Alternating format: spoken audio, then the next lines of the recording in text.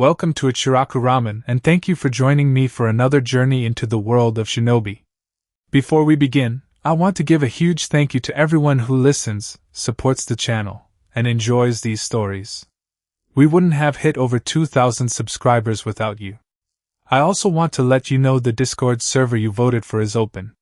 You can suggest stories, vote on what gets narrated next, or just hang out and talk. It's free to join my way of giving back for getting us here. The link is in the description. Today's story is the final part of Hashirama's Heir. Summary. The will of fire was never just a philosophical ideal for Naruto, it runs straight through his veins. Born with the blood of the First Hokage, Naruto inherits the most legendary kekkei genkai in history, Mokuton, would release. Trained from a young age to harness the absolute power of nature and chakra, Naruto is no dead last failure. He is a prodigy ready to redefine the power scaling of the entire shinobi world. This is a fan-made story inspired by the world of Naruto. All characters in the original universe belong to their respective creators.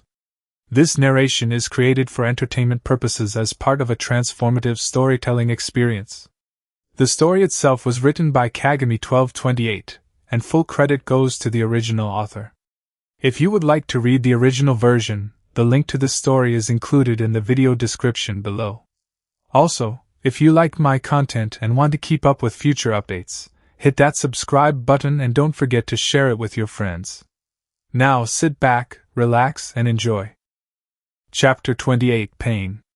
Can you really call that torture? Questioned Yujito as she and Naruto walked out of a local bar. Though the bar actually was a toad which morphed down to its original size upon Naruto and Yujito's exit. Naruto watched the toad hop into the large lake as he looked up at the still rainy sky of Amigakure. Turning his head to Yujito, Naruto just smiled. Of course it's torture. Worked, didn't it? Questioned Naruto, pulling out a feather. The same feather Naruto interrogated the two captured AIM genin to get information on Pain, the Akatsuki's leader. It'd work on anybody, even you. Naruto slipped the feather perfectly through Yujito's trench coat as he hit her right in her side. Ah! Stop! Shouted Yujito in the middle of the street as Naruto attacked her with the feather. Luckily no one was around to see as Naruto began with question 1. Do you love me? Said Naruto as Yujito began to cry from laughing and fell to the ground as Naruto never relented. Yes! Strained out Yujito, seemingly helpless against the feather. Am I the hunkiest guy in the world? Said Naruto again as Yujito shook her head no. Naruto pulled out another feather. Seems that you're lying. Double time! Naruto Menma, whatever the hell your name is, said Jiraiya as Naruto stopped assaulting Yujito. Kitsune Kurama, said Yujito on the ground as Jiraiya nodded. Though Jiraiya was one of the AIM genin they just tortured. Gamadera Kageyatsuri no Jutsu, Toad Flatness Shadow Manipulation Technique, said Naruto, noting the technique the Toad Sannin was using at the moment. So that's how you're supposed to use that jutsu. I liked it better when Naruto used it and made you fondle yourself. Yujito internally shook her head at her bijou before Jiraiya went over the plan once more. We know that he being the leader, is in the tallest tower now, said Jiraiya as the two Jinchuriki nodded. I'll head through the west side, while you two go toward the north before splitting. If you see an Akatsuki member, do not engage them. Rather jump out to the sea and shoot up a flare. There, the other two will join and will whip some Akatsuki ass free of civilians or AIM ninja interference. Everybody got it? The two Jinchuriki nodded again. Great! Let's get to it then. The two Jinchuriki vanished in a shunshin as Jiraiya walked off to begin his own part of the plan. With Nagato still perched in the tallest tower was the redhead leader of Akatsuki, Nagato. Dressed in his Akatsuki cloak, Nagato placed his hands in the ram's seal. Konan, I'm going to stop the rain. Use your jutsu and locate all three of them, said Nagato, channeling his chakra as Konan nodded her head. When you do, I will face the Kyubi Jinchuriki. And you will handle Jiraiya and the Nibi Jinchuriki with 4 of my paths. Here we go. Just as the rain stopped dropping, Konan fluttered into hundreds of sheets of paper before blowing past Nagato through the opening in the tall tower. "Here in a few minutes, Kyubi, I will defeat you," said Nagato as his 6 paths walked up behind him. "You made a mistake coming here." "Nagato, are you sure you're ready?" questioned the masked man behind the Akatsuki leader. Nagato said nothing as he simply leaped off the ledge. The masked man gave a nod. "Then it is settled. Good luck.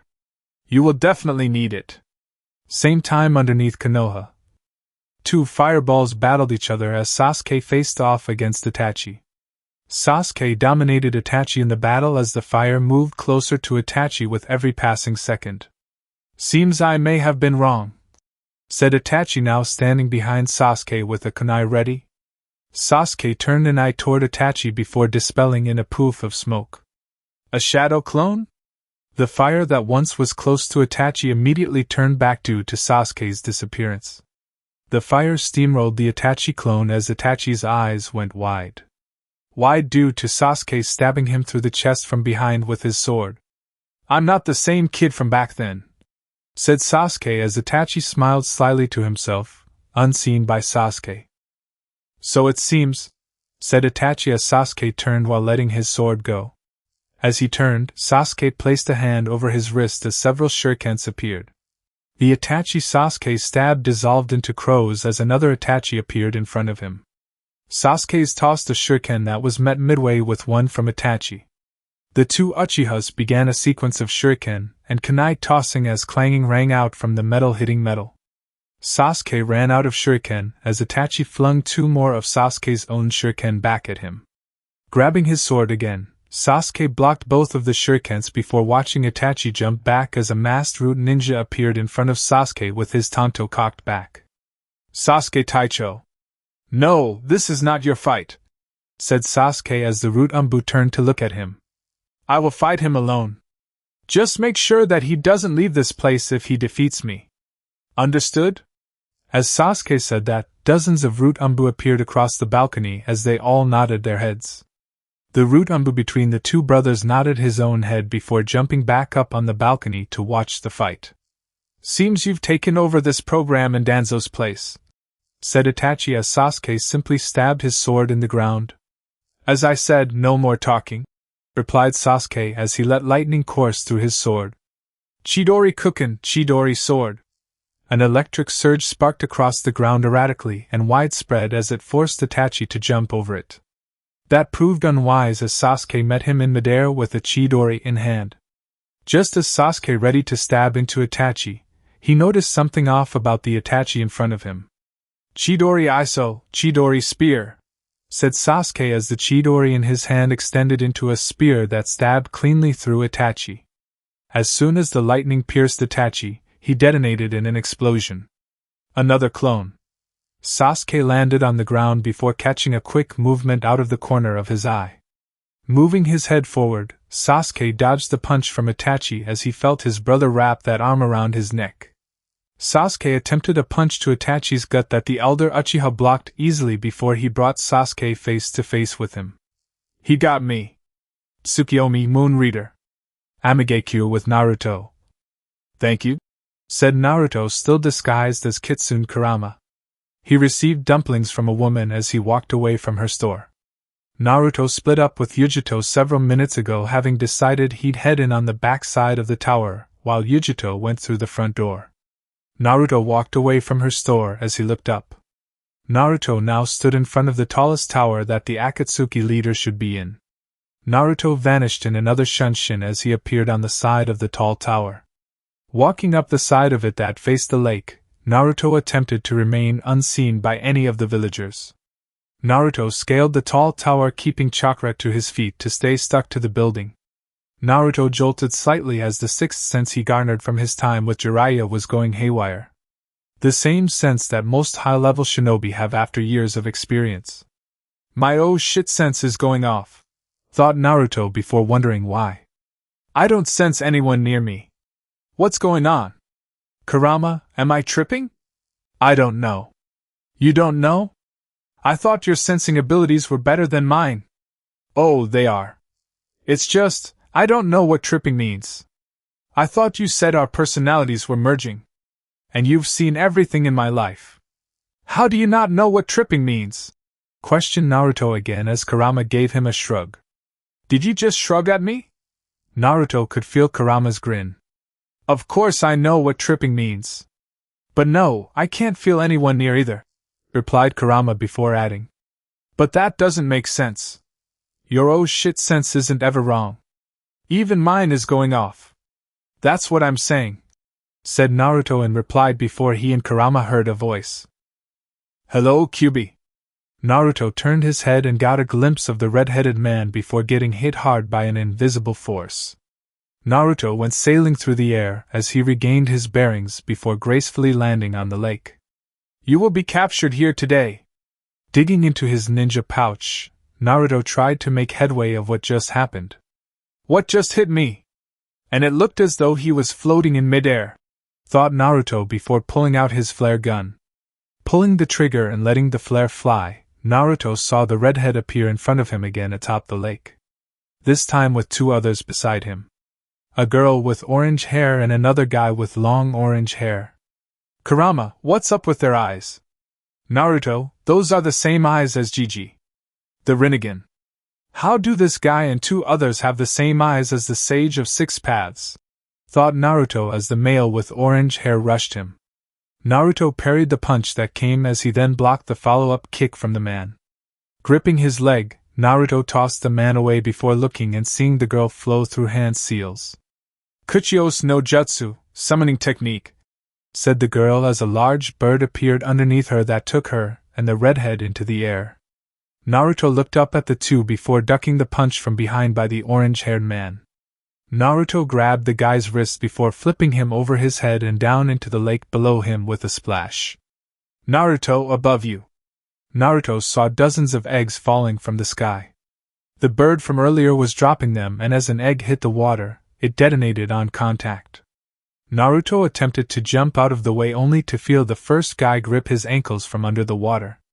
Naruto's eyes went wide when 3 eggs landed next to him. Boom! A large explosion rocked the area around the Jinchuriki as water splashed up high. Nagato and the girl beside him looked down at the explosion before noticing no sign of Naruto. Without turning his head, Nagato moved a hand directly at the now airborne Naruto behind him. How? There's no way he noticed my approach, thought Naruto before feeling the same invisible force from before.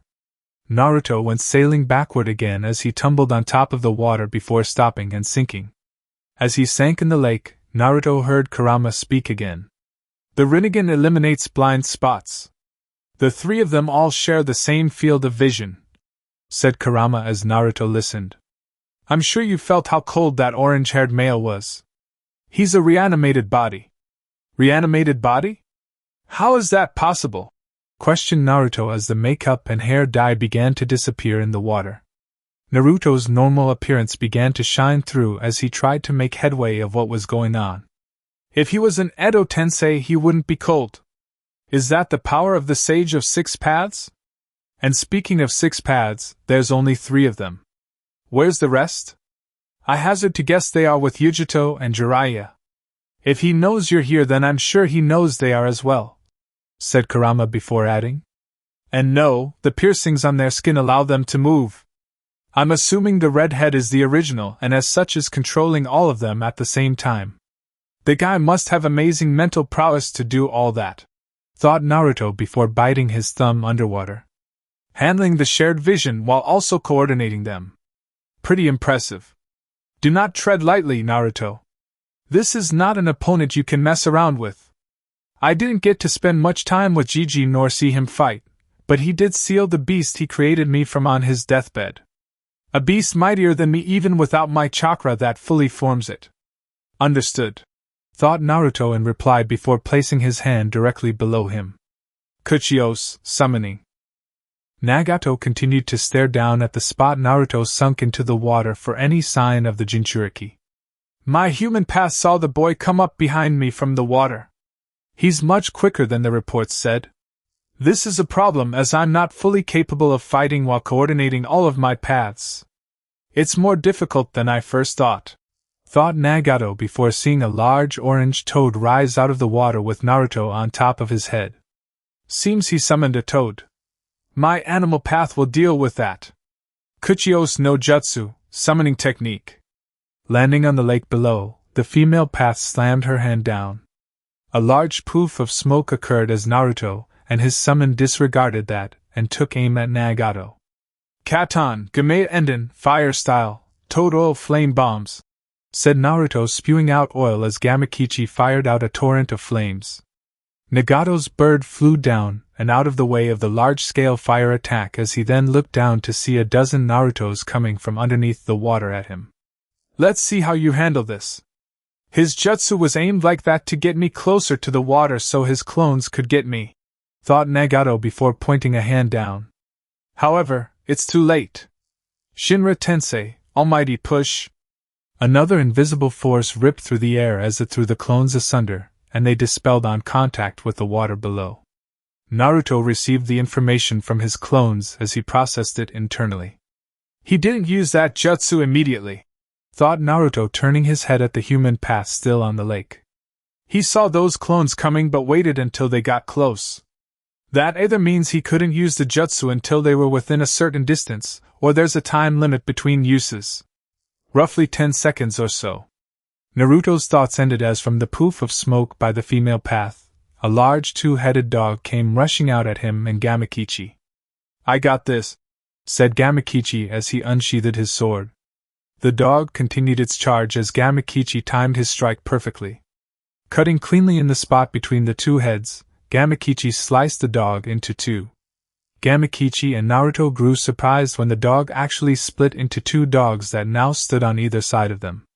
Whoa, said Naruto as he stood on Gamakichi's head facing one dog while Gamakichi looked at the other. It can split like that? But then again, I don't have time for this. We need to start taking them out and find Jiraiya-sensei and Yugi-chan. They haven't made it here after I sent my flare. Naruto looked to his right to see the male path coming for him. Turning back forward, Naruto saw the dog coming as well. Naruto slammed his hands in the snake seal. Mokuton, Jukai Koten, wood style, a nativity of a sea of trees, said Naruto as a forest sprang up from the lake immediately within a second. The trees captured the path and ensnared both dogs in their branches. Gamakichi did a spin as he sliced through the dogs cleanly, this time with blood spewing across the water. Before Gamakichi's spin, Naruto was already jumping at the captured path with a charged-up Rasengan in hand. Nagato received the view of his path and animal summons before getting the views of his other paths that were with Jiraiya and Yujito. Seems I was wrong to separate us. With my powers being split and me now being in the battle, I can't use Deva path as often. And it's harder to control them when they are separated and my focus is drawn to the Jinchuriki, thought Nagato, seeing his other paths losing to the team of Jiraiya and Yujito. I can solve that now. Kuchios no Jutsu, summoning technique. Naruto slammed his Rasengan into the path and as it began to ground its way into the man's stomach, he vanished. Naruto was shocked as he let his Rasengan dissipate. Turning around, Naruto now saw 7 people besides him and Nagato. Nagato sat perched on the bird above them as Naruto stared at his 6 paths and a blue-haired woman. The first 2 paths were the girl and guy he'd been facing. Though the guy looked down for the count as the Rasengan still hit home despite him being summoned. The others were a spiky-haired orange guy, a bald tall one, a spiky-haired but slightly older one, and a chubby one with an orange ponytail. Though the bald one and chubby one all looked hurt as well. Not only can he summon those weird creatures, thought Naruto as the 2 dogs seemed to heal and separate again into 4 dogs that surrounded him and Gamakichi on the lake. But he can summon his other people as well.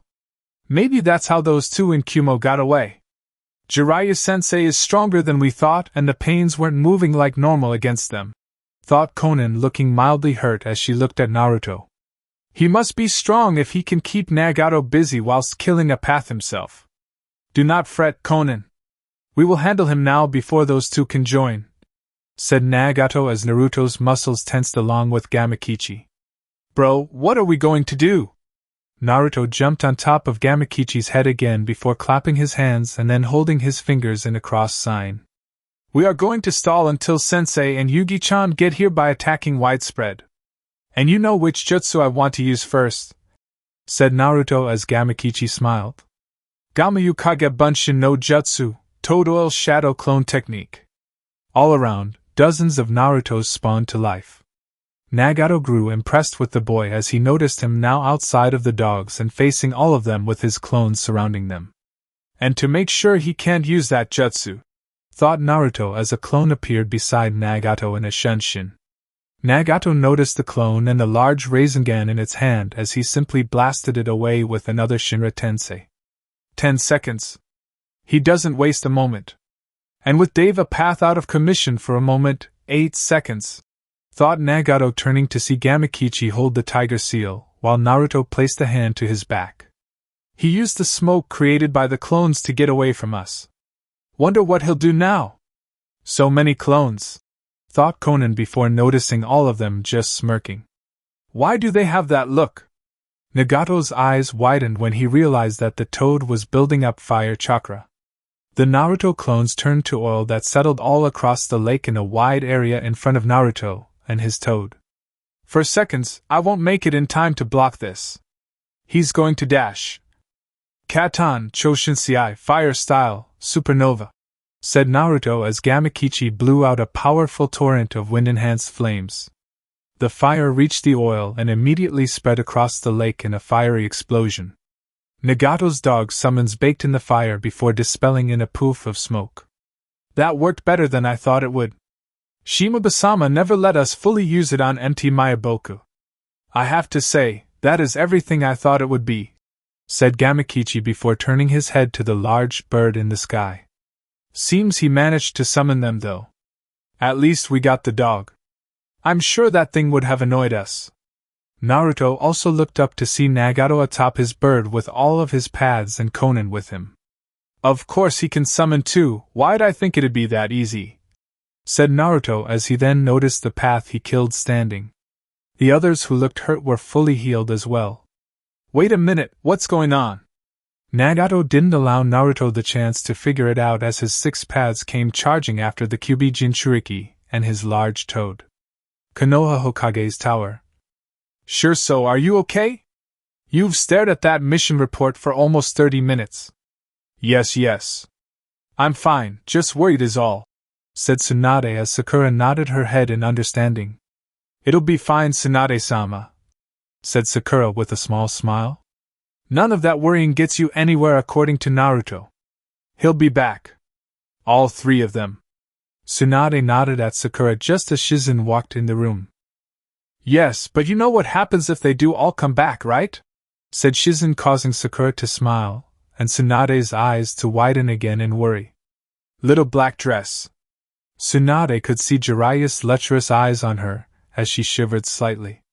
Why did I have to make that bet? Thought Tsunade before turning back to the paperwork.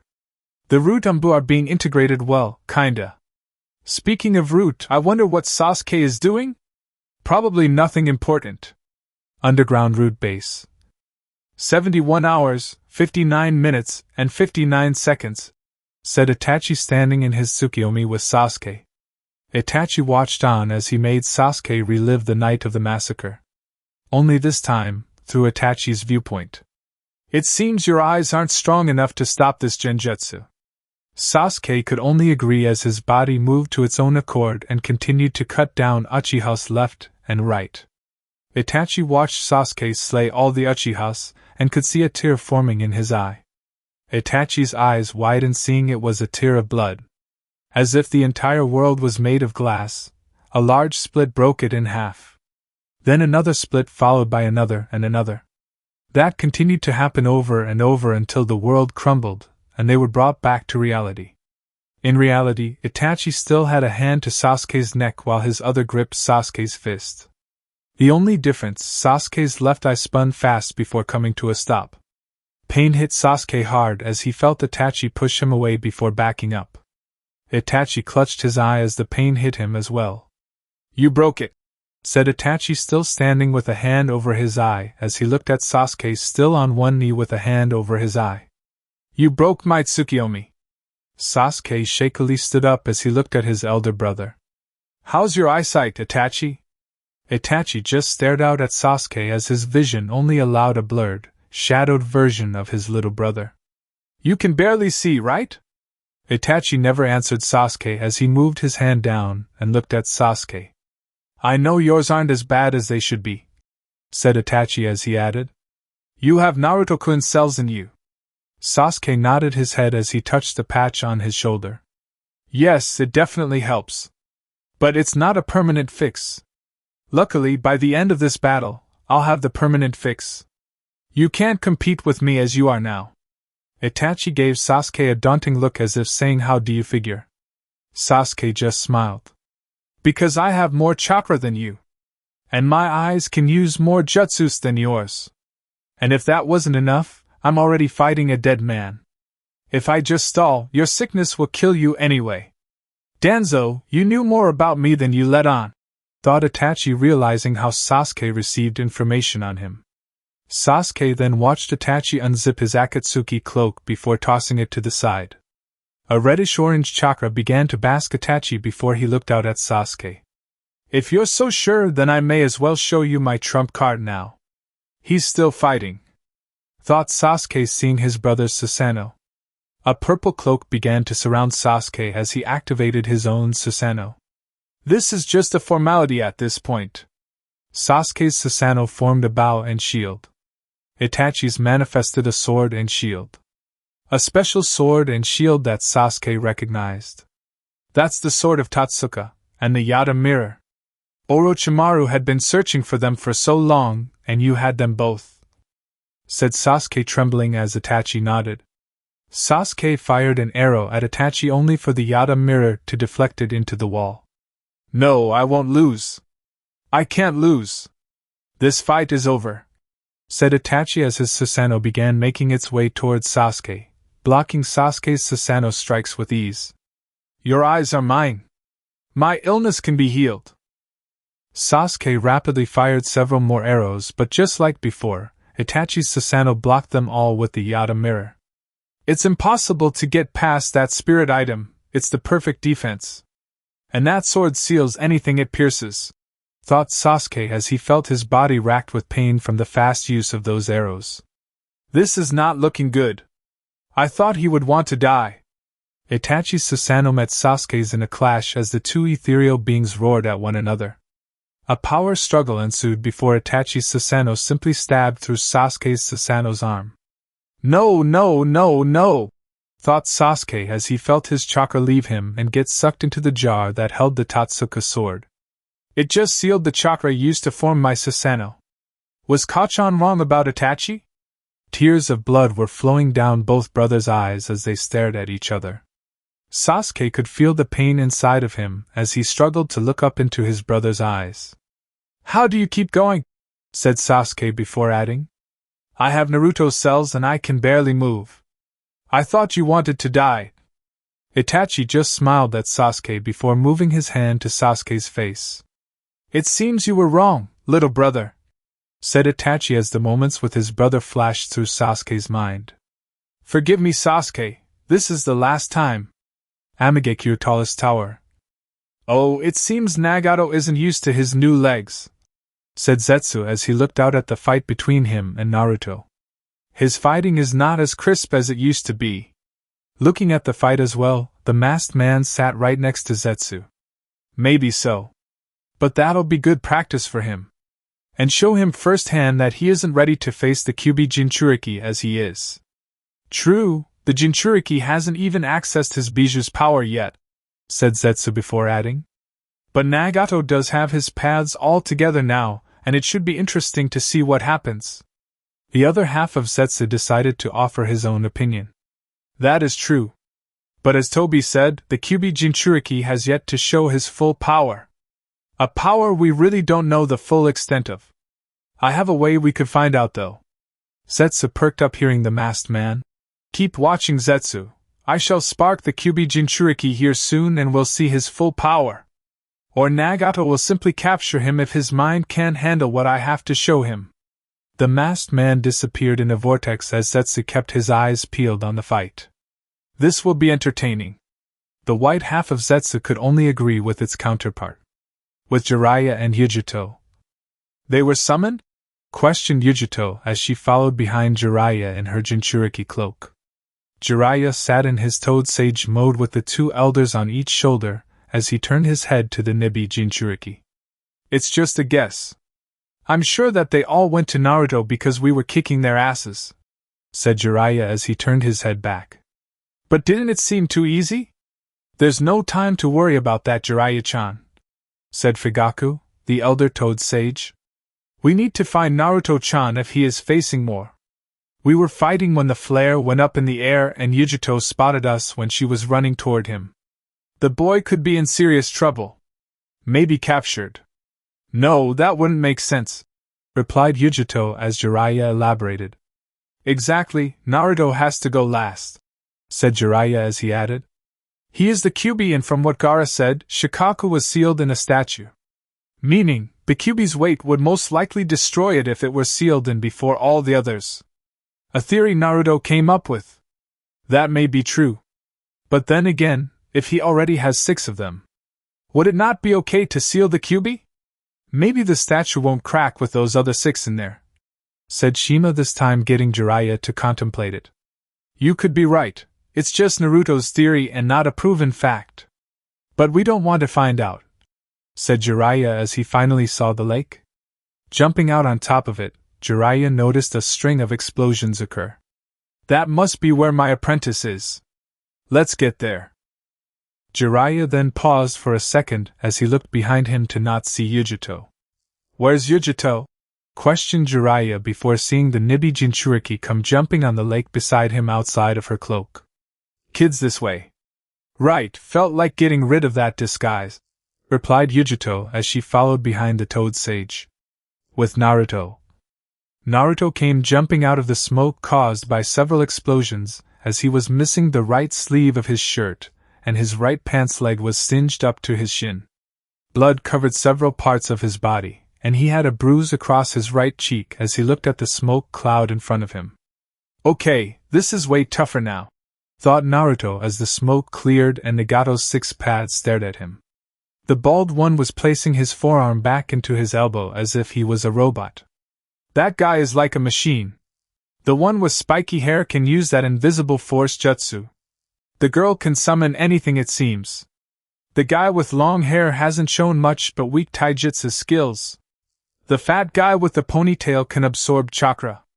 The last guy, I have no clue. Above Naruto and the 6 pads, Nagato continued to fly above them on that bird with Conan standing next to him. And he can do what each of them can. The woman, I have no clue also. Naruto, it seems as if his movements are growing more and more polished as the fight goes on. I told you not to tread lightly. You're right, sorry about that, thought Naruto in reply as he let his Jinchuriki cloak form. The chakra formed around Naruto as his seal became visible along his body. Let's stop playing around, shall we? I wasn't playing around from the get-go. Your toad friend was and got beat up so bad he had to dispel back home, replied Kurama as he added. You need to find Jiraiya and Yujito or start using better jutsu if you plan on beating this guy. This guy could probably kill you if it weren't for your being a Jinchuriki, and it risks killing me as well. Yeah? That's not really helping me here. I need encouragement. I encourage you to not get us killed. Naruto merely laughed at his bijou. Naruto then noticed Nagato's pads rush out at him again. Ducking a kick from the long-haired one, Naruto vanished with pure speed to appear behind the old one with spiky hair who stayed back. Obviously he's the most important. He never engages in the fight, thought Naruto before getting blasted by another Shinra Tensei from Nagato's Deva path. As Naruto rolled from the jutsu, he landed perfectly in a full Nelson from Nagato's Preta path.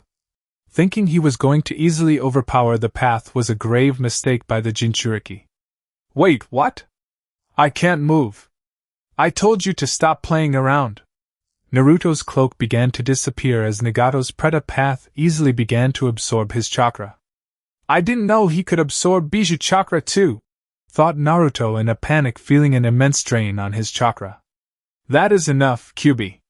This fight is over, said Nagato above them as he watched the Kyuubi Jinchuriki slowly begin to lose consciousness. Naruto! Naruto! Shouted Kurama in Naruto's mind, but to no avail as the kid couldn't move. Nagato gave a small grin to himself before his eyes widened when the absorption stopped. That's enough of that, said Jiraiya, now standing behind the Preta path. Jiraiya came up from behind the path underwater, and unseen by all of them, before placing a kunai in the back of the path's head. Thought I already killed that one. The path fell lifelessly to the floor as Naruto's eyes fluttered before he opened them fully. Perfect timing, sensei, said Naruto as he stood up and noticed Yujito land beside them. I thought I was done. Sure looked like it. Guess you realize you should have taken him more seriously, said Jiraiya as Naruto frowned, hearing Kurama say I told you so repeatedly in his head.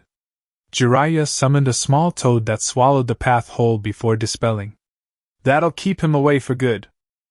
Jiraiya-sensei, said Nagato as his remaining 5 paths all grouped to look at them. Jiraiya and Naruto looked at the redhead on the bird as Jiraiya's earlier suspicions were confirmed. Nagato, seems you really are the leader of this group, said Jiraiya before adding. Why? Why did it come to this? I thought I taught you all better than this. Nagato closed his eyes before answering. Pain caused this, Jiraiya-sensei. And until you feel the same pain I did, you'll never understand. What pain could that possibly be? Questioned Jiraiya before hearing a voice come from behind him and Naruto. A voice that caused Naruto's blood to run cold. This pain. The pain of losing a loved one, said the masked man as he stood behind Yujito with a kunai to her back and his arm around her neck. Naruto turned around as his eyes widened, seeing Yujito in that position. You won't kill her, you'd lose the bijou, said Naruto as even with that in mind, Naruto still didn't feel any more comfortable. Naruto began to build up his chakra so he could shunshin to save Yujito. You're right, but the bijou will reform. And I will get it then. However, watching her die in front of you will be so worth the wait. Time seemed to freeze as Yujito looked Naruto dead in the eye and mouthed, I love you. Naruto watched the kunai slide perfectly into Yujito's back, killing her instantly. Naruto felt Yujito's chakra signature disappear as the masked man let her go, causing her to fall forward. Naruto appeared in a shunshin and caught the blonde-haired girl. Now you know pain, said Nagato as the masked man vanished in a vortex. Naruto fell to his knees and held the lifeless Yujito in his arms. Jiraiya simply stood still in shock as he watched Naruto's face go through several emotions. Naruto, said Jiraiya after a few seconds to see him sitting there with tears streaming down his face. Jiraiya then noticed Nagato's paths moving toward them as he turned to face them. This isn't good. Jiraiya-chan, we need to get out of here, said Fugaki, getting a nod from the white-haired man. We can't fight them while also trying to protect Naruto-chan. It was already tough when we had Yujito helping us. You're right. But we have to do something, and I'm certain we can't just leave. He'd catch us. It's over, Jiraiya-sensei. Just accept death. It will come easier that way, replied Nagato as Konan remained inwardly shocked about what just happened. He killed her. He killed the Jinchuriki. And Nagato let it happen, thought Konan looking at Naruto. She actually felt bad seeing his current state. All to get the Kyuubi Jinchuriki to feel pain. Was this the plan all along? Konan looked at Nagato, who continued to move his paths toward the 3 foreign shinobi. Konan's attention then shifted back to Naruto as she felt a chakra spike. Nagato's 6 paths stopped their advance at the chakra spike as well. Nagato's eyes widened along with Jiraiya's as they felt Naruto let loose an abundance of chakra. Jiraiya slowly turned around as he looked at his apprentice. He was glowing orange with Kurama's chakra and could see the red markings of his Sage Mode on his face. Sage Mode combined with the Kyuubi's chakra? I didn't even know that was possible, thought Jiraiya as the lake was rippling at Naruto's potent chakra. Naruto, are you really about to use that? Asked Kurama, feeling Naruto use as much of his chakra as possible. Kurama didn't receive an answer as Naruto continued to stare at Yujito with tears in his face. This boy, he's reached Hashirama's level of power in this state. Sage mode and my chakra, what a combination. This is the power of the Kyuubi Jinchuriki? Thought Nagato, seeing and feeling the power of Naruto's chakra. Nagato's eyes widened as he barely heard Naruto call out a jutsu name. Senpo, Mokuton, Senbi, Sage Art, Wood Style, Thousand Tales. Whispered Naruto as the ground quaked and a roar was heard from underneath the lake. Thanks for reading. A/N, another installment of the Lost Files is below. If you continue, hope you enjoy it, smiley face. Omake, Naruyugi The Lost Files, Mount Mayabuku.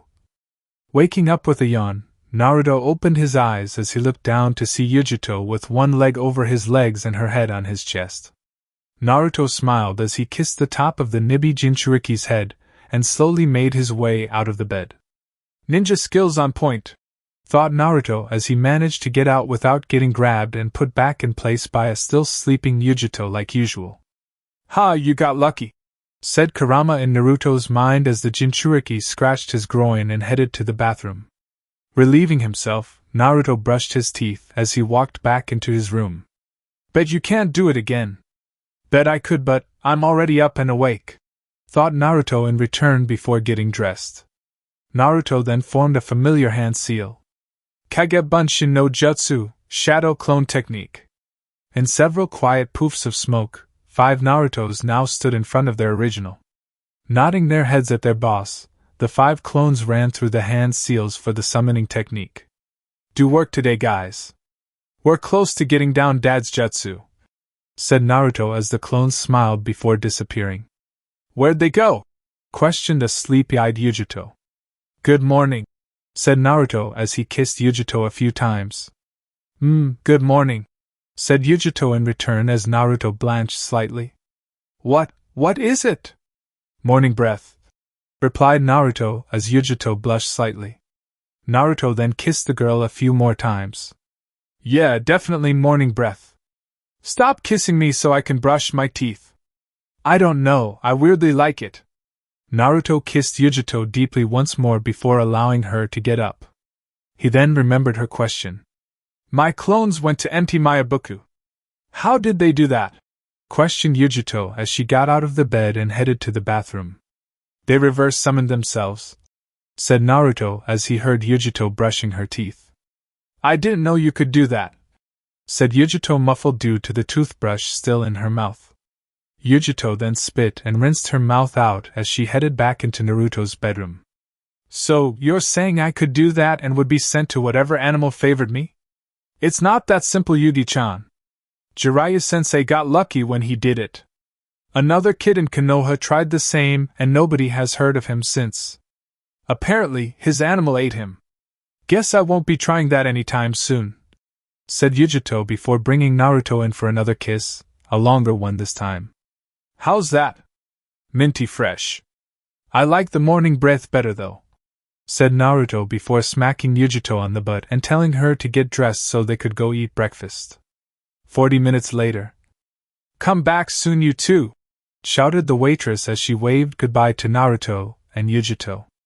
Naruto and Yujito waved back as they walked out into the street after leaving the pancake house.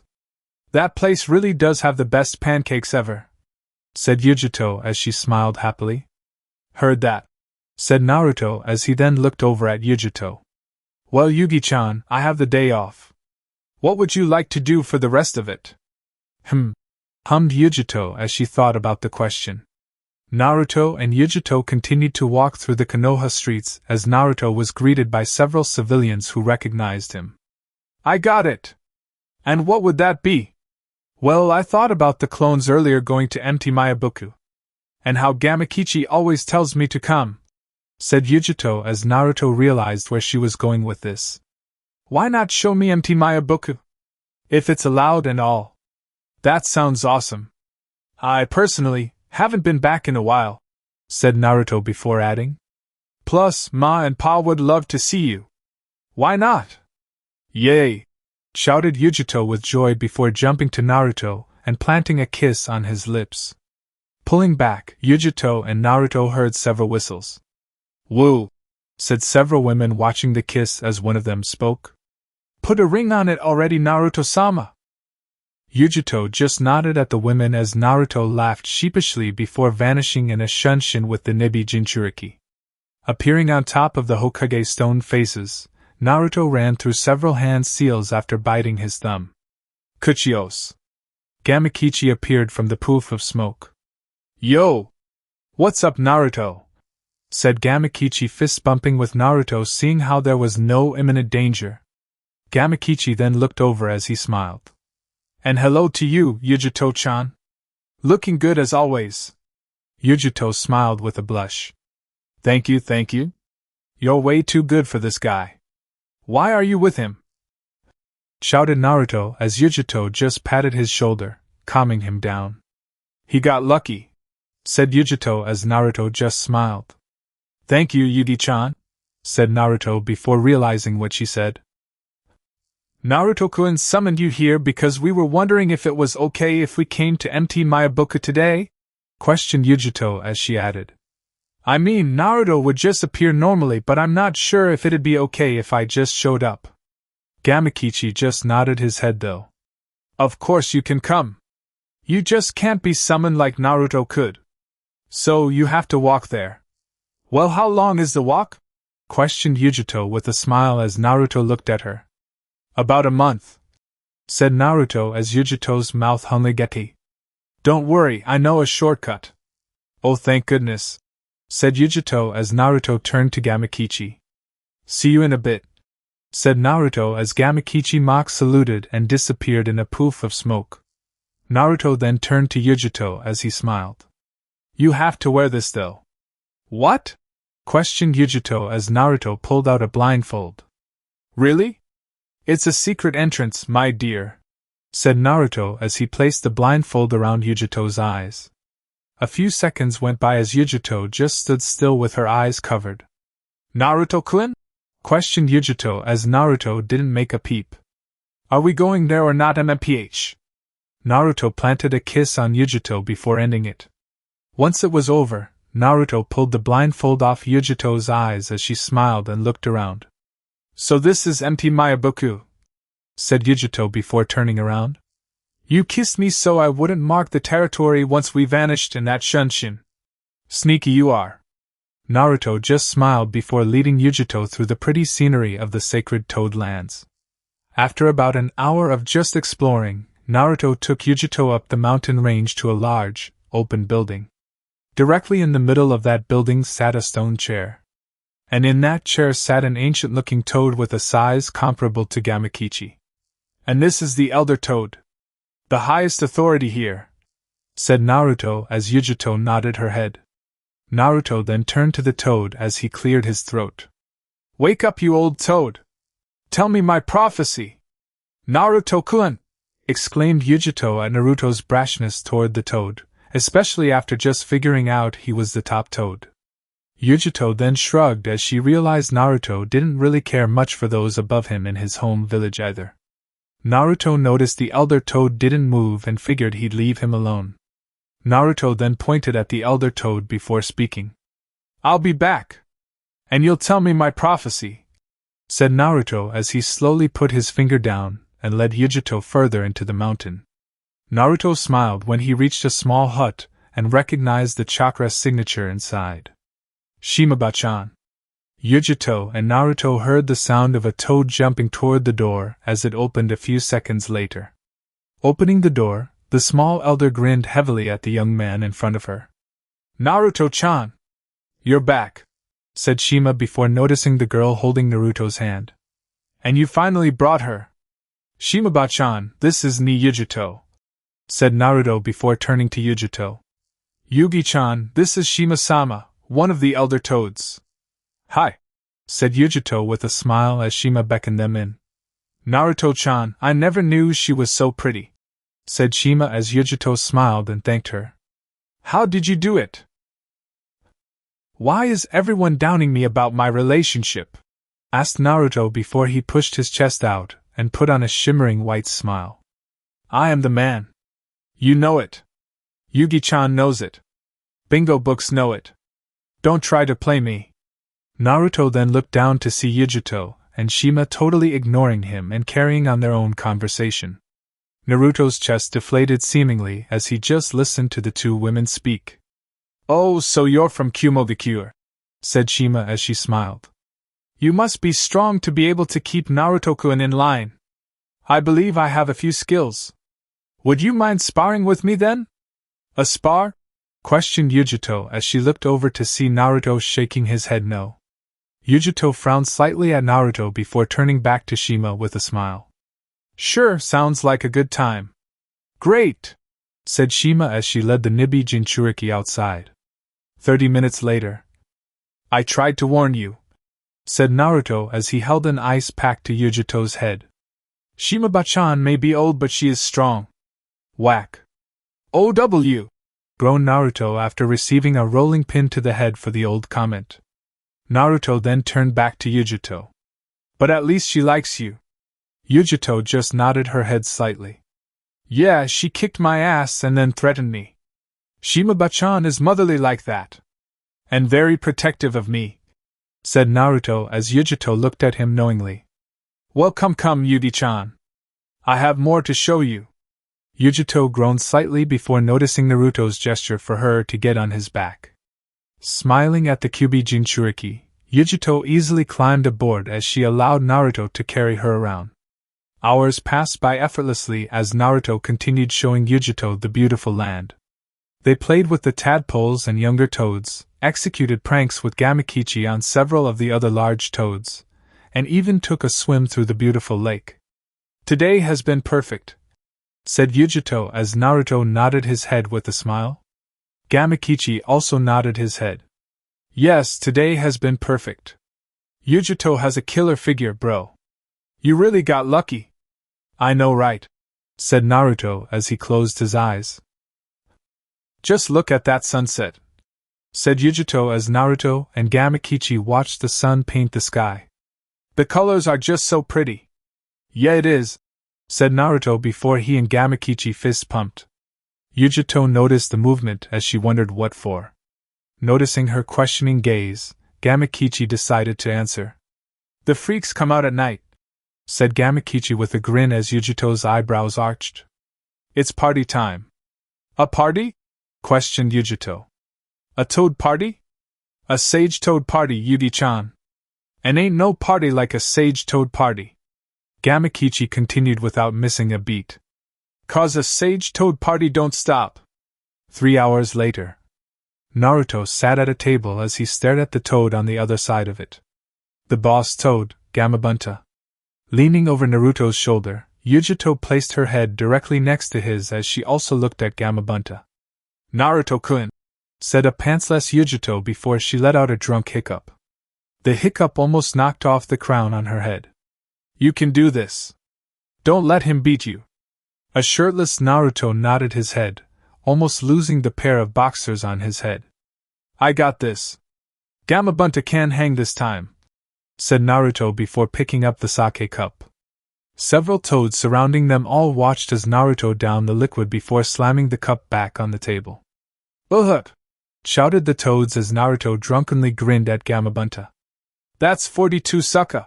Said Naruto as the toads around started jumping and clapping at the battle being waged between Gamabunta and Naruto. And I can go all night long. Right after saying that, Naruto fell backward and drifted off into a deep sleep. Gotcha, kid. It's too easy, said Gamabunta before he fell backward as well, causing the ground to shake with his big body tumbling through the foliage. Gamakichi stood in the middle of the two wearing what appeared to be a referee's shirt as he looked at them both. Due to Naruto reaching comatose first, Gamabunta is the winner and still drinking champion, said Gamakichi as several of the toads all cheered. Yujito just frowned slightly before picking the drunk Naruto up. So close, Naruto-kun, said Yujito again before letting out a hiccup. Naruto awoke with a jump at the hiccup as he grabbed Yujito in a hug with one arm and held the other one above him. Oh shit, said Gamakichi as he realized what Naruto was about to do. Everybody run! The surrounding toads all noticed Naruto now as their eyes widened in fear. Sage markings appeared on Naruto's face as he looked at those surrounding him. Get off my lawn! Shouted Naruto as a large Rasengan formed in his hand. The Rasengan began to make swooshing sounds as Naruto added water chakra to it. The toads began to hightail it out of there as the Rasengan fully formed and Naruto took aim. Raisin Hurricane, spiraling hurricane, said Naruto as he let the large water Rasengan go. As the Rasengan flew through the air, it carved a deep trench in the lands as it made its way through Mount Miyabuku. The jutsu erupted nearly a mile away as it formed a huge tornado made of water that spun for several seconds and then died down. Woo! Shouted Yujito clapping as Naruto just smiled. You totally got that guy! You know it, baby, said Naruto before turning Yujito toward him. Have fun? Yujito nodded her head happily as Naruto smiled back. Naruto then leaned in to kiss Yujito only for both Jinchuriki to pass out mid-kiss and fall to the ground in a heap. Hearing the two thuds, Gamakichi peeked his head around as he looked at Naruto and Yujito. Gamakichi let out a sigh before walking back out to the clearing. Naruto always does this when he gets drunk, said Gamakichi as he signaled it was okay for everyone to come back. Gets drunk and then fires off a superpowered jutsu before passing out. The water Rasengan was cool though. But Shimaba and Fukasakuji are going to freak out when they see the destruction again. What just happened? Came the voice of Gamakichi's father, Gamabunta, as he finally woke up from his and Naruto's drinking competition. I won, right? Always, Pops, said Gamakichi before pulling out 2 markers. Gamakichi gestured to the 2 sleeping Jinchuriki. Shall we? Naruto would eventually wake up hours later with markings on his face and back in his own bed in Konoha. Naruto looked over at Yujito to see her face all marked up with various demeaning signs also as he smiled. Gotta love toad parties, thought Naruto as he just fell back asleep with a contented smile. Quick pause, guys, I just want to take a second to say thank you. We actually hit 2,000 subscribers, and that is entirely because of you. I genuinely could not have done it without this community, and it means more than I can put into words. Now we're setting our sights on 3,000, and if you're not subscribed yet, this is your moment. It takes 1 second, and it truly makes a difference. Alright, let's get back to it. Naruto's not going to wait forever. Chapter 29, Breaking the Cycle. Earlier Amigekure. No, that wouldn't make sense, replied Yujito as Jiraiya nodded. Just as Jiraiya began to speak, Yujito heard a voice in her head. Kitten, look out! Shouted the Nibi in Yujito's head. Yujito stopped immediately from an invisible force. Yujito stopped as if a rope grabbed her, and before she could alert Jiraiya, a pure white hand covered her mouth. Yujito was then dragged backward and thrown toward a building in the opposite direction of where Jiraiya was heading. Despite the speed of the toss, Yujito managed to flip around and land gracefully on the wall before looking out at her assailants. It's a chameleon with weird-looking eyes. It used its tongue to stop me, said Yujito looking at the animal that stopped her. That's the Rinnegan. The dojutsu of the Sage of Six Paths. Oh, that's bad, huh? Yujito felt the Nibi nod as she prepped for a fight. The person standing next to the chameleon was a white man slowly turning his appearance into her. An absolutely perfect copy of her down to perfect details. What's a henge transformation going to do? Hi, Naruto-kun. Sorry for dying in front of you, said the copy before she turned and sprinted to where Jiraiya left. Yujito frowned before watching the chameleon dispel in a poof of smoke. What just happened? I don't know, but it's not like I'm going to let him just take my place like that, thought Yujito before noticing a vortex appear in front of her, and out stepped the masked man. It's this guy again. Hello, Nibi. You're not going to let me stop him, are you? Questioned Yujito as the masked man nodded his head. He'll never get past Jiraiya-sensei. A clone jutsu doesn't make up for a person's chakra signature. That is where you're wrong. That clone jutsu is special. He's your exact copy, said the masked man as Yujito's eyes widened.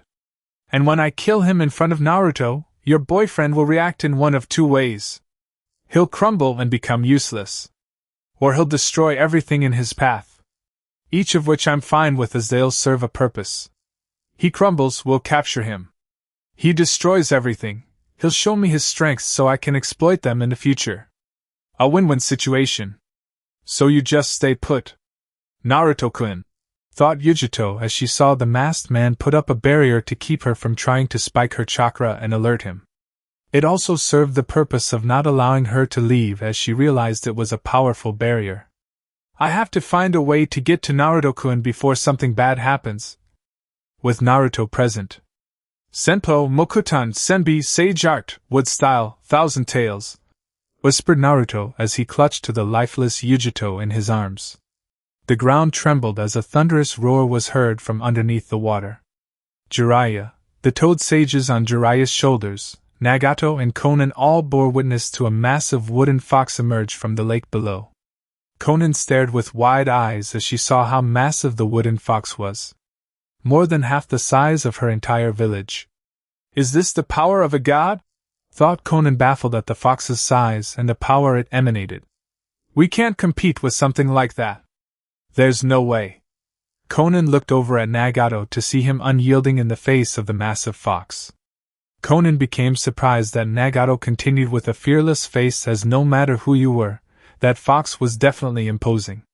Nagato may have seemed calm on the outside, but internally he felt the same as Konan.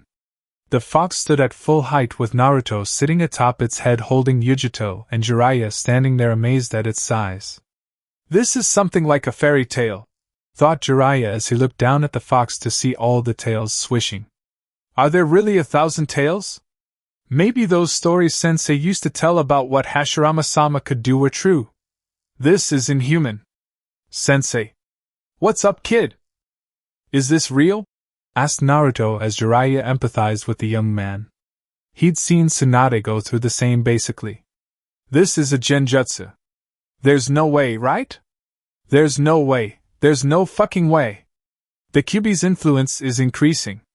I know he has full control, but I can't help but subconsciously want to run for my life. The killing intent he's producing has me sweating, thought Jiraiya before seeing Naruto stand with Yujito in his arms and look at Nagato. I'm going to kill you, said Naruto as the wooden fox let out another thunderous roar that created a powerful shock wave. A wave formed from the power behind the roar as it made its way to the Rinnegan wielder. Naruto watched as Nagato and his paths defended against the mighty wave. While this happened, Kurama had a few thoughts. Something felt off about Yujito before she died, thought Kurama, knowing what he felt. However, he didn't want to tell Naruto this. Part of Kurama wanted to see just how strong his Jinchuriki was. The brat is finally showing it all. I've never seen him go all out. He never had the reason to. The wave died down due to Nagato's paths as they all looked up at Naruto on the fox. Naruto placed down Yujito as he looked at Yujito one last time before vanishing in a high-speed shunshin. Naruto landed just behind the 5 remaining paths, who all jolted at the speed he moved at. I almost thought he was Minato for a second, thought Jiraiya, impressed at the speed. Shinra Tensei, said the Deva path, pointing a hand at Naruto. The force ripped through the air at the Kyuubi Jinchuriki as the Deva path looked to see Naruto gone. There was a Rasengan settled in the middle of his stomach though. Rasen Senko Cho Rinbu Kozen Shiki, spiraling flash super round dance hall participate formula, said Naruto as 5 Rasengans were on the bodies of the paths. All of them were blown toward Naruto's massive wooden fox. The fox noticed the paths approach and timed their arrivals perfectly. A tail skewered each one of them before wood clones appeared to immobilize them. Konan grew more fearful as Naruto turned to her and Nagato. He annihilated the remaining paths as if they were nothing, thought Konan as she noticed Nagato leap off the bird and land atop the water facing Naruto. You aren't serious, Nagato. This is the second time Yahiko was taken from me, thought Nagato as he felt more power due to the lost connection between his paths. Let's see how you do now, Kyuubi. My power is concentrated. Naruto noticed Nagato activate a Jinchuriki cloak. Likely the chakra his path absorbed from before. The two then met in a clash of orange versus red, Naruto clutching Nagato's fist and Nagato holding Naruto's other wrist. Azura path, said Nagato as an arm grew from his neck and shifted into that of a cannon. Energy began to form in front of it as it locked on Naruto's head. Just before the beam fired off, Naruto let loose a roar. Nagato flew back in ragdoll fashion from the powerful shockwave created. Naruto appeared and planted a kick into Nagato's sternum that sent him straight to his back on the water. Just because you have my chakra doesn't mean you can compete against the real thing, said Naruto as Nagato felt the effects of the kick to his chest.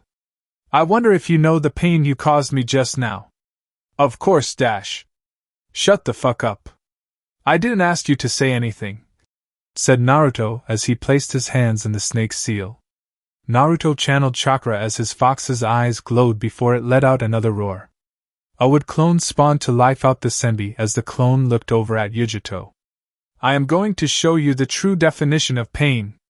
Naruto's clone grabbed Yujito and jumped down off the fox with Jiraiya as the fox roared once again and jumped high in the air.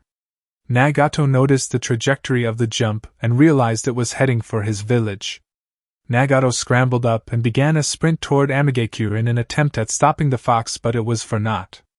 Naruto appeared in front of him and belted him with a fast punch that impeded him. Nagato clutched his chest again as he looked up helplessly as the fox landed just outside his village and began laying waste to it from the outskirts. People's screams rang out at the fox's appearance, and explosions were heard over and over again. Nagato just stared wide-eyed at the fox beginning its attack on his village. I believe it was you who said pain caused this, and until you feel the same pain I did, you'll never know the feeling. If that's the case and you want to share everybody's pain, then why not feel the pain Konoha did when their village was almost destroyed by the Kyuubi? Shinra Tensei, said Nagato as he blew Naruto away with the force of his jutsu. Nagato then made another attempt to get to his village, but the distance was too much, and Naruto was already on him. Nagato needed to focus on the Jinchuriki or risk being blindsided and hit again. Nagato's punches and kicks weren't landing on the faster Naruto, but the time limit for another Shinra Tensei was up and he pointed a hand. 3, 4, and 5, thought Naruto, getting the timing down. Shinra Tensei, said Nagato only to feel Naruto grab his wrist. Naruto smiled as he was hit again with the same invisible force but dragged Nagato with him. Naruto flipped through the air from the force of the jutsu, flipping Nagato with him, as a devious smile crossed his whiskered face. Naruto slung the Rinnegan user into the water below, as he fell directly above him with a knee aimed at his head. Nagato hit the water hard but managed to roll out of the way as Naruto went careening into the lake below. Nagato made another attempt at going to his village, but felt the lake rumble again. Nagato watched as a forest sprang up immediately around him, but at the tops of the trees were large orange flowers. Nagato watched the flowers bloom as an immense amount of pollen came fluttering down. The pollen has a sleep-inducing effect, thought Nagato, covering his mouth and nose before waiting a few more seconds. Nagato placed both hands out as he let loose another Shinra Tensei. Nagato jumped out of the forest to see Naruto standing in between him and his village still. Only this time, Naruto had a captured Konin in his arms. No, not Konin. I have 5 seconds to show you the same pain I felt when Yujito died, said Naruto with a tri-pronged kunai placed at Konin's neck.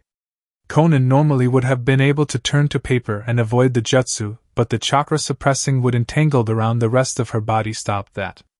Watching her die in front of you will be worth it. Nagato watched as Naruto moved his kunai back before moving his arm forward. Anoo! Shouted Nagato as Naruto's kunai made its way to Konin's neck. Konoha root base. Darkness met him as he awoke, with his eyes covered by bandages. He could feel his heart beating, so he knew he wasn't dead. Especially considering he could feel a presence to his right. There was one right next to him, also, as he spoke with a tired voice. Is this heaven or hell? Questioned the man before he realized he was lying on his back. The man tried to get up, but a gentle hand landed on his chest and held him firm. Please don't move nor attempt to open your eyes, said a soft voice. I healed you, but you won't feel 100% for a few days. I'm alive? A different voice answered him this time.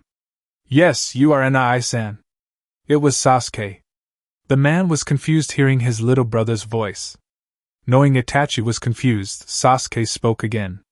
Sakura, if you could explain.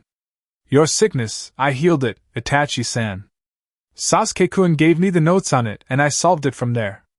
You were practically terminally ill since 13 and the fact you lived long enough till this point is nothing short of amazing, said Sakura as she added. And your eyes may hurt because I exchanged them with another set. EMS Sasuke, thought Itachi before realizing what Sakura said at the end. Exchanged my eyes? With whose? The ones that belong to the person who awakened your Mangekyo. Shursui. Your body accepted them easily. Shursui's eyes, then you have my eyes. Yes, I can feel the power behind them and it's exhilarating, said Sasuke before getting serious. I don't truly know how you feel now. But I know the truth of the massacre. And I can reason with how hard it may be to live with something like that. Itachi was all ears listening to his little brother. So, you have two choices, Nai-san. If you want to continue living, I have a way to allow you back into Konoha's ranks. If not, Sakura can and will kill you painlessly with a lethal injection. It's your choice. Itachi laid still for several minutes pondering the thought as flashes of his life went through his mind. Eventually, Itachi allowed a small smile. What do you have in mind? Questioned Itachi as Sasuke smiled. Itachi then heard another voice in the room he didn't realize was there. Welcome back, Uchiha Itachi, said Konoha's Hokage, Senju Tsunade.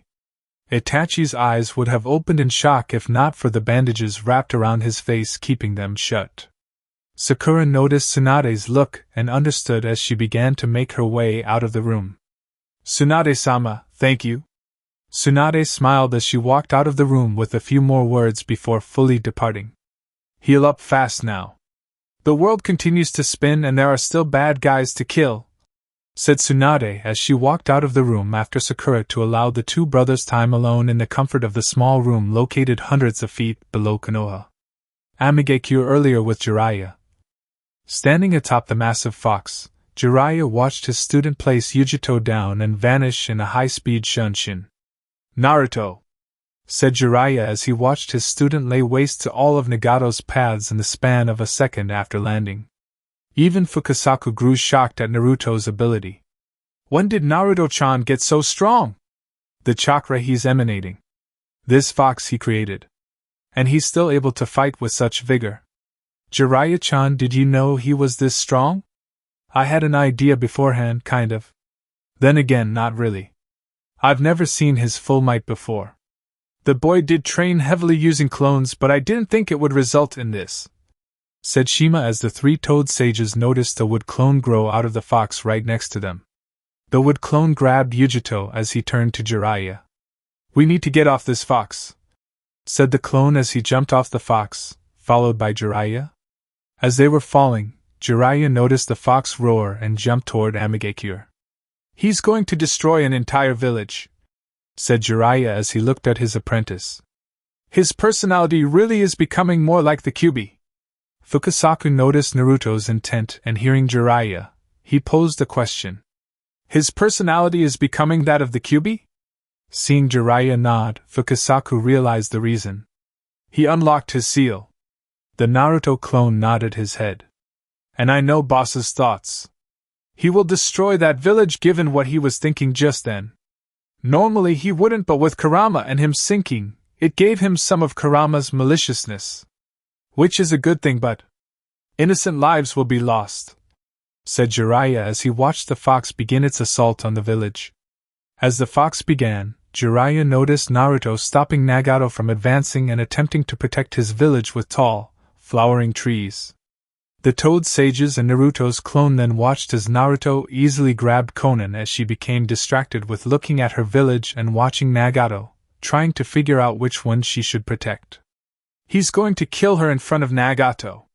Don't do it, Naruto-chan, said Shima even though she knew the girl was Akatsuki. She didn't want to watch Naruto kill someone solely off of revenge and with evil intent. Jiraiya and Fugaku felt the same but knew they couldn't and wouldn't stop him. Jiraiya's eyes then perked up as he felt a familiar chakra spike come from Amigekure. Yujito's alive. With Naruto. "Anoo!" shouted Nagato as Naruto's kunai headed for Konan's neck. Naruto's kunai pressed into Konan's neck but didn't draw blood as he stopped just before. Nagato looked at Naruto shocked to see him not kill her.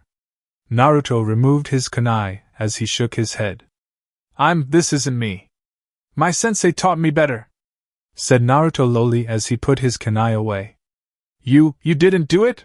questioned Nagato as Naruto looked at him. "Why?" "Because I dash." Naruto stopped when he felt a chakra spike. His heart nearly jumped out of his chest realizing who it was. "Yugi-chan!" Naruto turned to Amigekure as Nagato moved to free Konan. Naruto's senbi stopped its assault on aim as Naruto's wood clone dispelled, dropping the other Yujito. The original Naruto vanished in a shunshin as his fox jumped back out to the lake, ending the attack on Amigekure. Yujito stood still, having flared her chakra moments earlier before she took off her disguise. The barrier the masked man created was crushed by the swing of one of Naruto's senbi's tails, and Yujito took immediate advantage of that.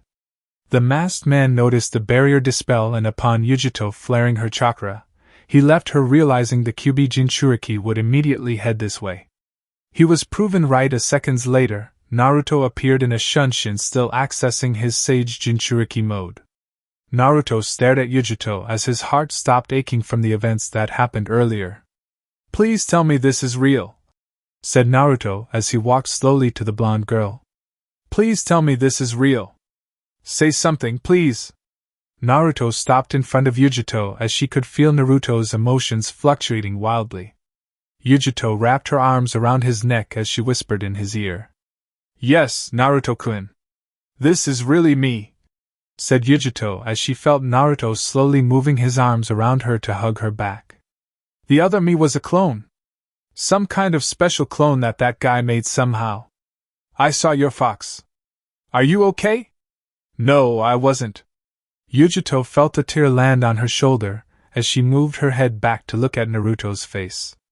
Naruto kissed Yujito, full of emotions, as he moved his head back, and another tear of joy fell from his eye. "I thought I lost you. I thought they killed you." "I'm here, Foxy-kun," said Yujito with a smile when Naruto laughed at the nickname. Yujito kissed him in return and wiped his face clear. "I'm sorry you saw something like that." The two then looked up and noticed hundreds of AIM shinobi staring at them. Naruto could feel the emotions of the AIM ninjas as Naruto understood their feelings. Naruto just stared as one of them pointed his sword at the two Jinchuriki. "You dare come to Amigekure and attempt to destroy it?" shouted the man as his sword trembled. His sword trembled not because of how angry he was, but due to how scared he was at what he saw just now from the fox assaulting part of his village. Naruto looked the man in the eye as he nodded his head. "I am sorry for the destruction I caused your village," said Naruto as the man looked shocked at the apology. But dash," started the man only to hear a voice cut him off. "Stop," said Nagato as all the AIM shinobi looked over along with Naruto and Yujito. All of Amigekure's residents grew wide-eyed at the man as they dropped their weapons and bowed. "Our fight is over. No harm will come to the two of them. Pain-sama," said the man before feeling Nagato appear before him and raise his head. "Please stand." "My name is Nagato," said Nagato as the man nodded his head. Nagato walked over the Kyuubi Jinchuriki with Konan following behind him. Nagato stood before Naruto as his Rinnegan met Naruto's sage Kyuubi eyes. "How do you do it?" Naruto grabbed Yujito's hand a little tighter before feeling Yujito give him a reassuring squeeze in return. "How do I do what exactly?" questioned Naruto as Nagato elaborated. "She died in front of you. It may not have been her, but there's no way you knew that before she spiked her chakra. Especially considering your actions that followed," said Nagato before adding. "So how did you not kill Konan? Or even allow your fox to fully decimate my village?" You could have made it land in the heart of my village, but instead, it only attacked the remote area that Hanzo lived in that no one comes close to. There were no deaths, barely any injuries. How do you not succumb to your pain and want revenge on those who caused it? I almost didn't. I wanted nothing more than to kill you, Conan, and your entire village. But what would that solve? Questioned Naruto before exhaling a breath. Jiraiya-sensei taught me that this world is full of hate, and that hate only causes more hate. It's a never-ending cycle.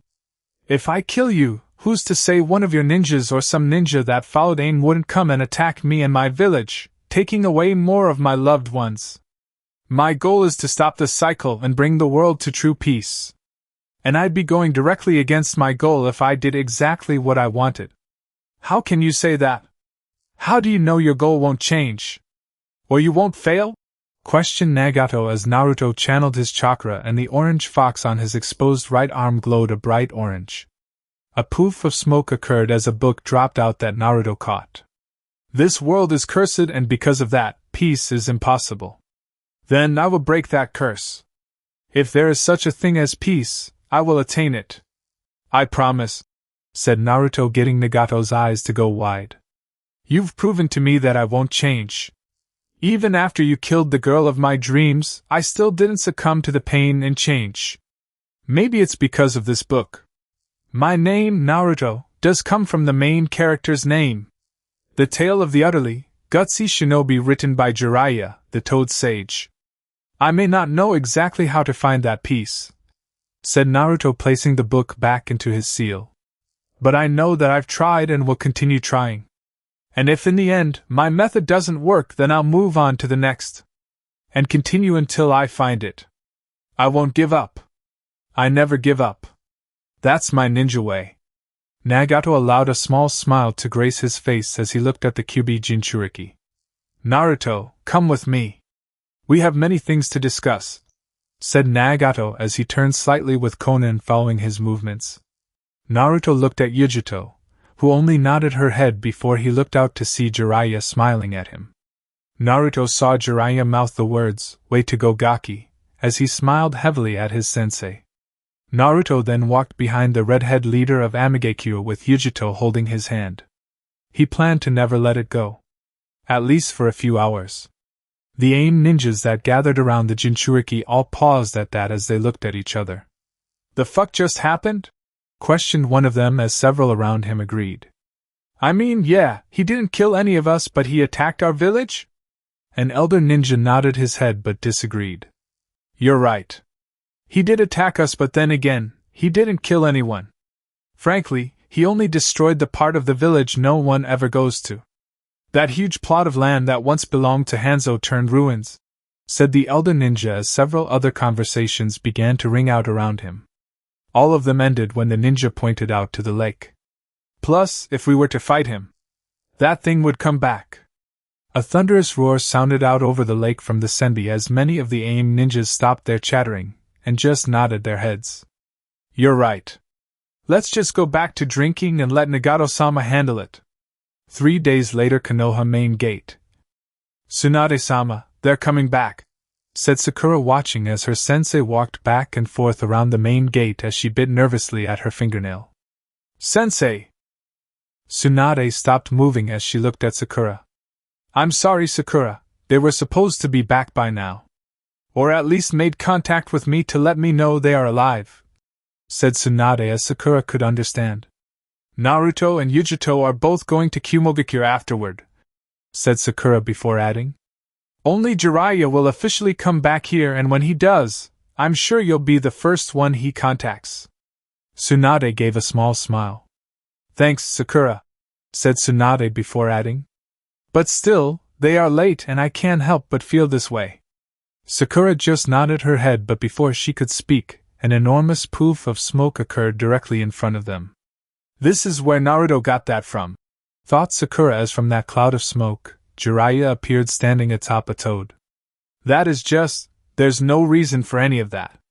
From the sacred lands of the T-dash, started Jiraiya only to be gripped into a bone-crushing hug from Tsunade, appearing in front of him on his toad. Jiraiya just smiled as Tsunade let him go, and smiled at the much taller man. I miss you too, Tsunadeheim. What took you all so long? I thought you all would be done there sooner. Did you all run into trouble? Was Naruto or Yujito hurt? Are you hurt? Jiraiya picked up a hand to stop Tsunade. We are all fine, Haim. Yujito and the kid headed to Kumogakure for her reprieve, said Jiraiya, picking up a photo of the two smiling and looking healthy just one day prior. Jiraiya then bit his thumb. And it took us so long because of this. In a poof of smoke, a toad appeared as it opened its mouth wide and a scroll came rising out of it. Jiraiya grabbed the scroll before the toad dispelled himself, and Jiraiya handed the scroll to Tsunade.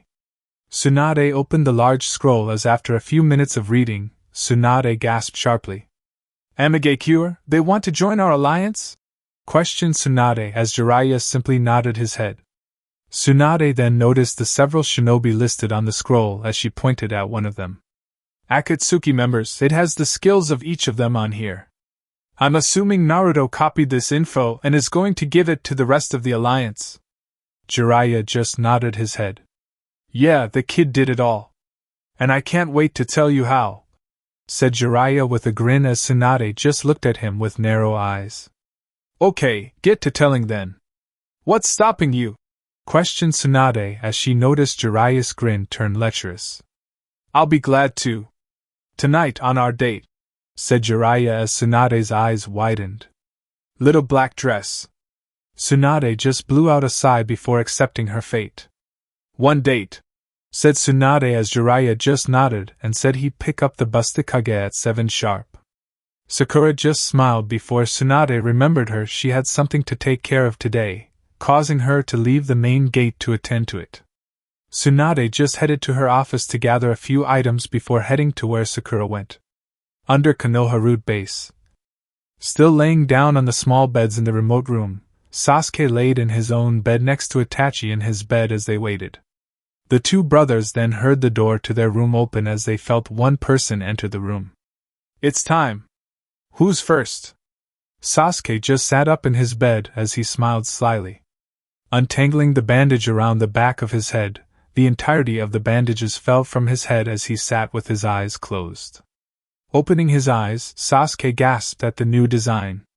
They're beautiful, said Sakura as Sasuke moved to the mirror in the room.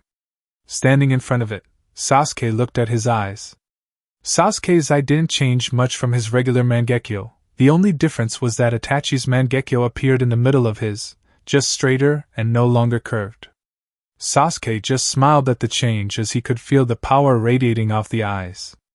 I need to test these, said Sasuke as he noticed Itachi standing right behind him. Moving out of the way, Sasuke watched Itachi unravel his own bandages.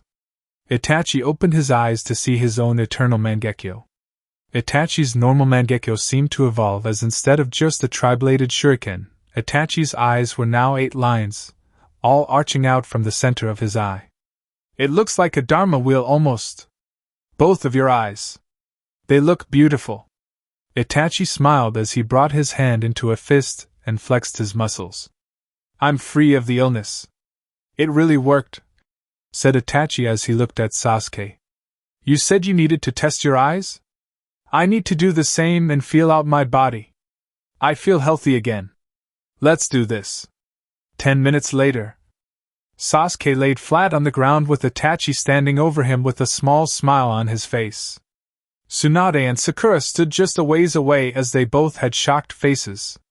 Uchiha Itachi is an animal, thought Tsunade having watched the spar just now between the two Uchiha brothers. How much did that illness affect him? And now that it's gone, how powerful is he? He's like Naruto in that aspect. He made it look effortless.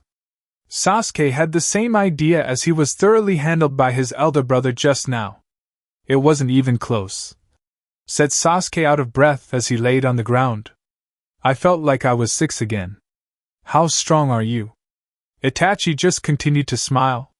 Get stronger and you may find out, said Itachi before seeing Tsunade land on the ground in front of him. Itachi then noticed there were some items in Tsunade's hands. Is that? Yes, said Tsunade as she held an Umbu uniform in her hands and some documents. Uchiha Itachi. I, Senju Tsunade, pardon you of all crimes against the land of fire and Konohagakure as a whole. You are a free man and your wanted picture will be removed from every bingo book. Itachi stood stock still after hearing that bit of information. Having been on the run for so long and having to hide his face, he was finally free. Granted, he knew that people may still come after him and he still wouldn't be able to show his face in Konoha from his previous actions, but he was free. Even though freedom came with his death in the real world. And due to your circumstances. Started Tsunade, continuing with what Itachi already knew would happen. You've been drafted into Root. As its first commander. Congratulations. Sasuke will guide you for the next couple of weeks while you get assimilated and used to the Root program. Remember, we'll want people to think you're dead and that Sasuke killed you. That's why he has your eyes to prove it. However, you may want or need to go to the mainland eventually, and I have a way that you can. You're going to disguise me? How is that possible, Hokage-sama? Questioned Itachi before seeing Tsunade point to herself. A special henge that only I know. And is unbreakable unless you run out of chakra. Said Tsunade as Itachi just smiled.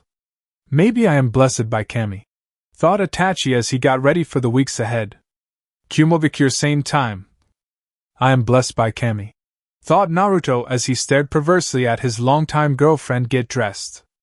Yujito knew Naruto was staring at her, and was moving about it in a way that was unbelievably hot to the young man. Okay, that shimmy at the end is just taking it overboard. Yujito buckled her pants, having shimmied to put them on as she turned to Naruto. Whatever do you mean? Questioned Yujito before smiling cheerfully at the flustered young man standing in her room. It was surprising that even though she'd been gone for nearly 2 months, her apartment still stayed clean and paid for. Likely her rakeage doing to make sure she still felt at home when coming back to Kumogakure. Yujito then watched Naruto fidget due to the tightness in his pants. Ah, Foxy-kun. You liked what you saw, huh? Heh, the only thing I saw was you. And whoever said I liked you? A 1,000-tailed fox assault on Amigakure could attest to that fact. Said Yujito smiling as Naruto just rolled his eyes. But don't worry, I'll take care of my sweet little Jinchuriki. For now, come on. We have to go or we'll be late.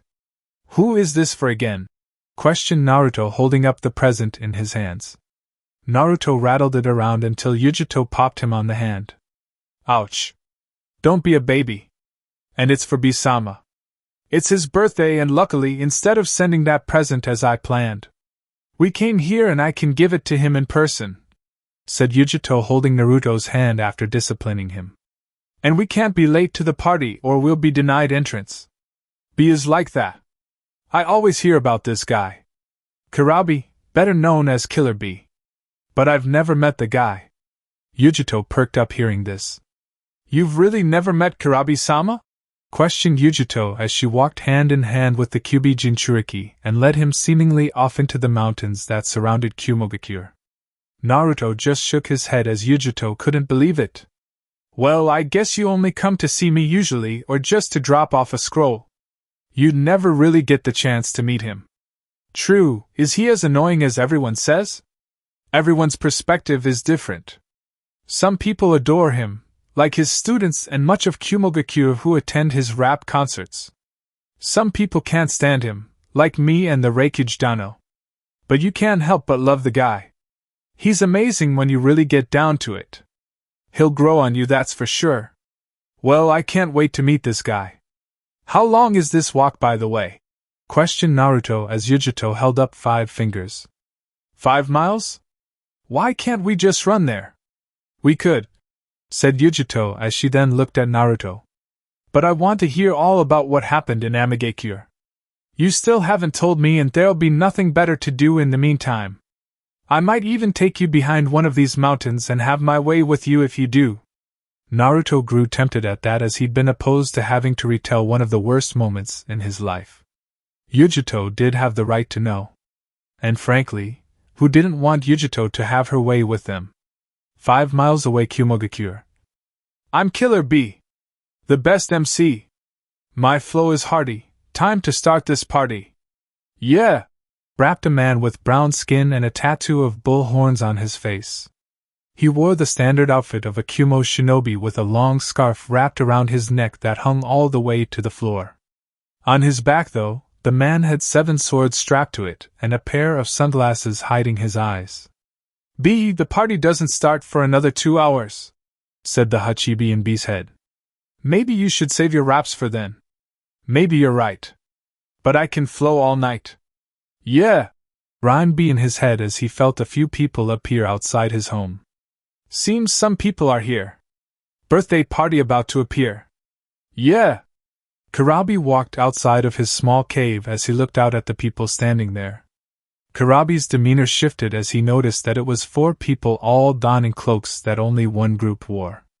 Akatsuki, said B as several of the members smiled. B recognized all of them as he looked. Standing before him were Haiden, Kakuzu, Deidara, and Kisame. Hachibi said the IWA bomber, Deidara, as he looked at the Jinchuriki. Kisame, you can handle him? Make it fast because once you start fighting, the whole of Kumo will be coming and will only be able to hold them back for so long. Kurabi then watched as the tall, blue-skinned member of Akatsuki grinned at him and placed that huge bandaged sword over his shoulder. Hashigaki Kisame, a pleasure to meet you, said Kisame as he grinned and went running toward the man known as the perfect Jinchuriki. Amigekure same time. HH! Came the pained scream of Nagato as his body felt on fire, starting from his legs up. Nagato couldn't control his body anymore as he looked up to see the masked man holding a hand seal. What did you do to me? You think you could just betray me and not receive consequences? Questioned the man as he added. Not only did you not beat the Kyuubi, which I would have been okay with if he defeated you, but you allowed him to leave. Leave with information on all the members of Akatsuki. I'd have done this sooner if I didn't think he'd stop me. There's nothing you can do about it, said Nagato with a smile despite his circumstances. It's already been done. And even if I die here today, there'd be nothing you could do to stop Naruto. You can't beat him as you are. I know it and so do you. Even with your special jutsu, you'd have to touch him and in that instant, he'd kill you without hesitation. You've already lost. You're just prolonging the inevitable. That is where you're wrong, said the masked man as Nagato noticed Setsu appear in the room as well. Nagato began to struggle against Tobi, but it was futile really. You think I wouldn't have safeguards if you ever betrayed me? Those cells that I used to reconstruct your legs were created out of Zetsu. Meaning, 20% of your body is of my creation, a creature I control. And due to it syncing with the rest of your body, I essentially control you as well. Nagato knew it was useless the moment he felt the stinging sensation. He knew this day would come, but he didn't realize the masked man had such a leg up on him. Nagato laughed at his own pun. The 2 days Naruto stayed in Amigekure made the young man really grow on Nagato, even though the first quarter of that they were enemies. It seems I won't be able to see the true peace Naruto will bring about in the world, thought Nagato as he closed his eyes in a short prayer. Do well, Naruto-kun. I believe in you. Nagato then felt Zetsu melt over his body and take control of his hands as he formed a hand seal. Geto Rinna Tensei no Jutsu, Outer Path Samsara of Heavenly Life Technique, said Zetsu for Nagato as he forced the Rinnegan wielder to channel his chakra. Nagato felt the strain immediately from the technique as blood rolled out of his nose and his hair immediately turned white, along with his body turning frail again. Nagato also turned back into the old man he looked like beforehand as his technique took effect. Zetsu melted back off of Nagato as the once redhead let out a few shallow breaths. Who did you bring back? Questioned Nagato as the masked man walked over to him. That's of no concern to you, said the masked man as he placed a hand over Nagato's eyes. Holding his hand there for a few seconds, the masked man then pushed the dying man down as he took both his Rinnegan out. Thank you for collecting at least 6 bijou for me. But with your betrayal, you're useless to me. Especially as you are now. Goodbye, Nagato. The masked man left in a swirling vortex as Nagato was alone. I'm sorry, Konan, thought Nagato with his last breath as his body finally gave out on him. Conan would eventually come up from running errands to find him, and surely be devastated. Nagato prayed she'd stay strong and lead Amigekyo to peace in his death. Naruto would surely help with that, and that allowed Nagato to die with a smile on his face. Unknown location. The masked man appeared in a devoid-looking place that had what appeared to be a fossil of a dinosaur as its building structure. The masked man took a deep breath before walking inside of his hideout. It was a short travel to where he could feel another man sitting in his hideout. "You actually went through with it," said the man with a smile on his face as the masked man just nodded his head. The masked man then handed the man the 2 Rinnegan as he easily placed them both back in his empty eye sockets. "Feels good to be back." "Glad to have you back, Uchiha Madara," said Zetsu as the man looked up with both Rinnegan shining bright. Thanks for reading. A/N, the last installment of the Lost Files is below. If you keep reading, hope you enjoy it, smiley face. Omake Narayugi The Lost Files, Marriage. "Welcome to Amigekyo," said the gate guard as he allowed the 6 tourists in after a rigorous body search. Naruto and Yujito, still disguised, thanked the man as they began to walk into the village. Naruto then felt a tap on his shoulder. "Yes? I just wanted to say that you both are a lovely couple," said an elderly woman with a warm smile. She was standing next to a man before continuing. "Your interactions the way here were priceless.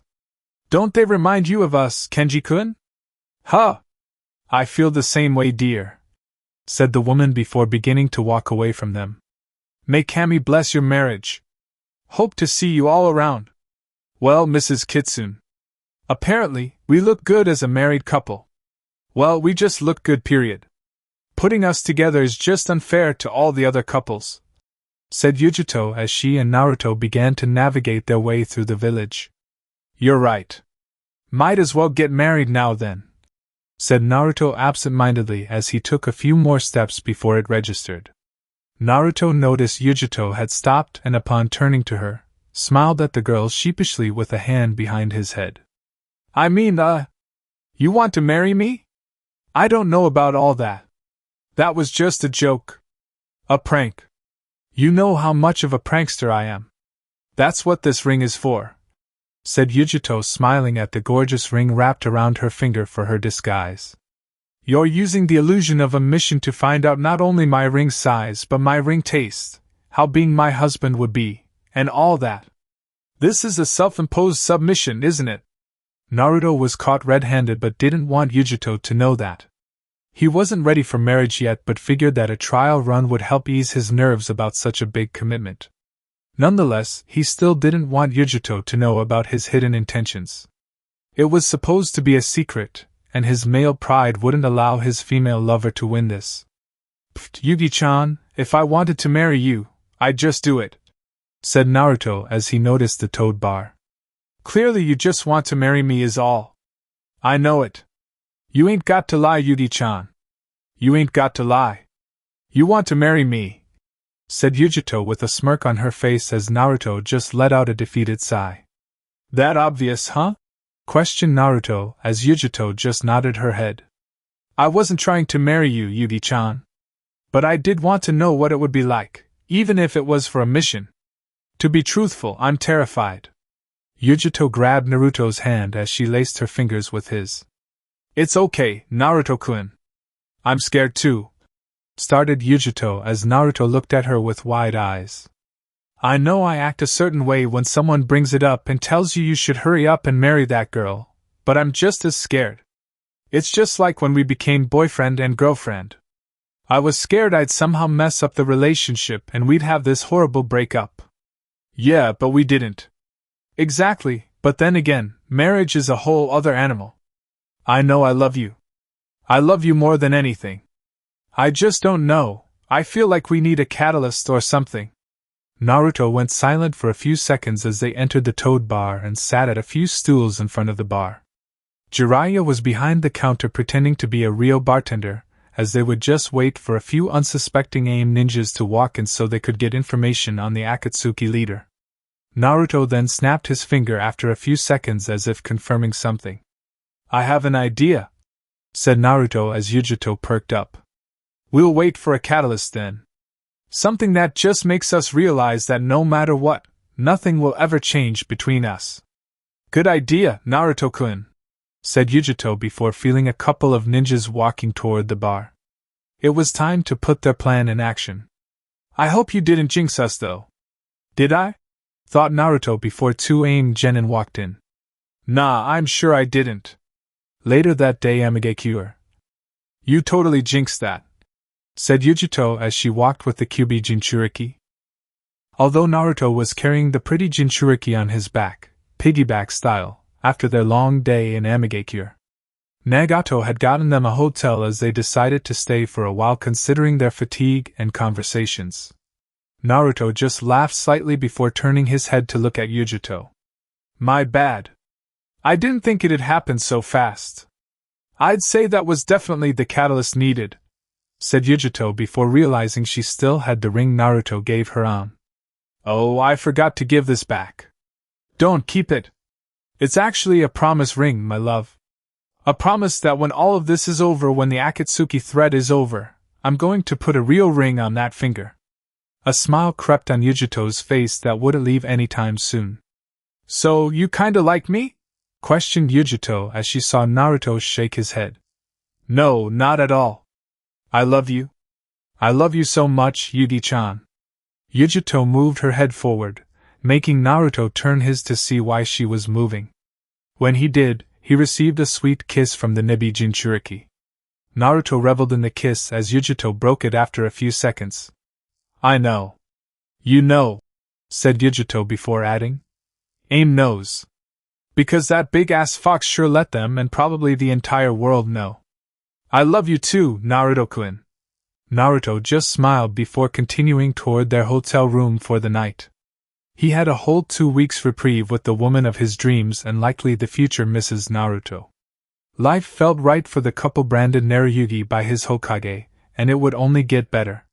Both enjoyed their lives before, but one day they just woke up and wondered how they lived without one another. And if it was up to them, that day wouldn't return for a long, long time. Chapter 30 Madara. Tension, so thick it almost seemed palpable. There was an oppressive pressure in the air and would have surely demoralized and paralyzed lesser individuals. Luckily, Toby was strong enough mentally to still be able to stand, let alone speak, after his rendition of events since his latest sensei's death. 6 bijou, said Madara as he stared out at the forest surrounding him. Toby stood beside Madara but a few steps back as they both were overlooking the land outside their hideout. The calm tone of Madara irked Toby because he'd expected rash aggression and verbal slander from the man. Instead, he was treated with an even worse outcome, disappointment. There's nothing like disappointing someone who depended on you or had hopes for you. It's a kick to the stomach. A physical kick can be healed, but disappointment was an emotional kick to the stomach that lingered. It was pain without remedy. It just hurt. So Toby said nothing as he sat in silence with Madara continuing to look outward into the forest. The silence was inevitably broken when Zetsu appeared from the ground and gave some news that released some of the tension. Madara-sama, the last 3 bijou are all in one place, said Black Zetsu as his white half continued for him. The Nibi, Hachibi, and the Kyuubi are all facing off against the other members of Akatsuki. It does seem like the Jinchuriki will succeed. Though it may take a lot out of them, and you can clean up and take all 3 at the same time. Madara's head picked up at that as his Sharingan glowed. It appears that you have been given a chance to reconcile your mistake. Let us go, we will collect the bijou now and finish Project Tsuki no Mi. Toby nodded his head before placing a hand on Madara's back. A spiral vortex appeared as the two of them vanished into it. This should be interesting, said Zetsu before he disappeared into the ground to get a view of the fight that was about to occur. Kumogakure 10 minutes earlier. We never catch a break from these guys, said Naruto before dodging a myriad of attacks against him from one of the zombie duo, Kakazu. Just after dodging Kakazu, Naruto was met with the constant offensive Haiden as he jumped back away from swings of the man's scythe. 20 minutes ago, everything was calm and Naruto was just telling Yujito about Amigekure. Then they noticed Killer Bee shifting to the Hachibi. Yujito realized that if B did something like that within the confines of Kumogakure, then he was likely in a battle, and the two took off immediately.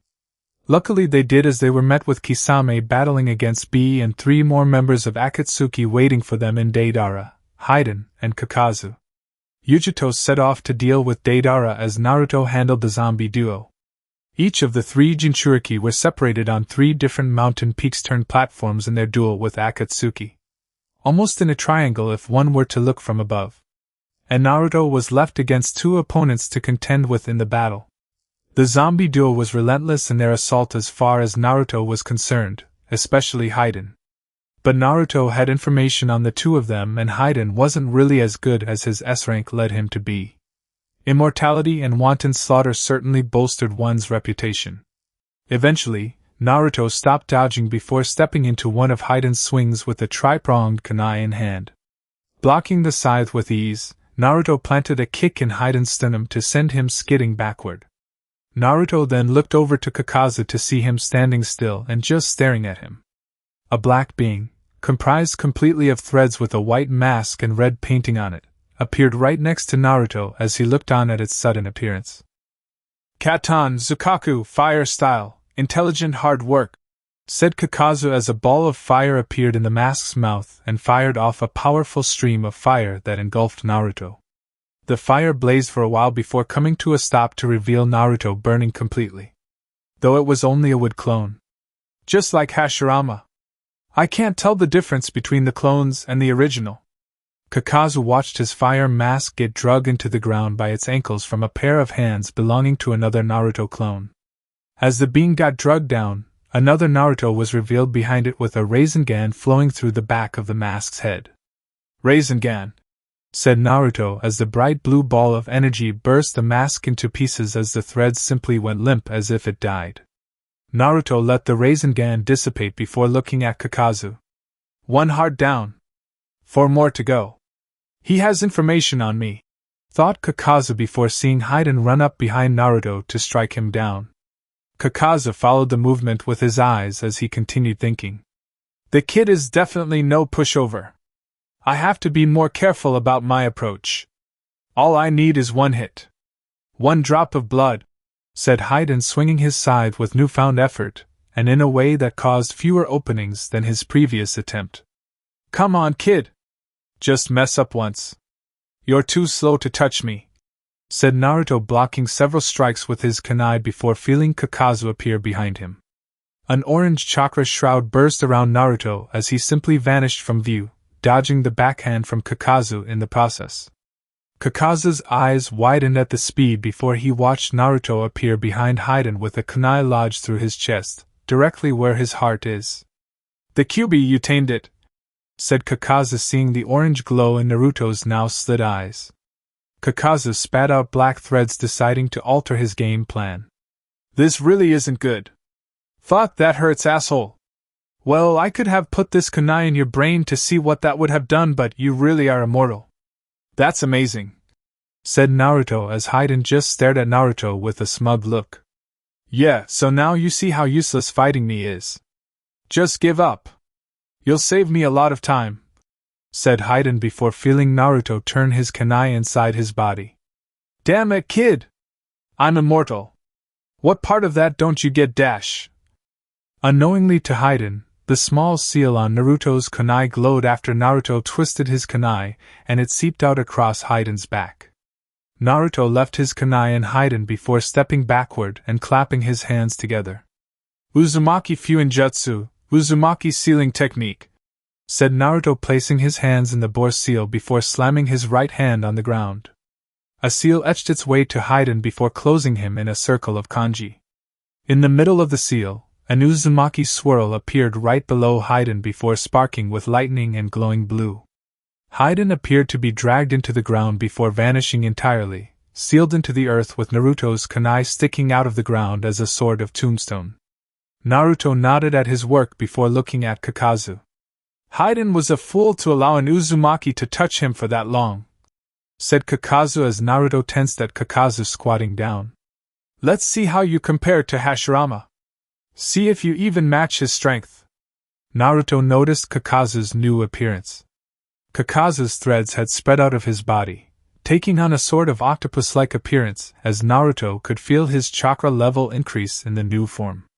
Not only that, Kakaza had the remaining 3 of his masks appear above and on either side of his head, all preparing a different element to send Naruto's way. Kakaza leaped into the air before stopping and hovering above Naruto in the sky.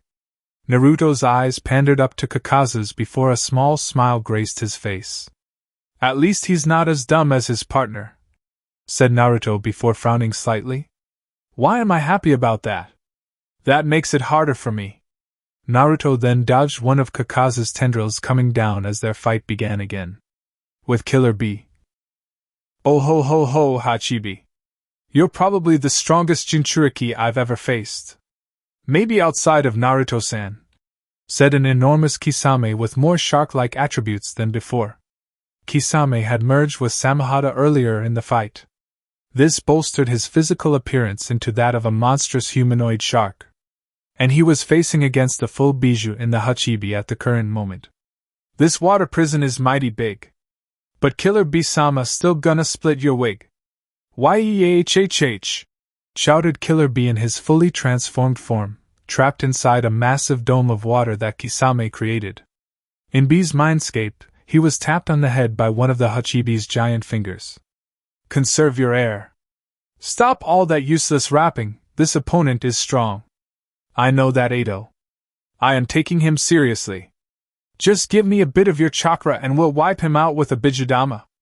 No rap meant Bee was serious. Outside of Bee's mindscape, a violent black ball began to form just outside of his mouth. Kisame merely grinned at the potent chakra being formed. "That's a lot of chakra you're building up. Too bad though," said Kisame as he clapped his hands together for a technique. "I'm your worst matchup." An enormous water shark appeared inside the dome of water with Kisame inside its mouth. Kisame thrust his arms out, the bottom of each palm touching, as the water shark made its way to Killer Bee, who released his own jutsu. "Bijudama, tailed beast ball, Suetun, Daikoden no jutsu, water style, great shark bullet technique." The two techniques met with Kisame's appearing to eat Bee's jutsu and grow in size before continuing forward. Killer Bee was so shocked at what occurred that he did nothing but take the shark right on the chin. The shark detonated and blasted him out of the water prison with concussive force. "Word to your mama, that thing ate a Bijudama," thought Killer Bee as he laid on the ground, out of his full transformation, in just a standard version 1 Jinchuriki cloak. Killer Bee strained to pick his head up, but in doing so was met with Kisame landing in front of him, taking a swipe at his legs with Samehada. Bee managed to evade taking the swipe but still lost his cloak in the process from the chakra-eating sword, further weakening him. "Samehada's never been this excited about someone's chakra before," said Kisame holding the sentient sword in his hand. Samehada was also much larger in appearance from absorbing Killer Bee's chakra, that its mouth became more pronounced, and its size was bigger than Kisame himself. "Thank you, Hachibi, now just stay still and I'll cut off your legs." Kisame prepped for another swipe at Killer Bee, but just before he did, Samehada twitched in a warning. Though it came too late as a blue blur barreled into Kisame. The ex-Kuri swordsman was smacked clear across a ravine and into the side of a taller mountain. Erebo elbow. I, bathed in his lightning armor, stood over Bee with his elbow extended. I then looked to the Hachibi Jinchuriki to see him on the ground in pain from his run-in with Kisame. "You're welcome. Thanks, bro. You stay down, Bee, and regain your chakra, I'll handle him." Bee nodded as I took off to where he smacked Kisame. With Yujito. "Why'd we have to get the long-distance one, kitten?" asked Yujito's Bijou, the Nibi. Yujito was in the process of dodging another clay bird from the IWA bomber, Deidara, as she continued to scamper around away from his long-range assault. "I'm not too sure," thought Yujito before unleashing a mighty blue fireball from her mouth that Deidara easily dodged before sending out another clay bird. "If I had to guess though, I'd assume from our earlier run-in with those immortal dudes that we couldn't beat them before, and I'd still be hard-pressed now. Bee-sama was already taking on Kisame, leaving us with this guy." Yujito dodged another barrage of clay birds sent toward her as the Nibi internally nodded her head. "Makes sense. The Reikage has arrived at least, said Nibby before seeing a stream of blue beams approach Deidara at a rapid pace. Oh, more than just the Reikage. I believe the correct term is cavalry. Yujito just smiled. Yes, Nibby-chan. The cavalry has arrived, thought Yujito as she saw Ice right-hand man, Darui, fire off power streams of energy at Deidara. Ranton rises Sakasu storm style, laser circus, said Darui firing off the guided beams at Deidara. Deidara grimaced at the powerful range technique, but his clay owl managed to evade all of the beams. Then the IWA bomber was blinded by a flash bang. Well, at least what appeared to be a flash bang. Raijin Reikachu, lightning illusion flash of lightning pillar, said she as the bright light engulfed Deidara. Deidara recognized the genjutsu attempt almost immediately, and channeled his chakra accordingly to break it. Upon doing so, Deidara just chuckled to himself. Cats move fast, I see, said Deidara as behind him stood Yujito, bathed in her blue chakra cloak. Yes, we do, said Yujito before extending her fingernails and lashing out at Deidara. Konoha same time. Sure, so are you serious? Yes, I am Sakura. It really wasn't that bad, said Tsunade setting her teacup down on her desk. Jiraiya wasn't the lecherous Jiraiya on our date. He was just Jiraiya and it was mightily refreshing. Are you saying you actually like Jiraiya-sama? Don't insinuate that. That won't happen, said Tsunade picking up a document on her desk. There's a long backstory behind that which I'm sure you'd love to hear, but this isn't the place for that, nor do I feel like sharing it. Sakura only smiled at Tsunade though, despite her words. Tsunade-sama has a thing for her teammate, said Sakura as Tsunade's cheeks heated up into a blush. Not out of embarrassment but out of anger. Perhaps both. Sakura. For the dash. Tsunade's reply was cut short as her teacup cracked out of nowhere. Tsunade and Sakura both looked at the cup with worried expressions on their faces. Both knew something bad happened or was about to happen. With something like that, it usually preceded bad things. An omen of things to come. Root base. Katon, Hozenka Mekyaku, fire style, Phoenix Sage fire annihilation, said Sasuke before his chest puffed up and he launched out a volley of fireballs. The fireballs grew in size as they headed toward 8 target dummies. The fireballs hit each dummy pinpoint before exploding into a shower of fire around them. Sasuke admired his work before his eternal Sharingan looked over to the man standing directly to his right. The man had a small smile on his face at what he saw. That is an impressive jutsu, Sasuke-kun, said Itachi with his own EMS shining brightly in the dim underground base. Sasuke just smirked at that acknowledgement from his elder brother. Thanks, Senai-san. Though it's not the only thing I've been working on, said Sasuke as an ethereal being formed around Sasuke in a purple chakra.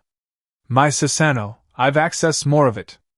Itachi's eyes seemed to analyze the new Susanoo as he noticed a few differences about it from when the two of them fought. Instead of the arrows made of chakra like before, Sasuke's Susanoo now wielded arrows made of Amaterasu's fire. Sasuke could now fire bows of inextinguishable flames against his opponents. But that wasn't the only change. The other was a pair of wings spreading out of his Susanoo's back. The scaled hands, beak-like hood, wings, and Amaterasu arrows gave Sasuke's Susanoo a daunting appearance. Just before Itachi could comment on the new Susanoo, he seemed to jolt slightly before peering his eyes out to his right. Sasuke noticed the action and also looked in the same direction while letting his Susanoo fade. Knowing Sasuke would ask, Itachi answered before he could ask the question. I have a feeling something bad has occurred. With Naruto. Naruto stood, still cloaked in his Kyuubi chakra mode, in front of Kakazu who was looking at him with a grin on his face. Several branches were skewered through Kakazu's body as he sat motionless in the piercing trees. Coughing up blood, Kakazu was nearing the end. Seems that I still can't overcome that kekkei genkai. You're the strongest of Hashirama's ilk in years, said Kakazu before coughing up more blood. Naruto merely took out a kunai as Kakazu left him with a few more words. Seems you really are Hashirama's heir. Even more skilled than I remember him being. Naruto spared no more words before planting the kunai into Kakaza's head, killing the dangerous Akatsuki member. Naruto looked over to his left to see Ai handling Kisame with ease and to his right to see Yujito, Darui, and she taking care of Deidara.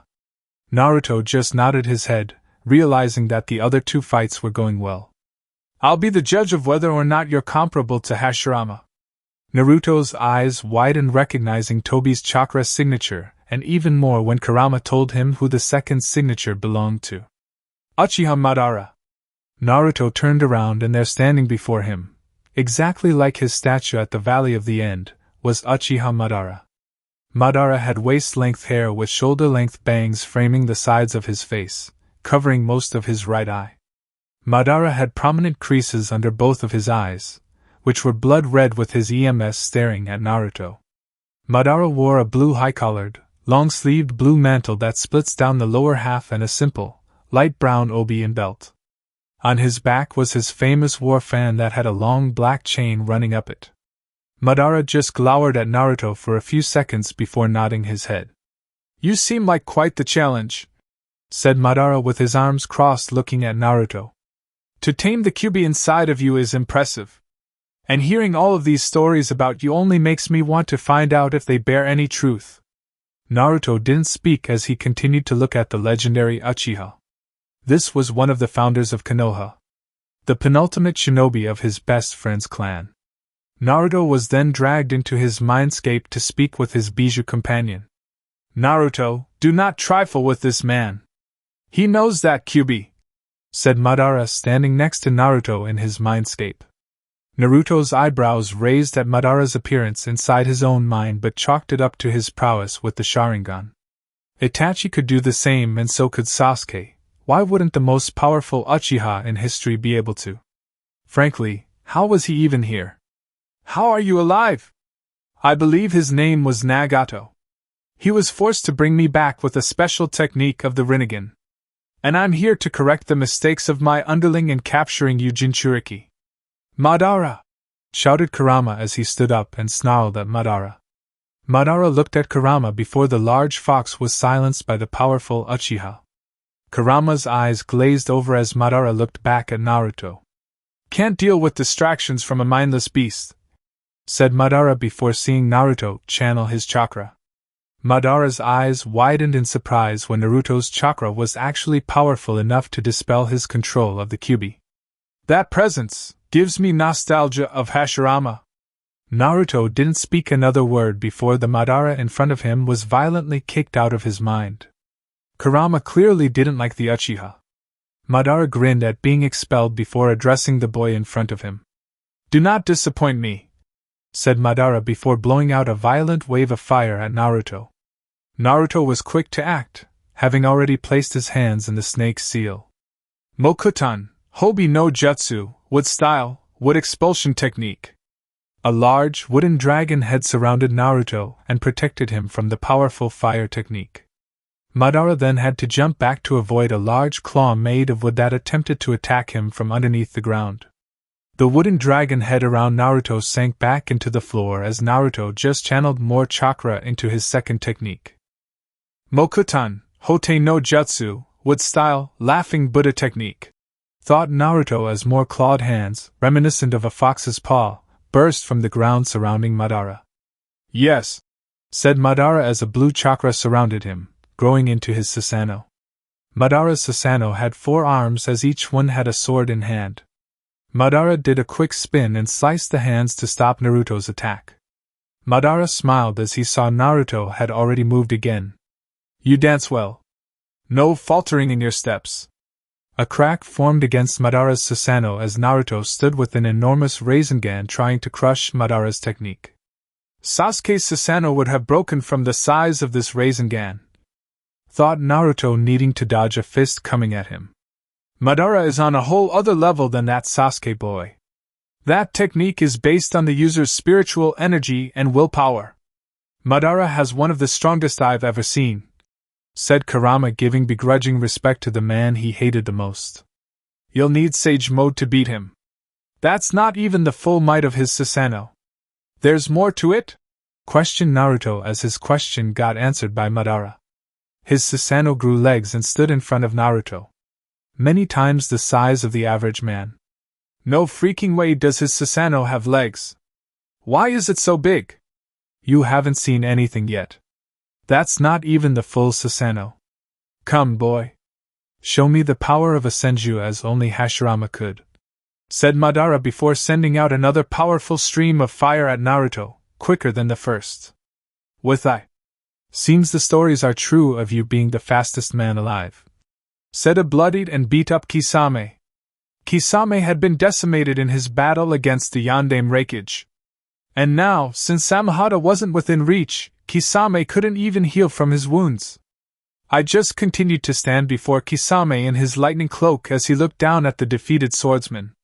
I won't allow you Akatsuki to take B or Yujito.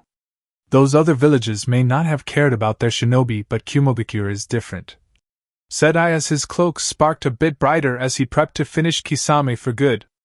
Rocketing toward Kisame with an arm extended, I prepared to take his head clean off his shoulders. Rariato, lariat. I hit Kisame across the neck. Actually, I didn't touch Kisame at all. Instead, I ended up rocketing toward the wall and stopping just before hitting it. I then turned around to only see the masked man standing there. I can't let you do that, Raikage. I have more use for him. The masked man, Tobi? The real leader of Akatsuki, said I, reciting the information Naruto gave to him from his time with Nagato and Amigakure. The man who can evade any attack. Can be pretty much anywhere with your space-time ninjutsu. And lo and behold, is an Uchiha as well. Someone's done their homework. Tobi then watched I turn to B before slowly walking over to him. I know you know better than to try and touch me. Because in that instance, I'll put you 6 feet under, said I in a serious tone before vanishing to his brother's location. Tobi stood unfazed before letting out a sigh at the powerful Kage's words. As much as I wish to show him how wrong he is, he doesn't have a bijou. It'd be pointless, thought Tobi before vanishing in another spiraling vortex. If he couldn't get to B without the Raikage's interference and Naruto was being handled by Madara, that left him with one option. The Nibi should be easy pickings. With Yujito. Yujito stood on her own mountain peak, flanked by Darui and Shi, as the three of them looked at the motionless Deidara on the ground before them. Wonder what he would have done if we didn't stop that last attempt, said Darui, looking lazily down at the dead Akatsuki member. Deidara, after being violently beat off his clay owl, knew that he'd stand no chance against the cloaked Yujito, let alone her with backup. So Deidara went with his last trump move, an explosion the size of 10 kilometers. Though it never came to fruition as Yujito appeared in front of him with a lightning-enhanced claw to the heart, ending any buildup of his final technique. Yeah, thank Kami you thought and moved fast, Yujito-chan. I don't know what we would have done, said she before jolting his head up. She looked to Naruto's location as he saw a large blue entity. One he recognized. I didn't know someone in the Akatsuki could use Susanoo. Yujito peered her eyes over to Naruto, and her eyes widened at the scene. None of them can. There isn't one anymore since Itachi left. Yujito prepared to take off and help Naruto, but the sudden appearance of the masked man impeded her. Sorry, Nibi, I can't allow you to do that, said the masked man as Yujito stopped her progress to stare at him hatefully. Not this guy again. But it won't be like AIM this time, thought Yujito, shifting her feet into a stance. I know your secret. Just before Yujito could move, an enormous explosion occurred where Naruto was at. Yujito looked past the masked man to see the entire mountain peak Naruto was on was destroyed and ablaze with fire. Naruto-kun, thought Yujito before seeing her boyfriend appear next to her in a shanshin. Yujito took in Naruto's appearance to see him missing most of his shirt, only the parts lower than his belly button remaining. His pants were also singed but were still intact, and he was somehow free of injury other than missing his shirt. Probably due to the Jinchuriki cloak around him. Naruto-kun, what happened? Questioned Yujito as Naruto continued to stare at the platform that looked like a torch with the fire blazing the top of it. Big explosion. Very big. Toad oil and explosive notes. With Naruto earlier. Come, boy. Show me the power of a senju as only Hashirama could, said Madara. Madara then placed his hands in the tiger seal as he prepped another technique. Katan, Gokumeshitsu, fire style, great flame destruction. Madara let loose a stream of fire at Naruto once again. Naruto channeled chakra as the ground around him cracked and a forest sprang up to fight the fire being sent out by Madara. Madara continued his flamethrower technique before catching movement at the edge of the mountain top.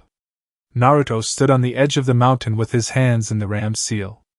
Daigama Udon, great toad bullet, said Naruto as his chest puffed up and his mouth filled with toad oil.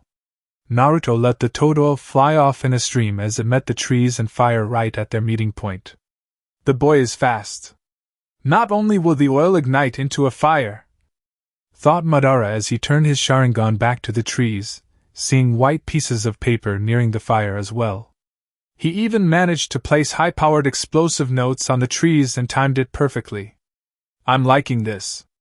I haven't felt a thrill like this in a fight since Hashirama. Seems that Kakaza wasn't wrong in his assessment.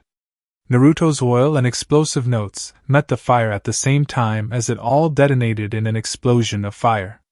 Flashback end. And you just didn't make it far enough away in time, said Yujito as Naruto nodded. Never was one for the ending of your plan and making sure you don't get hurt. That was once on that floating ship that belonged to the Sky Ninja Fleet, said Naruto as Yujito just shook her head amused. Yujito's amusement ended though as she noticed the blue Susanoo land on the same platform as them, directly next to Tobi. Unlike Naruto, Madara was untouched by the explosion, and his Susanoo didn't even look fazed by it in the slightest. It was at that moment that Yujito, Darui, and she all recognized the man before them and their eyes widened in shock. Naruto-kun, please tell me that's not Uchiha Madara. I wouldn't want to be a liar, Yugi-chan. How is this possible? The Rinnegan has the power to bring back the dead, said Kurama, surprising Yujito that she could hear him. Don't worry, kitten. You're not crazy, said the Nibby to calm her Jinchuriki. Being a Jinchuriki, when you're close enough to another Jinchuriki, you can enter another mindscape, another realm and speak to one another. Now listen to Kurama-kun, he'll explain it all since he's had the most run-ins with Madara. Yujito was ready to listen but was grabbed by Naruto and shifted to the other side of him to dodge a sword strike from Madara. Yujito was still held in Naruto's arms as she looked at him. Naruto was laser-focused as he looked at Madara. Keep your eyes peeled.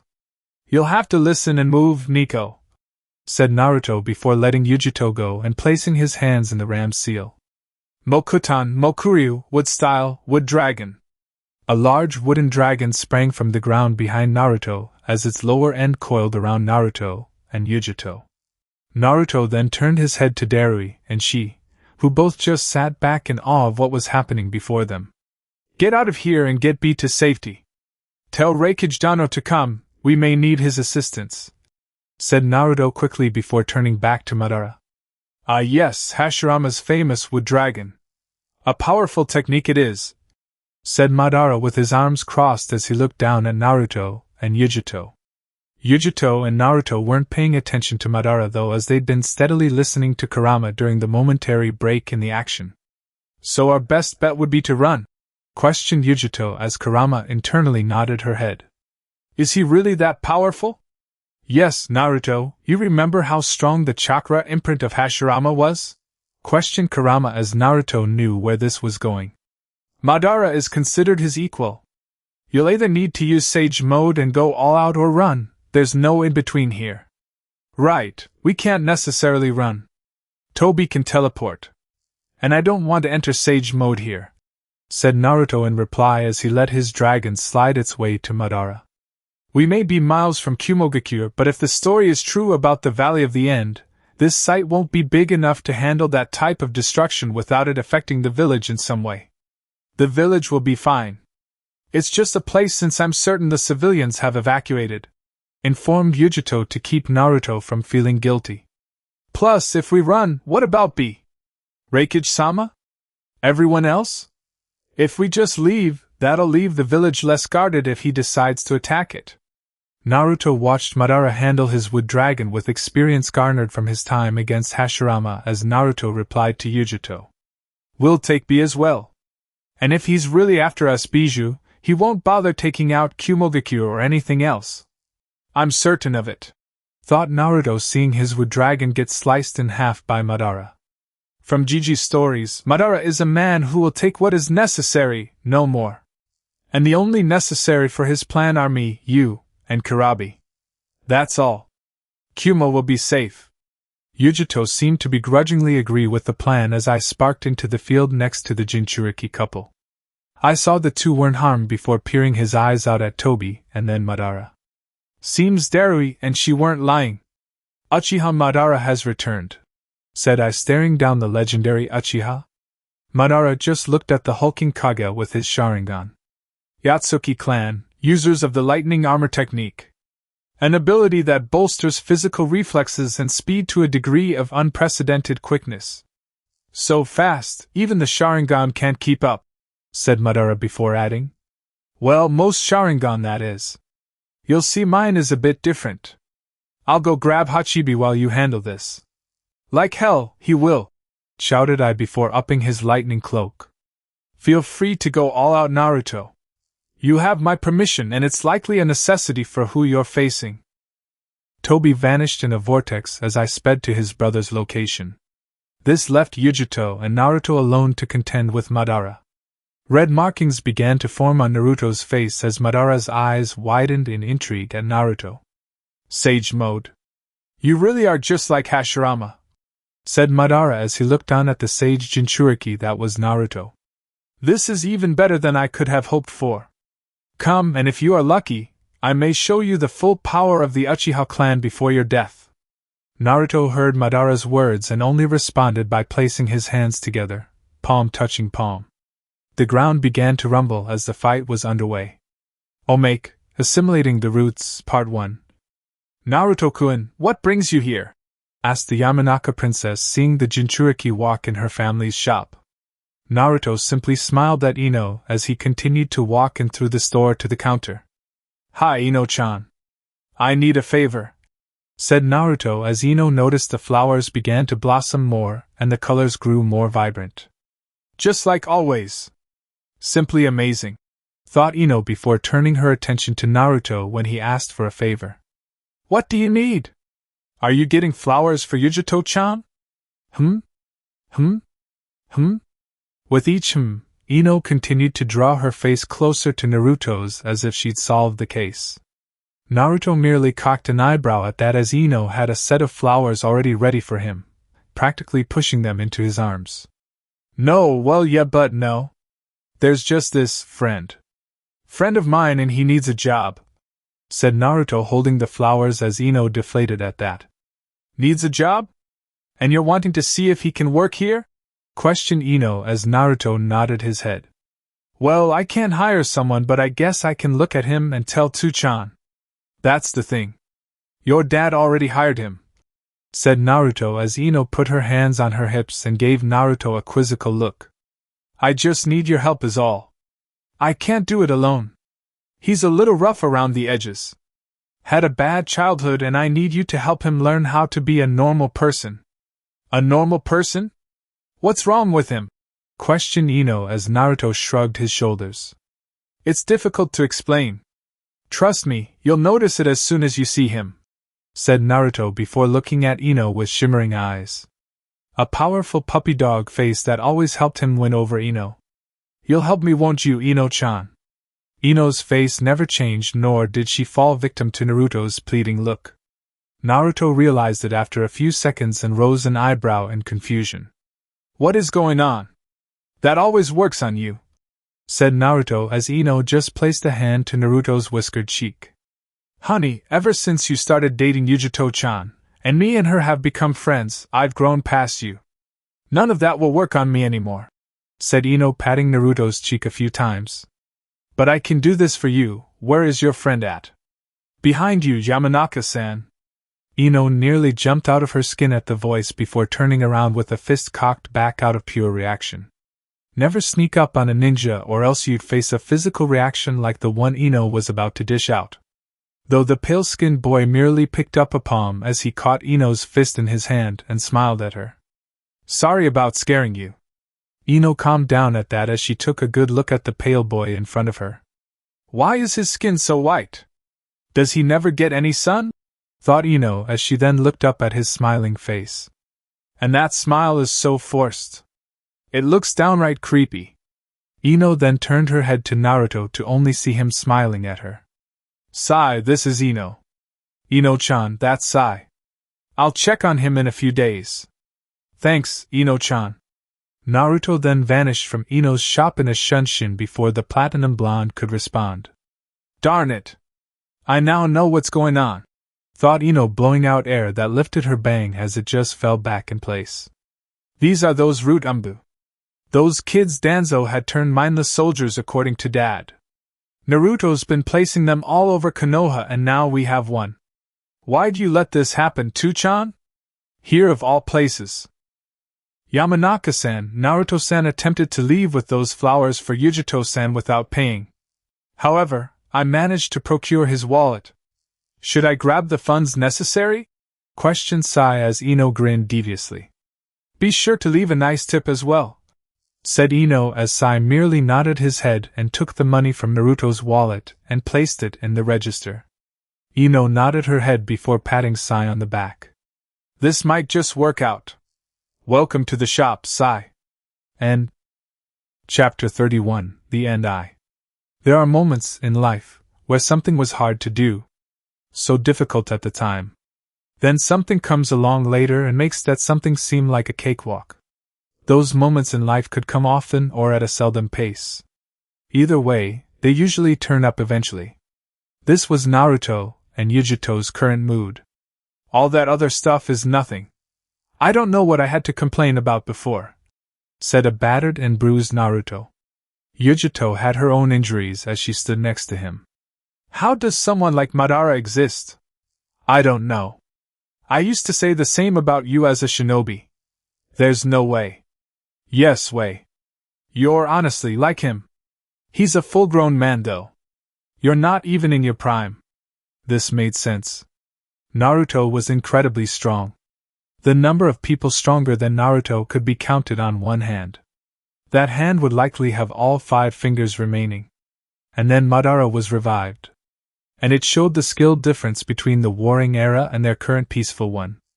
What did they go through in the past to need to attain such a level of strength? Whatever it was had to be accompanied with a lot of pain and suffering, said Naruto, getting Yujito to nod. Naruto grit his teeth when he felt Madara build more chakra. Senpo, Suetun, Kyodai Tsunami, Sage Art, Water Style, Giant Tsunami. Naruto spewed out a massive amount of water. The water splashed out into a titanic wave that blocked Madara's fire jutsu. The wave didn't stop there and continued to crash into the man who sent out the fire. The water continued to pile off the mountain they were on before the blue silhouette of Madara's Susanoo came back into view. Sage Mode, what an ability! The speed and strength boosts are impressive. You managed to knock my Susanoo back a few steps, said Madara, completely unharmed inside his Susanoo. The same secret ability as Hashirama.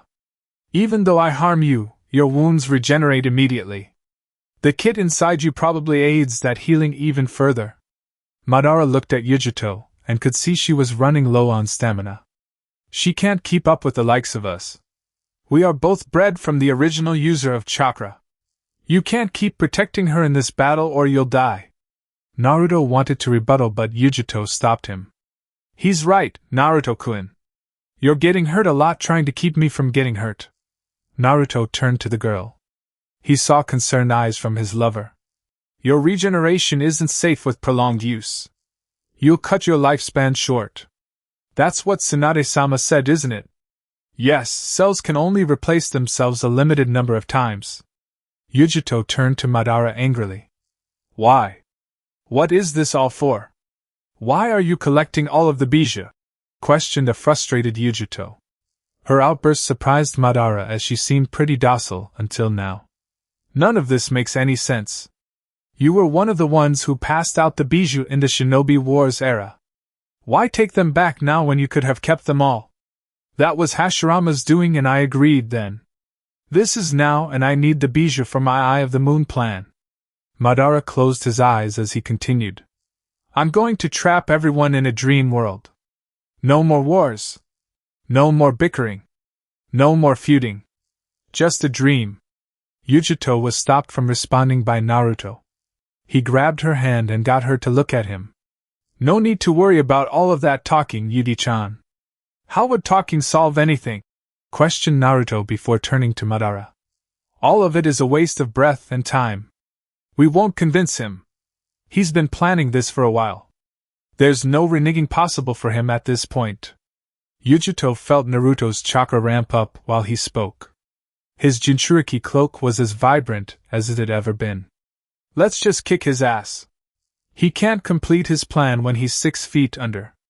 And I'll make sure he doesn't come back this time. Yujito liked that plan. The white necklace around her neck began to glow and pulsate. It was pulsing like a rapidly beating heart. Yujito's chakra cloak grew stronger and more lively with each pulse. The girl smiled, realizing what Naruto was doing. This is what the Kyuubi's chakra feels like, said Yujito, feeling the influx of Kurama's chakra. Yujito felt like she could jump to the moon. I never would have guessed it was this potent. It's amazing. Thank you. I know how awesome I am, but it's nice to know other people do too, said Kurama with a grin. Kurama's chakra is nice, kitten. However, said the Nibi, noticing Naruto's chakra. The bijou felt its calming effect. Naruto-kun's chakra just makes you feel good. As if everything is going to go right. You know it, said Naruto before he let go of Yujito's hand. Hands in the ram's seal, Naruto turned to Madara. Can I get an assist, my love? You never have to ask. Yujito's hands were in the tiger seal. Wind and fire combined to blast Madara. The battle was on and renewed. Hokage Tower, same time. Nothing yet on Naruto? Nothing. We sent a messenger hawk to Kumogakure. The Umbu have been signaling him through his tattoo, and even the toad we sent out hasn't returned. He's not dead if his Umbu tattoo still resonates. And the hawk may have been impeded in its trip, said Tsunade, nervously chewing her thumb. At least we know he's alive. If the hawk hasn't returned, then something is going on in Kumo. And for him to not answer the tattoo nor the toad, he must be in a battle. He is. Tsunade turned and saw Itachi appear in a flock of crows. Sasuke was with him, and had a stern look on his face. And he may need assistance. Root Umbu in Kumogakure has confirmed it. Uchiha Madara is alive and fighting Naruto. Tsunade and Sakura's eyes widened at the information from Sasuke. The Kage took a seat immediately. She wasn't sure her legs would support her. Uchiha Madara was alive. How is that possible? Itachi answered the Kage. The leader of Akatsuki is a user of the Rinnegan. An eye with power over life and death. It is plausible that that is the cause of Madara's reincarnation. How fast could we get to Kumogakure? Questioned Tsunade, even though she knew the answer. We won't make it in time to help him since he's already in battle. We have to trust that he can handle himself, said Sasuke before frowning. I'm mad I won't be there to see him go all out. Or that I can't take on that relic myself. Dead people should stay dead. Sasuke-kun's right, Tsunade-sama. Naruto is powerful, said Sakura, trying to somewhat keep it together. Sakura was a history buff and knew who Uchiha Madara was. However, she had faith in her blonde teammate. He created a 1,000-tailed fox in Amigekyo that could wipe out a village with ease. He'll be fine. The optimism of Sasuke and Sakura was necessary. They were ignorant on a few things though. They didn't know the full might of Uchiha Madara like Tsunade and Itachi did. The two of them wouldn't say anything though. They would hope that all went well. Naruto and Yujito versus Madara. It's futile. If you can't even break through this version of Susanoo, you can't hope to win, said Madara after taking the powerful fire-wind combo. He allowed it to hit him to show their inferiority. Perhaps I spoke too soon about you, Kyuubi Jinchuriki. Maybe you aren't worthy. We weren't trying to best your Susanoo. We only wanted to block your view for a second. Madara felt a branch wrap around his arm. Coming from underneath Susanoo, smart, thought Madara before being yanked and slung out of his Susanoo. Slung directly at Naruto. He's faced a Mangekyo Sharingan before. Naruto threw a jab at Madara. The Uchiha managed to flip in midair and land a few feet in front of Naruto before blocking. Madara blocked the jab thrown by Naruto before moving his arm down to block the knee sent to his side. You should be breaking his arms with the force of your Sage Mode and my chakra, said Kurama as Naruto threw out a pair of kicks that were also blocked. He absorbed the Nibi's chakra and uses it to reinforce his defense. Are you admiring him? Thought Naruto before speeding up his strikes and thrusting a palm at Madara's stomach. Naruto formed a Rasengan as it struck true. No way. It's useless the way you're fighting. He can handle the influx of Sage Chakra from your using, said Kurama as Naruto's Rasengan was absorbed by Madara. The man's Rinnegan was a problem for sure. Ninjutsu was practically worthless. I do know one way that you can fight him. Let me hear it, thought Naruto before dodging a kick. You fight well.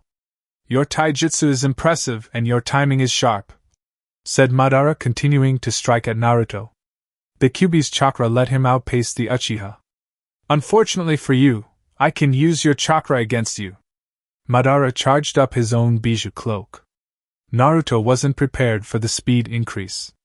Naruto's block was late as Madara's punch nearly caved in his chest. He was sent skidding back from the blow before dropping to a knee. Yujito landed next to Naruto and checked on him. Madara crossed his arms in disappointment. If this is the extent of your power, you should surrender now. Madara's Susanoo made its way back to protect him once more. You got the plan? Questioned Kurama as Naruto nodded his head. Yujito heard everything as well through the link they still shared. Naruto let loose a breath before placing his hands together. Give him hell. Senpo Mokuton, Seigo no Jukai Koten, Sage Mode, Wood Style, Final Nativity of a World of Trees. The ground rumbled for a split second. The entire mountain was swallowed whole by a slew of gargantuan trees. The trees bloomed instantaneously and everywhere on the mountain. An area of a square kilometer was covered in nothing but trees. You have techniques like this still? Naruto and Yujito stood safely atop the forest. She huffed indignantly, realizing something. Our spars literally mean nothing. You beat me fair and square, Yugi-chan. Don't get down on yourself. I have nothing in my arsenal that can beat this. I can't even beat the fox from Amigakure. How strong are you? This is getting out of hand. Naruto smiled at his girlfriend's words. His smile disappeared immediately as Yujito's jaw dropped. His Susanoo is massive! Kurama, so that's what you meant, thought Naruto looking at the mountain-tall Susanoo Madara manifested. Yes, the final version. The true Susanoo. That's what that feels like, thought Naruto, commenting how he was usually the one to show superpowered techniques. It felt weird to witness them. I've been doing this to people? Yes, this was one of the first techniques that I considered close to my power, said Kurama before adding. And of course the one you created. You may want to use it now. You really are something this generation should be proud of, said Madara with bruises and cuts across his body. The quick spawning of the trees battered him around quite a bit. Hashirama would be proud of what you became. And to make me use this jutsu, I'm proud as well. Glad I could impress. Naruto-kun, you need to make that senbi. We can't hope to contend with that without it, thought Yujito through their link. I need a little bit of time. I can't send Sage Jutsu after Sage Jutsu like that. I'll run out, won't be able to enter it for some time, thought Naruto in reply as he bit his thumb. Just got to hold him off for a bit. You'll need more or this fight is over, said Madara as his Susanoo let a slash go that cut through the mountains. The ease he did this with was frightening. The Uchiha watched Naruto simply summon a very familiar scroll. The Scroll of Seals? The scroll was kicked open. Jutting past a few jutsu, the scroll stopped at a particularly large seal that Naruto slammed his hand on. Mokuton Fuin Shiki, Sealing Ceremony of Wood Style, said Naruto as the seal's spread glowed before expanding rapidly. Madara and Yujito both watched with amazement as the seal spread perfectly over the trees Naruto created. A heavenly glow preceded a bright flash. When the light died down, Madara, Naruto, and Yujito were all standing on a barren field. The field was void of anything that was within the seal radius. A few ninjutsu that seals chakra techniques and alters the battlefield. A flatter ground helps Mokuton users more than a mountain would, said Madara with a chuckle. And you removed my Susanoo without facing its wrath. Naruto and Yujito stood silently before seeing Madara raise an eyebrow in confusion. As you said, the Fuinjutsu seals chakra techniques. You can't use Susanoo as long as this seal remains active. Yujito smirked hearing this. Naruto shut down one of Madara's most powerful abilities. I can't use any form of Jukai Koten, but it's a small price to pay to get rid of Susanoo. I'm more and more impressed with every interaction, said Madara as the couple sprinted at him. Playtime is over. Rinbo, Hengoku, Wheel Grave Border Jail. Naruto moved faster than Yujito. Thus, he arrived first and was inches away from dislocating Madara's jaw. Then he was hit by an invisible force. The same happened with Yujito as the two of them were sent tumbling backward. Anybody got the number of that train? Questioned a loopy Naruto. He regained his bearings before looking at the Uchiha. Nagato could do the same. However, that felt like I got punched in the face only. It wasn't a wall like Nagato's. Naruto's eyes widened when he was grabbed. A restrictive full Nelson had Naruto stuck fast. However, there was no one behind him. Madara nodded before placing his hand on the ground. Kuchios, summoning. An enormous humanoid statue rose from the ground behind Madara. That's it. This is what Sasuke was talking about back then. The Geto Mazo, the shell of the Jubi. It needs our chakra to fully form. We have to get out of here. Naruto began to struggle against the force that was holding him. Whatever is holding us is strong. I can't move. Naruto felt the same as Yujito.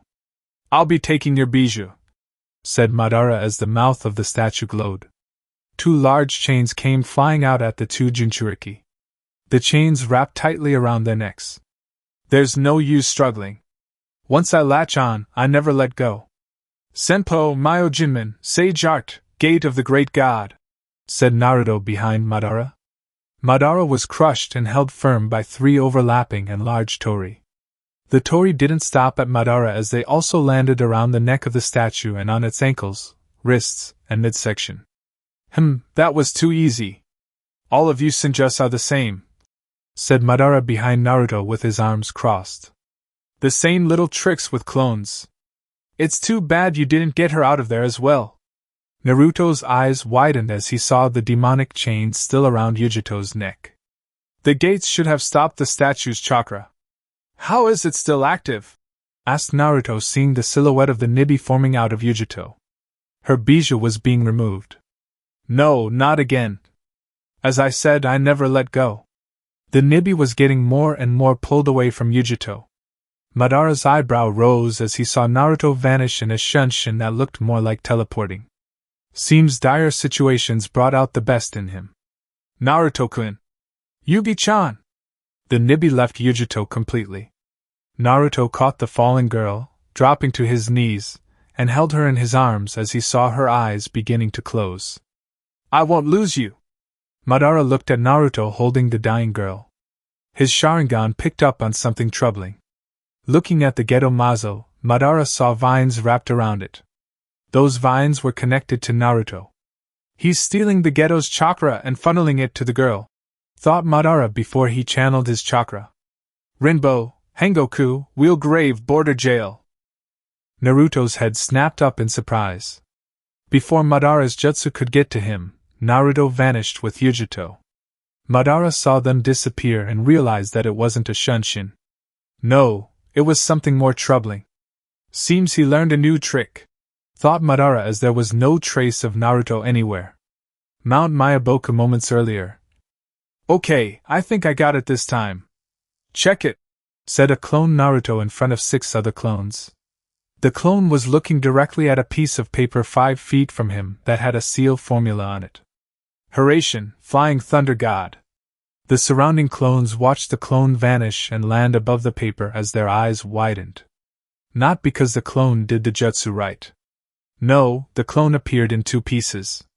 The clone screamed in agonizing pain before it dispelled in a poof of smoke. Ouch, that looked so bad. An easy fix, he didn't draw this curve right, said the clone, showing the others. They all nodded their heads in approval. The clone was absolutely correct, and the jutsu would work properly this time. A fist then dispelled that clone in a poof of smoke. Another clone caught the paper in his hand after dispelling its identical. I'm telling the original that I did this. Anyone that has a problem with that can die as he did, said the clone in a hostile tone. The other clones looked at him like he was stupid. You realize you dispelled him, right? His memories went to Naruto. He already knows. The original appeared right after. The clones all jumped immediately at the surprise arrival. Holy crap, boss. You scared us. We didn't think you were coming so fast, said the clone before noticing the wounds that were healing on Naruto. The clone gasped when it noticed the unconscious Yujito in his hands. Yugi-chan! What happened? She's fine, guys. And thank you, you really saved us, said Naruto before the clones saluted him. They promptly dispelled as Naruto turned back to Yujito. You're going to be fine, Yugi-chan. You have to be fine. The girl will live. Your improvisation worked like a charm. Naruto wasn't even startled by the voice or presence behind him. He was too focused on Yujito. Kurama-kun, can you please have him turn toward me? I have something to tell him. Naruto, turn around, said Kurama in a voice that left it not up for debate. This is the Sage of 6 Paths. Naruto stood with Yujito in his arms as he turned to see a man floating in the air in a lotus position. The man was tall and skinny and had deep wrinkles on his face showing his elderly age. He had spiky, shoulder-length, pale red hair with a chin-length braid hanging in front of his left ear. He had a long goatee that tapered all the way down to his waist and horn-like protrusions on his forehead. His eyes were the daunting Rinnegan, and in the middle of his forehead was another Rinnegan, though red in color. On his right palm was a light-colored circle, and on his left palm was a dark-colored crescent moon. He wore a white, full-length kimono with a pattern of 6 black magatamas around a high collar, beneath which he wore a necklace that was also made up of 6 black magatamas. On the back of his kimono was a larger Rinnegan marking with a pattern of 9 magatamas arranged in 3 rows of 3 beneath it. It is a pleasure to meet you, Sage of 6 Paths. Please call me Hagoromo. Naruto nodded before turning and walking away. You seem like a patient man. I will tend to Yugi-chan first and come back. I'm sure you understand. The sage smiled and nodded his head. I will be here waiting, said the sage, watching Naruto walk away. You don't know what you've done, but you have to be the one to do this. Konoha next day. So, how long has this been going? Trembles were constant in Konoha. There was a large output of chakra being exuded from Training Ground 44, the Forest of Death. Tsunade let out a sigh hearing the question. Since he came back, said Tsunade as another tremble violently shook the area. Tsunade's sake cup fell off her desk during it. Tsunade caught the cup and put it back on the table. This is the 9th time I've had to catch this damn cup. Naruto arrived back in Konoha the next day after his run-in with Madara. Since arriving, he'd been in the Forest of Death. The Forest of Death was the site of his Chunin exams and held numerous dangerous insects and animals in it. Naruto was tearing through them all as he prepped for Madara's imminent arrival. There was no way the Uchiha wasn't coming. Can someone go stop him? It may get out of hand, Tsunade-sama. He's causing a constant earthquake. We've tried. The entirety of your class, the Rookie 9, went in there. Well, not Shikamaru. Naruto chewed the rest up and spat them back out, said Tsunade before stopping Sakura. Yes, even Sasuke couldn't stop him. Itachi went in there and went longer than everyone else. He came back tired as Naruto trumped him due to chakra supply differences. He was our best bet, really. Well, you're the Hokage. Maybe you can get him to stop. Tsunade gave her an incredulous look. Right, bad joke. However, there are tons of complaints from the civilians. We have to do something. Letting out a sigh, Tsunade stood up. Fine, I'll go, said Tsunade, walking out of her office to the Forest of Death. Forest of Death. The tremors grew stronger the closer you got to the Forest of Death. It felt like a full-fledged earthquake. Tsunade stood with a megaphone as she shook her head. Looking behind her, there were dozens of shinobi from all over Konoha. They were ready to stop Naruto at all costs. They knew he wouldn't kill them, but the earthquakes didn't make their faith in that aspect assured. I have gotten numerous complaints, Naruto. Despite how far you are from the village, it's still causing a disturbance, said Tsunade through the megaphone. I'm giving you to the count of 10 to stop, or I'll have to use force to stop you. Tsunade placed the megaphone down as the tremors continued despite her words. Tsunade was counting to 10 in her head. She went slower and slower as she got closer to 10. She really didn't want to have a squadron of shinobi in the hospital for failing to stop a comrade. Naruto was on a clear mission, and honestly, she was all for letting him do whatever he needed. However, she'd reached 10 in her count. Tsunade-sama, do we have to? Asked one of the shinobi behind Tsunade. It seems we must. Alright, everyone ready? The ninjas were not ready. Wait, hold on! Shouted an Inazaka clan member. Hope was on the man's face as the other Inazakas smelled the same thing. We have a ringer, Tsunade-sama. A ringer?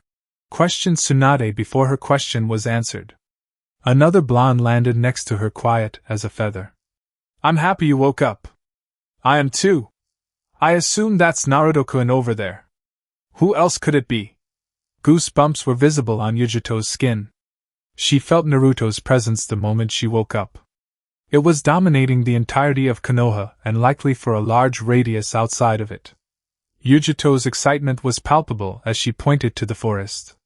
May I, Hokage-sama? Sure, you're probably our best bet. Yujito vanished in a blur. The group of Konoha shinobi all stood patiently waiting. A few more seconds passed by before the tremors ceased. Naruto's chakra died down as the oppressive feeling in the air vanished. Tsunade smiled as the shinobi behind her cheered in relief. Thank you all for your help. You can go back to whatever you were doing and will be paid accordingly. The group nodded and began getting back to their normal lives. All but one member of the Inazaka clan. Yes? Not to speculate, but it's hard not to, said the Inazaka as he looked at the forest. Naruto-san is a fox and Yujito is a cat by way of their bijus, both of which release pheromones, and Naruto-san was releasing a ton. That's why Hana and the other female members didn't come. They were riled up since we're so sensitive to them. Even you probably feel that way on a lesser scale. What does that have to do with anything? The woman had an idea. Yujito-sen was the same as all of our female Inazakas. She was drawn here because of Naruto's alpha presence. And when she arrived, her body began letting off her own pheromones in preparation. That only happens when it's time to mate. Sakura put a hand to her mouth as Tsunade nodded her head. It was exactly what she figured. The ninja grinned and bid his Hokage farewell. Well, at least it stopped the tremors. Tsunade jinxed it as the tremors started back up. Smaller than before, but there was no chakra output. Damn, I didn't know the Gaki was that good. You should have been pursuing him back in the day, Sakura. He's probably giving it to her how she wants it, and you know his stamina is dash. Tsunade-sama, said Sakura, cutting off her sensei as her face heated up. It was then Sakura realized how hot her body felt. We need to get out of here. Clearly, Inazaka-san was right about that pheromone thing. I can't concentrate. Naruto on the brain? Questioned Tsunade, seemingly immune to the effects. I bet he's an animal too. He'd probably wear you out and leave you out of commission for days. You probably wouldn't walk the same way again. I heard he was packing a monster. Tsunade smiled as the flustered girl vanished in a shunshin. Tsunade then turned to a tree and walked over to it. Come on out, Jiraiya. I know you're there. Jiraiya materialized with a sour look on his face. You always know when I'm here, said Jiraiya as he stood up to look at Tsunade. It's not like I was going to peek on the gaki or anything. Why not? Questioned Tsunade as Jiraiya's eyes widened. Tsunade pulled a camera from out of her kimono as she smirked. I plan to film it and make money off it. Let's go. Jiraiya smirked back before he held up a hand to stop Tsunade. 2 things. 1. How do you pull that camera out from your chest and not have it visible through your shirt? And 2. Can I get a whiff of that thing? Jiraiya went sailing away after Tsunade punched him. The First Hokage shook her head before heading into the forest. The Naruto and Yujito sex tape would make her millions. The next day, Konoha main gate. That's got to be some kind of record. 7 hours? My goodness, said Anko as she stood at the gate. Gaki is my hero. I need something like that in my life. A laugh came from the group as Naruto blushed at the violet-haired Kunoichi's remarks. His blush covered his face when Yujito chimed in. Feel free to join next time, said Yujito as Anko's eyes widened at that. Anko smirked before the entire group noticed Naruto perk up. The group consisting of Sasuke, Itachi, Sakura, Kakashi, Yujito, Tsunade, and Jiraiya all looked at Naruto as the Kyuubi Jinchuriki nodded. Anko, knowing this wasn't a fight she could take part in, wished the group good luck before she got out of range. Naruto stood in front of the group in his Umbu uniform sans his mask. Over the outfit, he wore an orange cloak that had black flames at the bottom of it. And on the back of his waist sat the scroll of seals. Yujito stood next to Naruto as she wore her normal attire with metal bracers on her forearms and a gray flak jacket like Naruto's Umbu one. The two stood holding hands as the rest of the contingent was behind them. It's time, said Naruto as a vortex opened up in front of them. Appearing from the vortex were Tobi, Zetsu, Kisame, and Madara. Tobi, Zetsu, and Kisame all looked the same while Madara added the red-plated armor from his days as a shinobi. The glow of Madara's Rinnegan was daunting. He only looked at Naruto and disregarded everyone else. 4 against 8.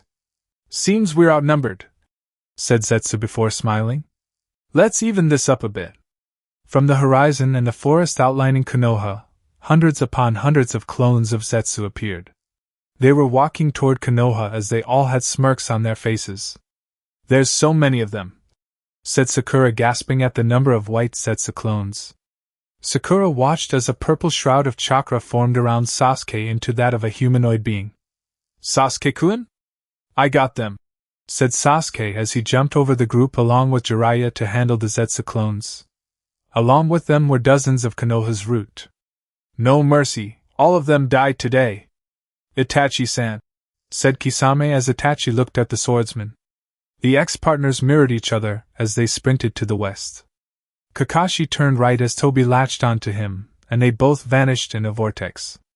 Yujito squeezed Naruto's hand as he squeezed it back reassuringly. Yujito vanished as she landed in front of the halfway submerged Zetsu. Hi, said Yujito before she decked the plant man with a punch that knocked him out of the ground and dozens of feet backward. Yujito smiled as she followed the Akatsuki spy. Madara stood alone with his arms crossed as he continued to look at Naruto. Neither of them broke eye contact the entire time. Tsunade and Sakura stood behind Naruto as the air grew heavy. The chakra, it's suffocating, said Sakura, feeling weak. Even Tsunade was feeling out of place at the moment. A feeling she hadn't felt in a long time. This is exactly how Gigi used to be when he got serious, thought Tsunade before seeing Naruto appear in front of Madara. A shock wave sounded out from the clash of the two as the fight was on. The end was near. Thanks for reading. A/N, another installment of Assimilating the Roots is below. If you keep reading, I hope you enjoy it, smiley face. Omake, Assimilating the Roots, Part 2. How did you leave your wallet? Questioned Yujito, smiling giddily. She smelled the flowers Naruto gave her after asking her question. She was sitting next to Naruto as they ate lunch at a dango restaurant. And he was having an issue paying. I had it, I thought, said Naruto as Yujito looked at her boyfriend. Naruto smirked before biting his thumb and placing it on the table. A poof of smoke went off before Naruto's wallet appeared as he just smiled. Forgot I could do that. Toad wallet, Toad summoner. Ero-sennin is a genius. It looks a little light, Naruto-kun. Did you try to skate on Ino-chan again? Questioned Yujito as Naruto smiled sheepishly. Naruto paid the tab, leaving a tip before he and Yujito exited the small dango stand. So where are we headed now, Naruto-kun? Yujito yelped as she was scooped up by Naruto. She was the recipient of a kiss that lingered for a long while. The kiss ended and she opened her eyes to see Naruto smiling at her. Well, it's our anniversary, Yugi-chan. So, let's take a special way to our next destination, said Naruto as Yujito noticed they were on a boat. A boat that was shaped like a toad with a man at the helm of it for steering. Care to take a ride? My, how nice. Yujito was set the beautiful Jinchuriki down next to him. He motioned for their driver to go ahead. The minutes passed as the Jinchuriki couple sat together side by side in blissful silence. Naruto had his arm around Yujito as they rode through Konoha. That silence ended, however, when their driver suddenly picked up the large wooden pole he was using to steer and used it to cleanly knock out the guy walking toward them on the river bank. The man was knocked unconscious into the river as along with it were the chocolate-covered strawberries he was holding. I apologize, Naruto-sama. I thought he was trying to harm you and Lady Yujito. I didn't notice the strawberries until it was too late, said the driver in a monotone voice that Yujito recognized. He's a Rudambu? Yeah, Yugi-chan.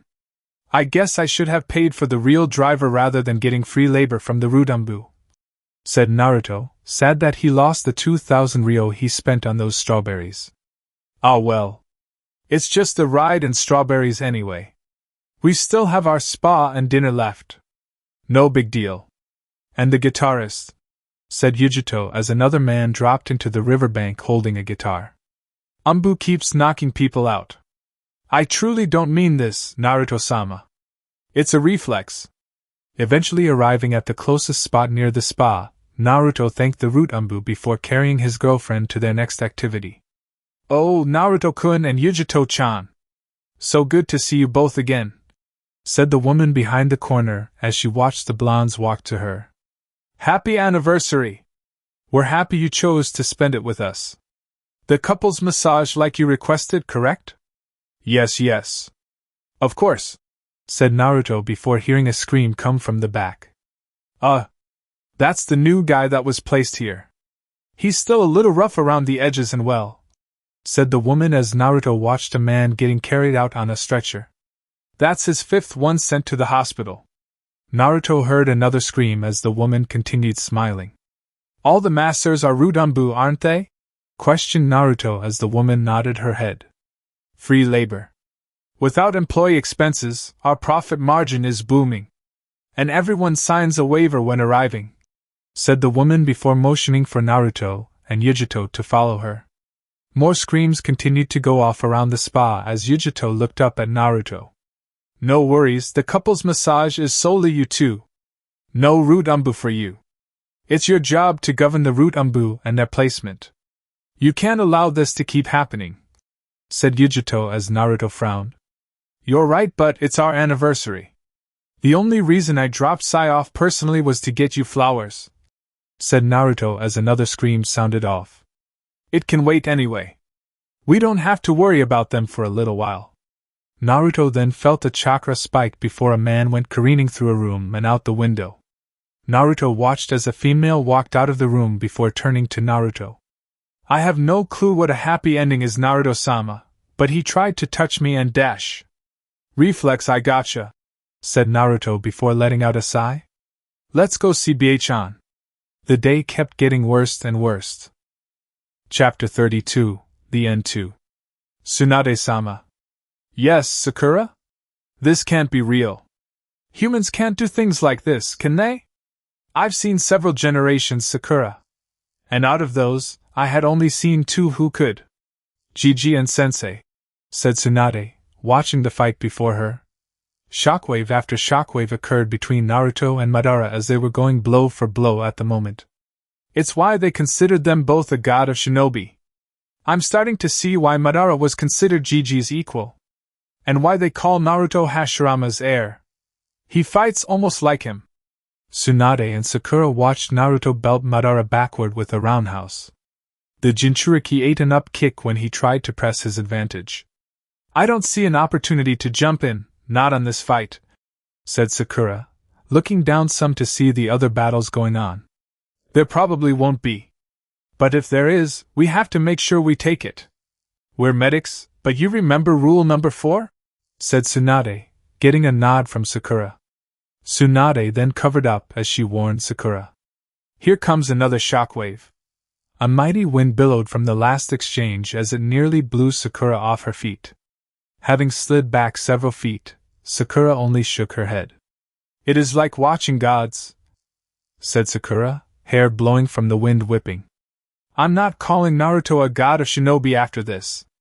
Tsunade just smiled as she watched Naruto and Madara simultaneously hold a hand seal. Naruto v Madara. Katan, Gokamekyaku Fire Style, Great Fire Annihilation. Senpo, Kyodai Tsunami, Sage Art, Giant Tsunami. Madara's widespread fire was met equally by Naruto's water wave. The two met head-on as steam rose from the collision. Being enhanced by nature and also naturally stronger than fire, Naruto's jutsu pressed on and forced Madara to leap backward to avoid it. Rinnegan scanning for the real Naruto, Madara wasn't disappointed when he fell to the small pool Naruto created and was met with more taijutsu.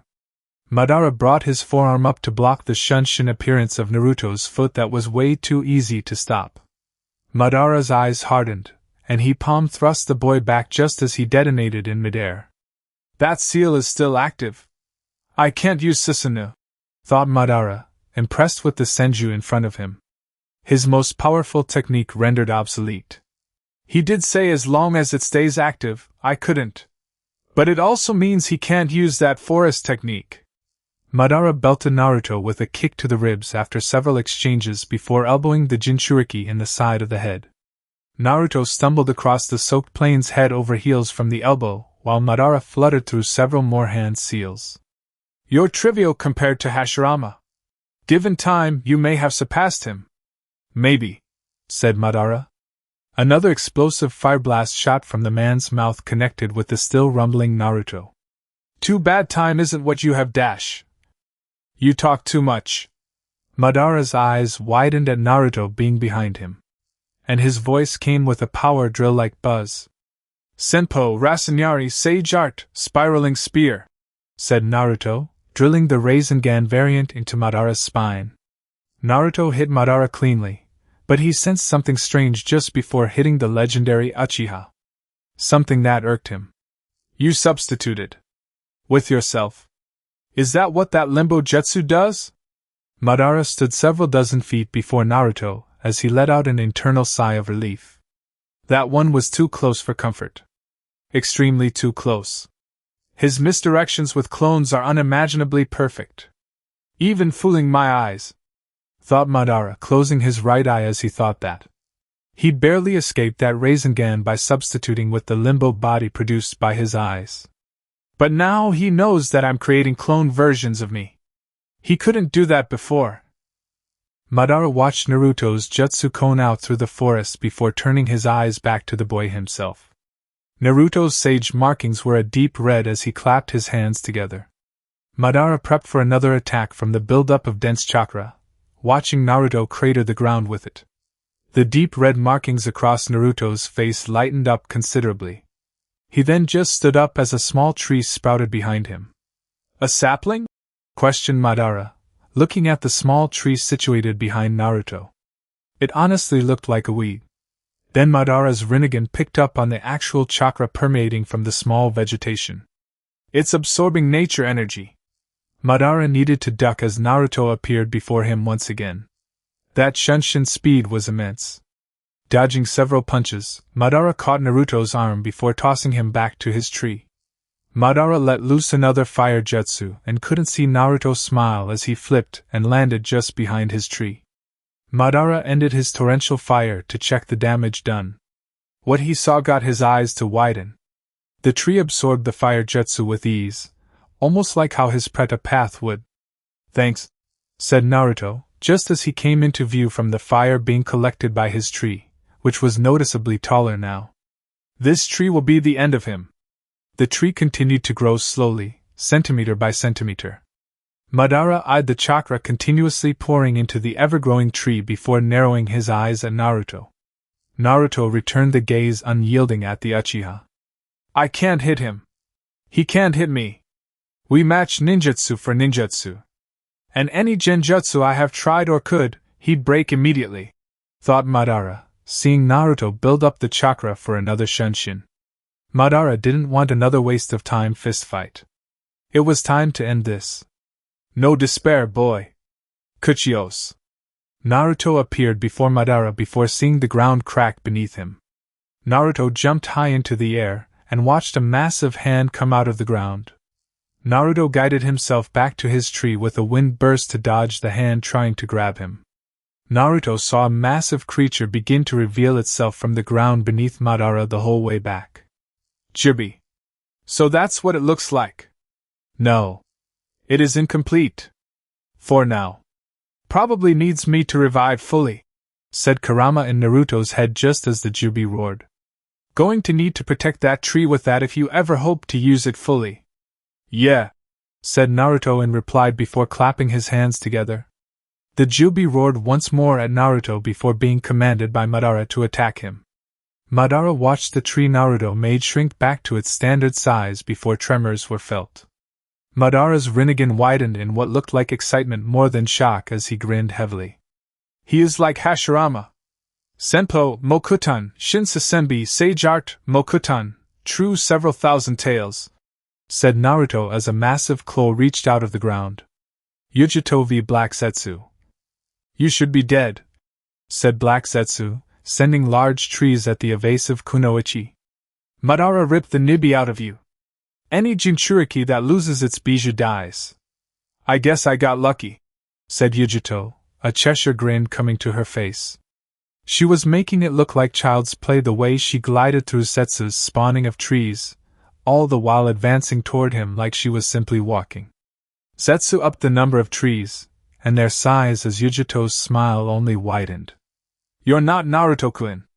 Compared to him, this is like fighting a genin," said Yujito, a shunshin as she landed before Zetsu once more. Zetsu attempted to dodge, but only caught the heel of Yujito's sandal that lifted him upward. "This is going to be so much fun." "Damn girl," said Black Zetsu, landing before forcing more trees to attack Yujito. Her smile never dropped at all despite the foliage sent her way. "I have to make sure I'm back to Madara's when he starts the Moon's Eye plan. I can't keep mother waiting." Zetsu kept sending tree after tree, even noticing a bright blue light shine for a second before disappearing. It disappeared due to the giant constant tree creation from Zetsu before he saw it reappear in the blink of an eye. Especially considering the light ripped right through his body and cut him in half.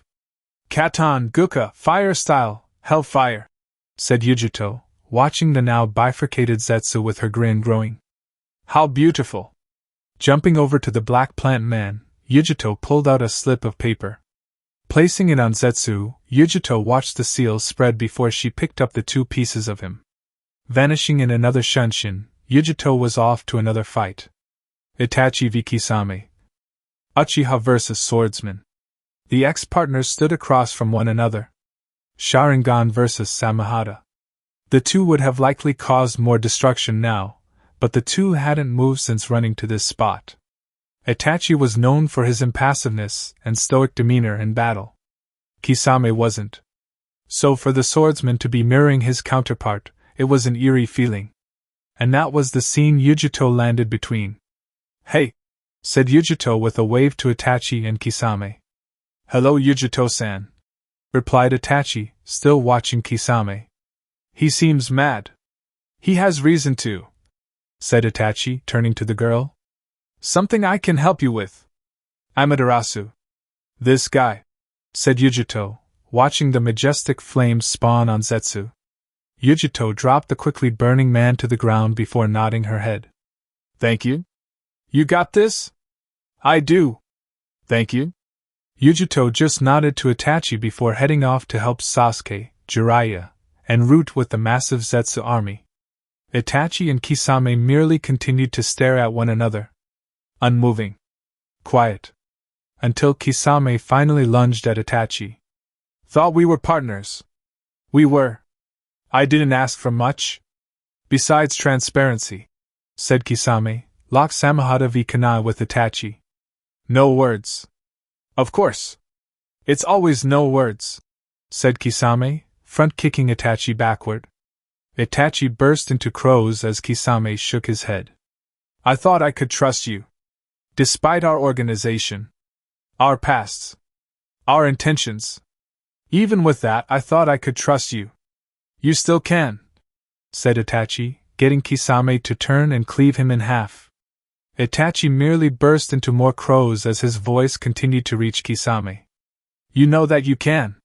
Kisame shook slightly for a few moments before shaking his head and letting loose a tidal wave of water. No more words. Just battle. Fists would help him understand. Naruto v Madara. A massive fox stood clutched in a grasp with the incomplete Jubi. Naruto stood atop his fox's head, right behind the small tree he created. He created that fox solely to preserve that tree.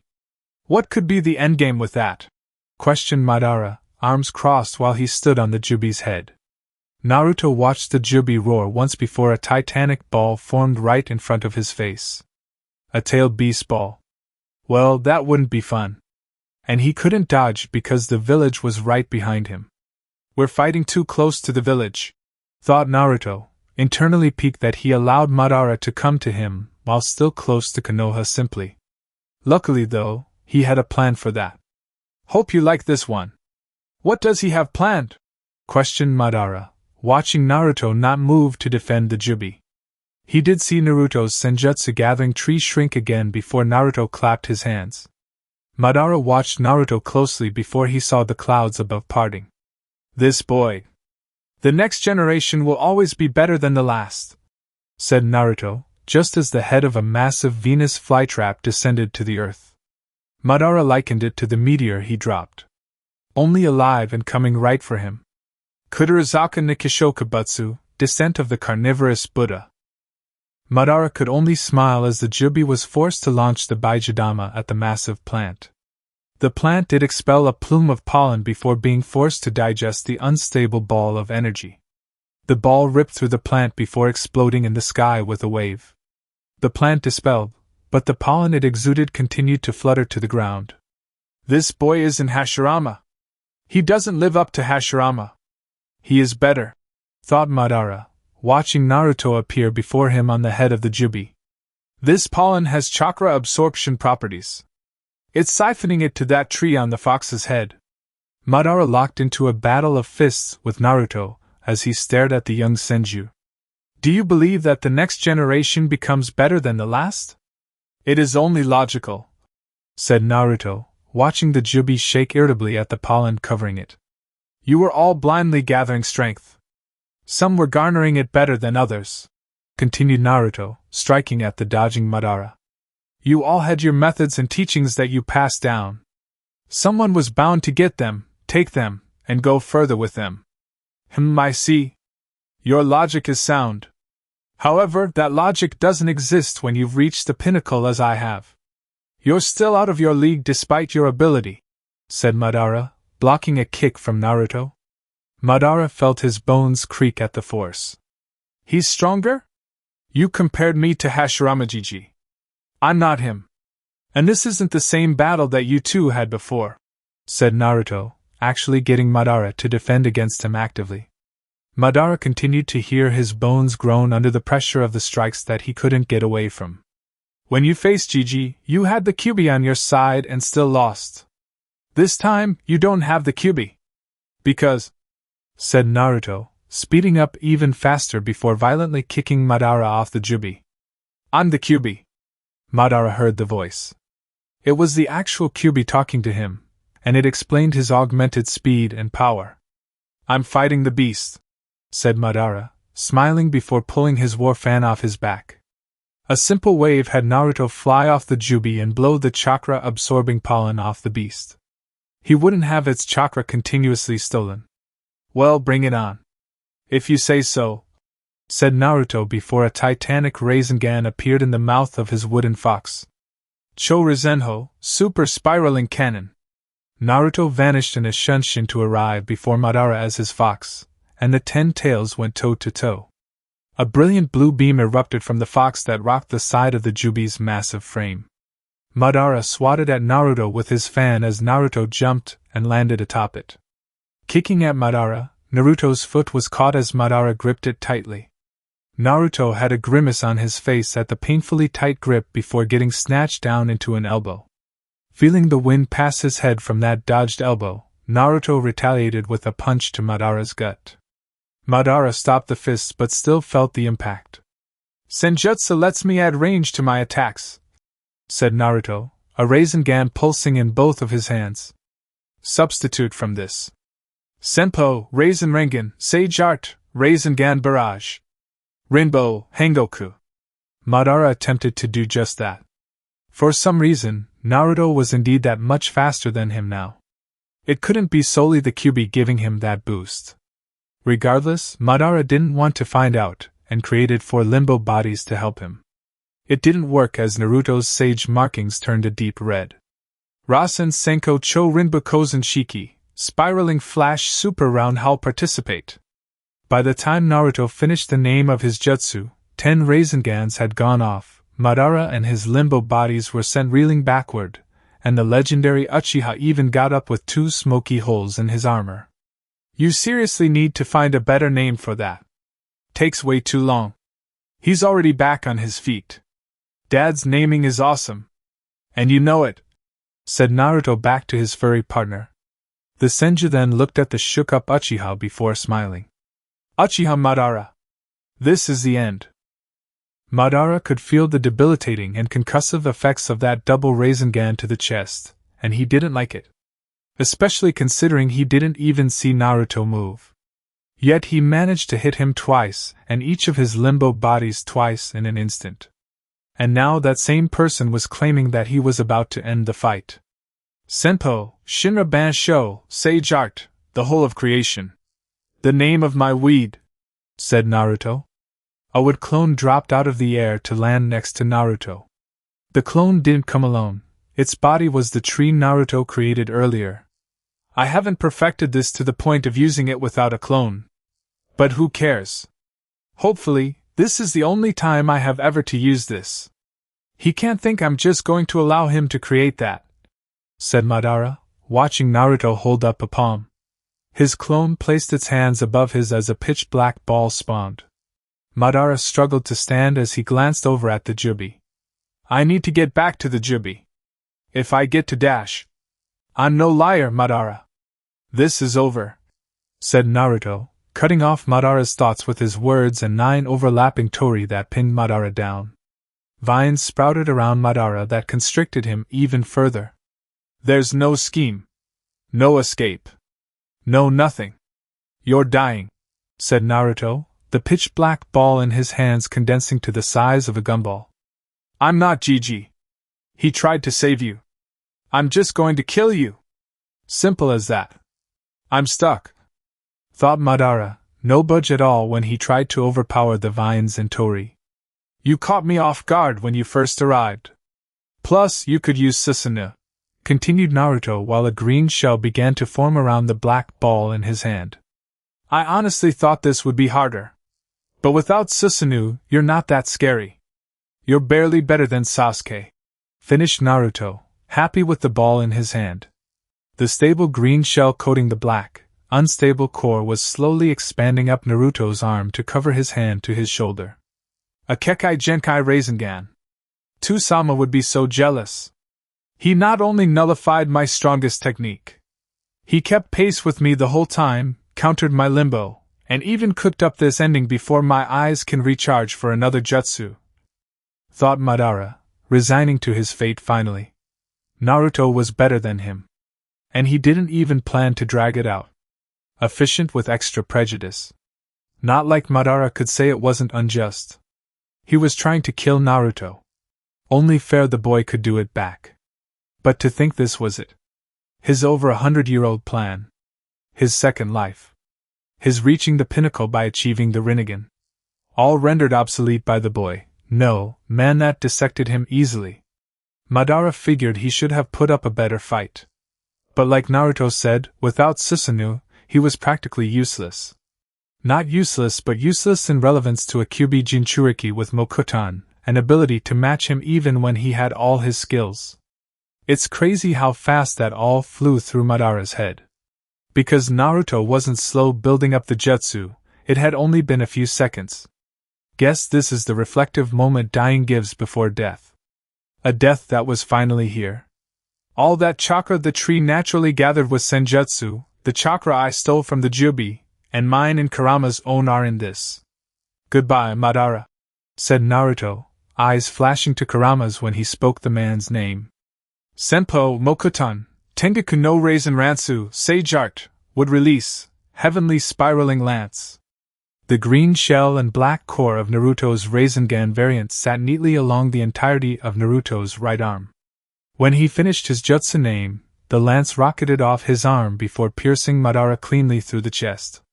The lance annihilated the lowest Tori Madara was trapped under before detonating and expanding to destroy the other 8. Naruto stood unflinching, watching his wood Rasengan tear apart Madara at the cellular level. It first ripped a hole from shoulder to shoulder wide through Madara's chest, but the actual detonation was shredding him into nothingness. It was a green dome that eventually turned opaque and black for a brief second. The black dome eventually faded to show nothing but a forest there. Madara's chakra signature is gone completely. Naruto's sage markings faded as he stood, breathing slightly heavy from the jutsu he just used. The sage markings on his face were barely there just as Tsunade and Sakura landed next to him. Sakura looked extremely happy, just like Tsunade, though the older woman noted that Naruto wasn't smiling. Which was weird because he just beat Madara. "What's wrong, Gaki? He's still alive!" The moment Naruto said that, his sage markings revitalized just as Madara's chakra signature reappeared. Naruto let out a sigh before turning to see the legendary Uchiha standing with his arms crossed and completely unscathed. Seeing both Rinnegan, Naruto narrowed his eyes. "I know you used a Izanagi. Why didn't you lose an eye?" questioned Naruto, watching both eyes shine ominously at him.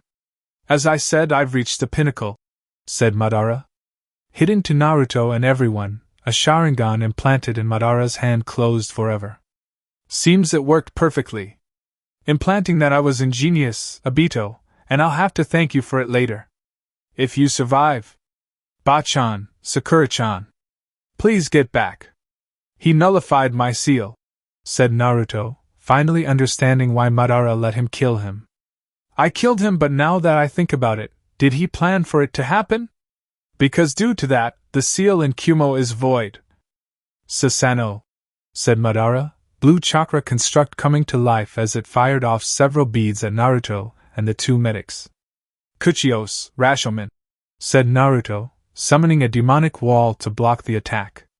Shifting his hands to the snake seal, Naruto turned back to Tsunade and Sakura. "Don't get caught up in any of this until it's done. I won't be able to fight him while protecting you both." Tsunade and Sakura nodded before retreating to a safe distance once more. "How are you doing in there, Kurama?" "I'm fine. Gathering senjutsu isn't hard. Your avatar versus that will affect everyone if you don't move away from the fights or village," said Kurama, already knowing what Naruto wanted to do. "Might want to get some distance before spawning it."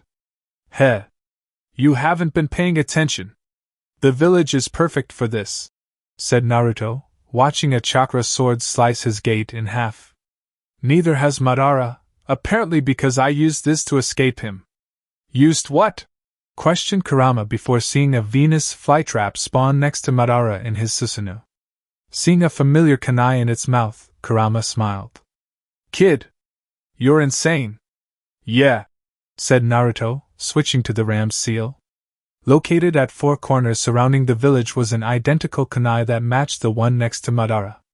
"Narration." Instantly, Madara stood in the center of Konoha. Only Konoha vanished from that spot at the exact moment Madara appeared. Madara then took notice of Naruto standing before him as the Jinchuriki clapped his hands. Inari. Madara's eyes widened at the jutsu he saw Naruto creating. How a senju never ceased to amaze him. Forcing his own Susanoo to fully complete, Madara was giddy at the showdown about to happen. "I'm impressed, boy!" shouted Madara, watching an essential wood version of his full-body Susanoo form. Only it had a fox head, claws, and 9 tails swishing behind it. "Senju Naruto! You truly live up to Hashirama!" "Shut up already," said Naruto, standing atop the massive fox's head. "This ends now." Looking out at his Sasenbi struggling against the Jubi, Naruto realized he needed to end this soon to go tame that monster. "My final technique. Nothing else after this one," thought Naruto before smiling. An orange cloak spawned around the Inari before the avatar sped toward Madara. A flash of orange and blue occurred from the collision of Naruto's Inari and Madara's Susanoo. The actual final clash was on. Kakashi v Tobi. Panting heavily, beaten thoroughly, and downright struggling to stand up. Those 3 things described the 2 men facing off against one another. Alone as they were, thanks to the pocket dimension they were in. "You seriously don't remember Kakashi?" "Huh?" questioned the masked man Tobi, whose mask was broken and cracked from his fight. He looked horrendous but seemed to be catching a second wind due to his anger. "How could you forget? I'm the reason you are what you are right now." "What is he talking about?"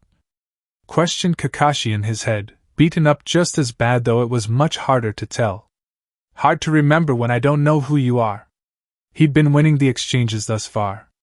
"You do know who I am. I gave you that Sharingan." Kakashi's eyes widened at that to see the masked man removing his mask.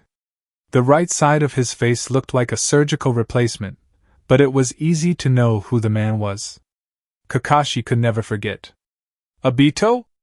I'd hoped you seeing my face and remembering your failures would bring some ease to my heart," said Obito before warping a shuriken at Kakashi. "It only served to make me want to kill you more." Kakashi took the shuriken to the chest and slid back on his back from the force it hit him with. Obito grabbed a kunai before slowly walking to the downed man. He needed to get back to absorb the Jubi. He was going to be the one to change the world. Not Madara. But he needed to finish off his teammate first. "Goodbye, Kakashi.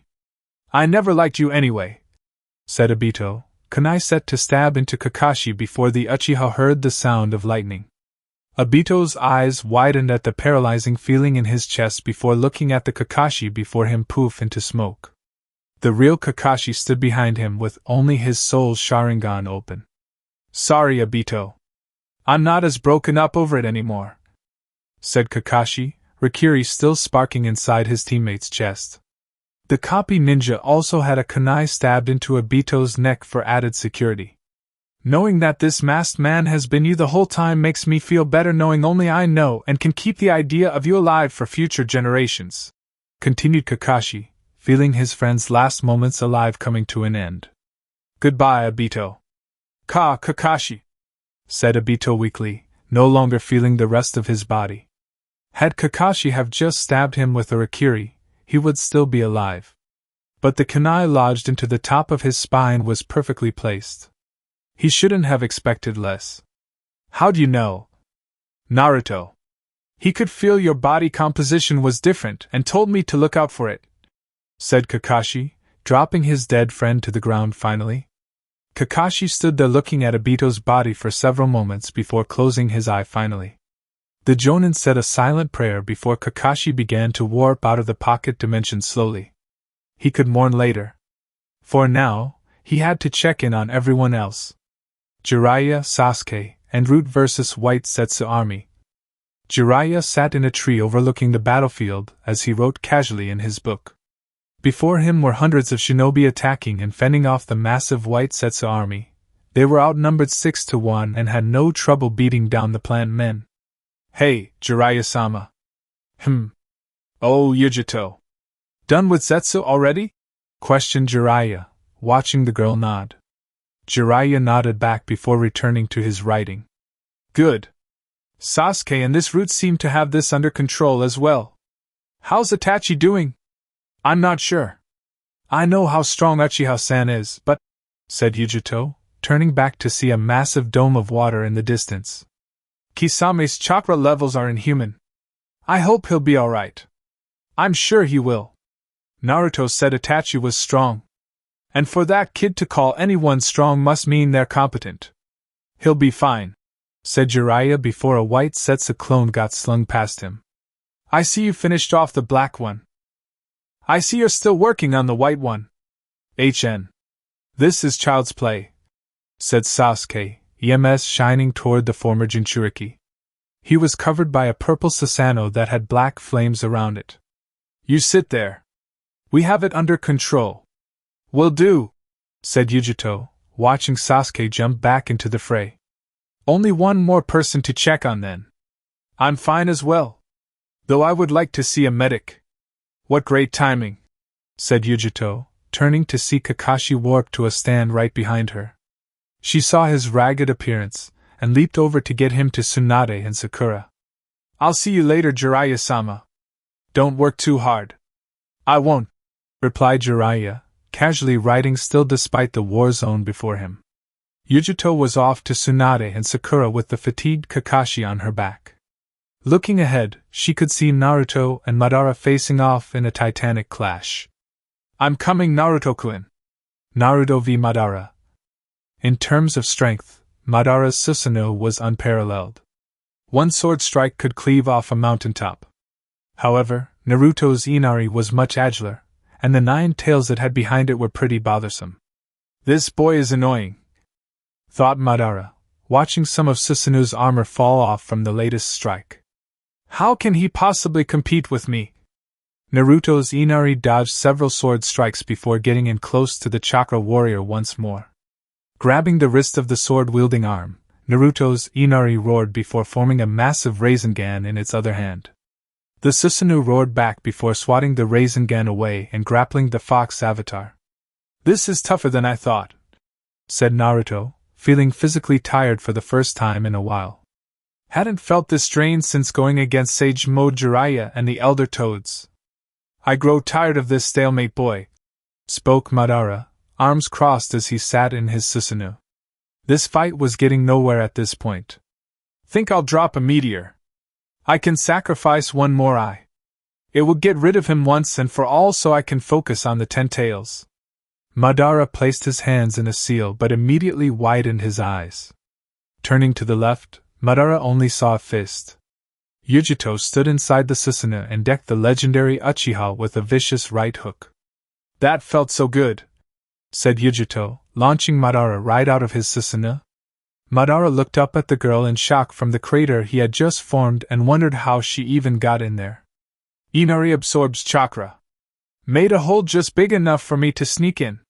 When it grabbed my wrist, thought Madara, feeling a dull throb from his chin. He was confused to see Yujito. How are you still alive? My future ex-husband does amazing things, said Yujito, getting a smile from Naruto. Ex-husband, eh? Means we have to get married first, said Naruto, thrilled Yujito was here now. It meant it was time to finish this. You trying to marry me now? Of course. You said when all this was done. And it's about to be, said Yujito, watching Madara stand. He looked none too pleased, but it didn't matter. This was already settled. You ready, Naruto-kun? Of course, said Naruto, getting pulled at the collar into a lip lock with the blonde girl after she jumped to his Inari. Several seconds went by as the girl smiled when she ended the kiss. Hee hee. Nice transfer. Thought you'd like it, replied Yujito. Madara still stood on the ground as his eyes told him the real story of that kiss. He could see Naruto and Yujito's chakra levels before the kiss. They were near identical. After, Naruto's chakra intensified to an absurd degree. It was like Yujito gave him her chakra entirely. Unseen to Madara, Yujito had a small, black obsidian moon on her left palm. Upon kissing Naruto, the moon faded away before reappearing on Naruto's left palm. The moon was directly opposite a small, diamond-white circle in his other hand. Naruto, however, didn't care about Madara's lack of knowledge of what was going on. It didn't matter. All that did was it was time to end him finally. Madara. I lied earlier. This is the end, said Naruto, holding up his right palm as a black orb formed.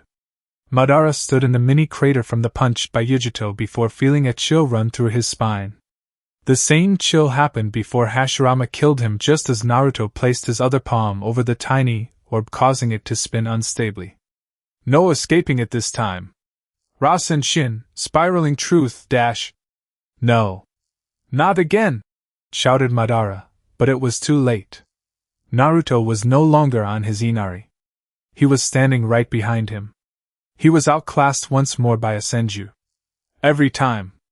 Chibaku Tensei, planetary devastation, finished Naruto, slamming the spinning black orb into Madara's spine. Initial contact launched Madara into his Susanoo, spinning end over end as his Susanoo provided no stop for him. The large chakra construct was warping into the sky with him nearly a mile above the ground.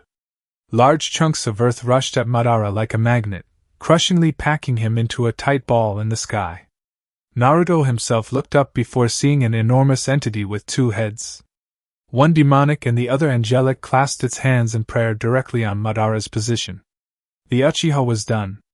Izanagi wouldn't save him from that. That was a technique from the Rakudo himself. Even the goddess Kaguya couldn't escape that. Sadly though, Naruto's job wasn't done. Can't ever be simple, can it? Wouldn't be easy if it was, replied Kurama in Naruto's head as the boy himself looked over at the Jubi. I hope you're ready for the stress this will put on your body. Of course I am. The ass-whipping I'm going to receive after this?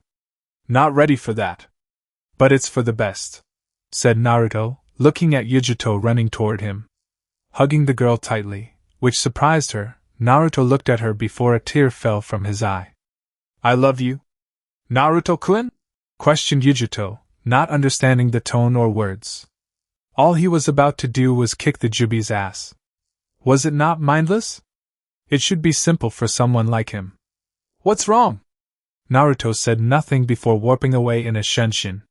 Yujito's hair blew from the wind kicked up by the shunshin before turning to the Jubi in the distance. Seeing it tear apart Naruto's Sasenbi finally, Yujito realized it was much powerful than she figured a rampaging beast would be. Which meant, Naruto-kun! With Naruto. Naruto seemingly just appeared from his shunshin directly above the Jubi's head. The beast was roaring from finally shredding the enormous-tailed fox before it, and didn't notice Naruto casually land on its head. Naruto had his eyes closed in silent prayer before placing his hands in the ram's seal. Everyone in the vicinity seemed to stop what they were doing to witness what Naruto was doing. His eyes locked with Tsunade's, Jiraiya's, Kakashi's, Sasuke's before finally settling once more on Yujito's. A smile was on his face before the Jubi just warped and screamed out a roar. It looked as though the Jubi was being sucked into a black hole before only Naruto stood in its place.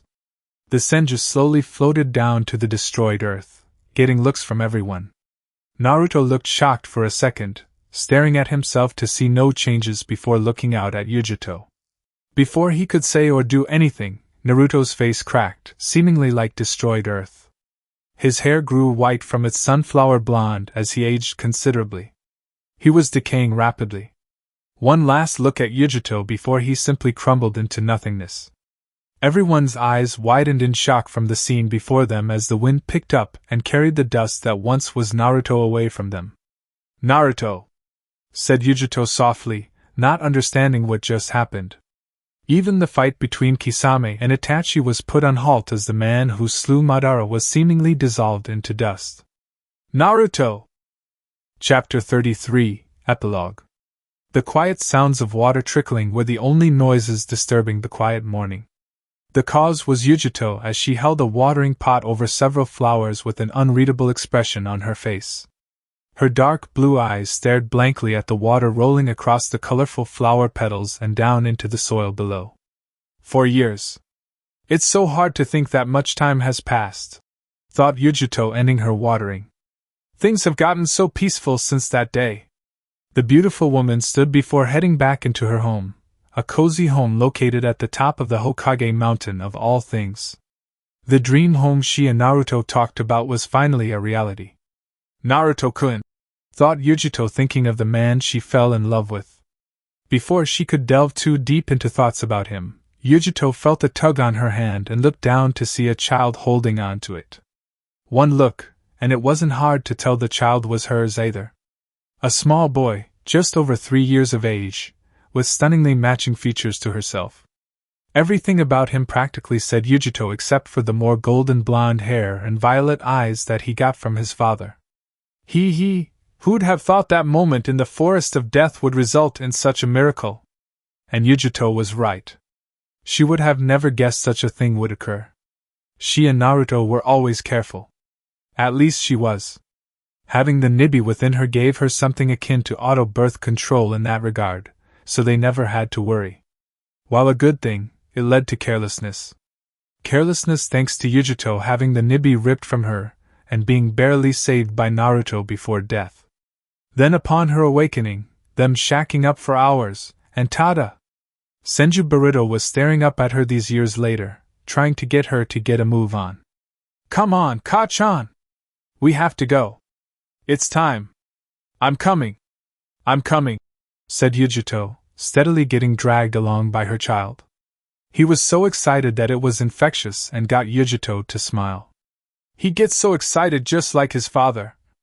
Yujito stared at the little boy happily dragging her through the leaf village as she looked around.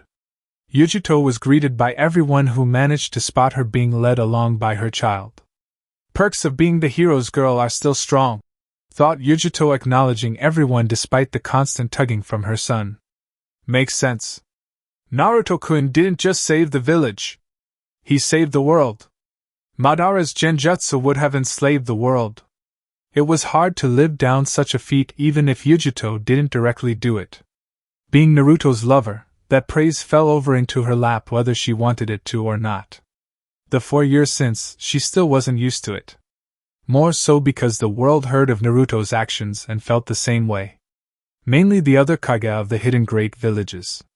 This was why the villages would come together every year on the day of Naruto's Herculean efforts. Not entire villages but a village contingent was brought to Konoha to celebrate such a day.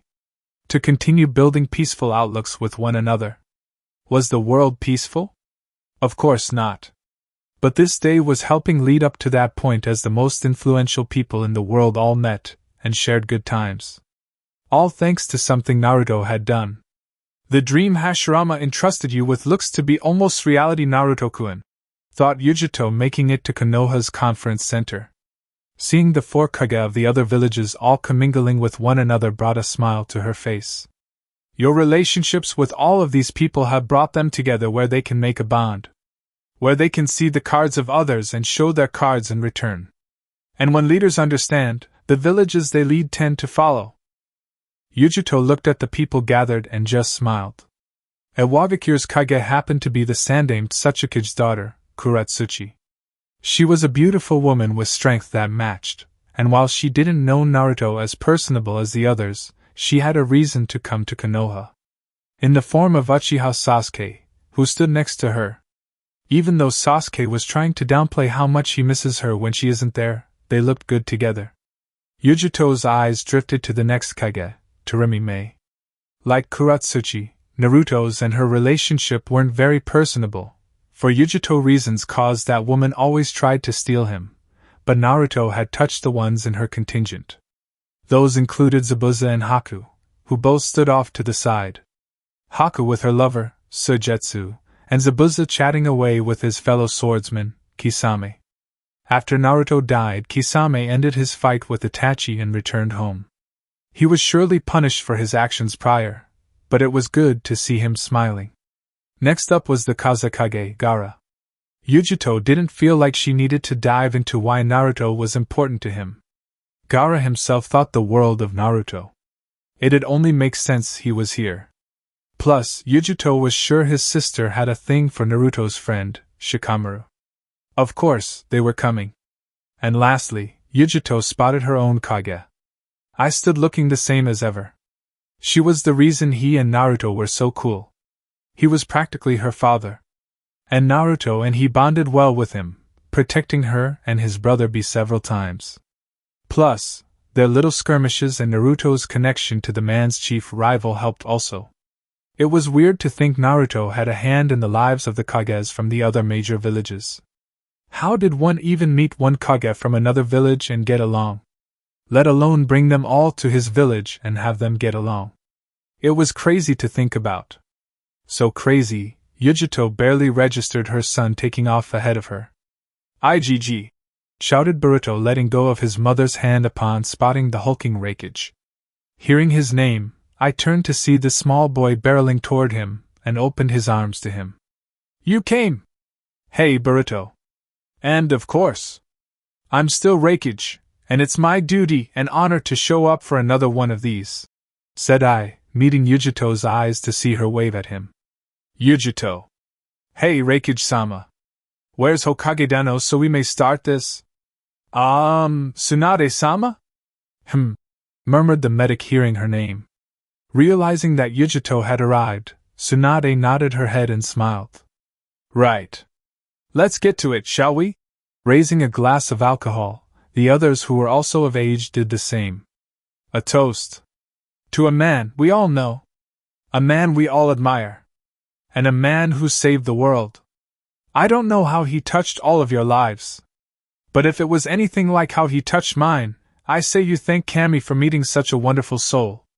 To Naruto. To Naruto! Everyone else repeated the words before downing their drinks.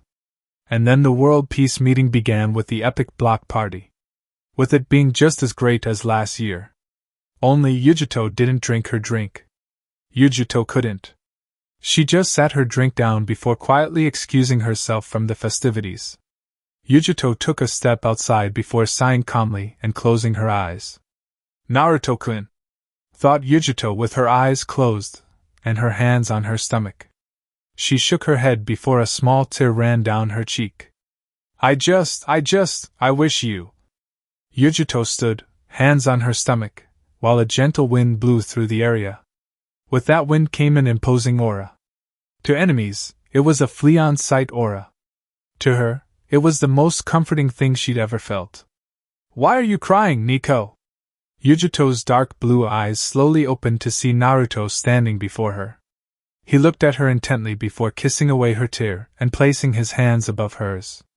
Yujito's lips curled into a smile as she looked at the man of her dreams. He was dressed dapperly in his Hokage cloak and hat. "I'm crying because I'm so happy. Tears of joy." "Is that so? I thought it was because you couldn't drink due to the bun in your oven." "You're right, and it makes me happy because of it. Our family is growing." "That it is," smiled Naruto while rubbing Yujito's pregnant belly. Naruto could feel the second chakra within her and smiled at its lively presence. "She seems happy too." "Well, you're here.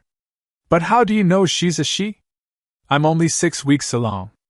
Not even actually showing.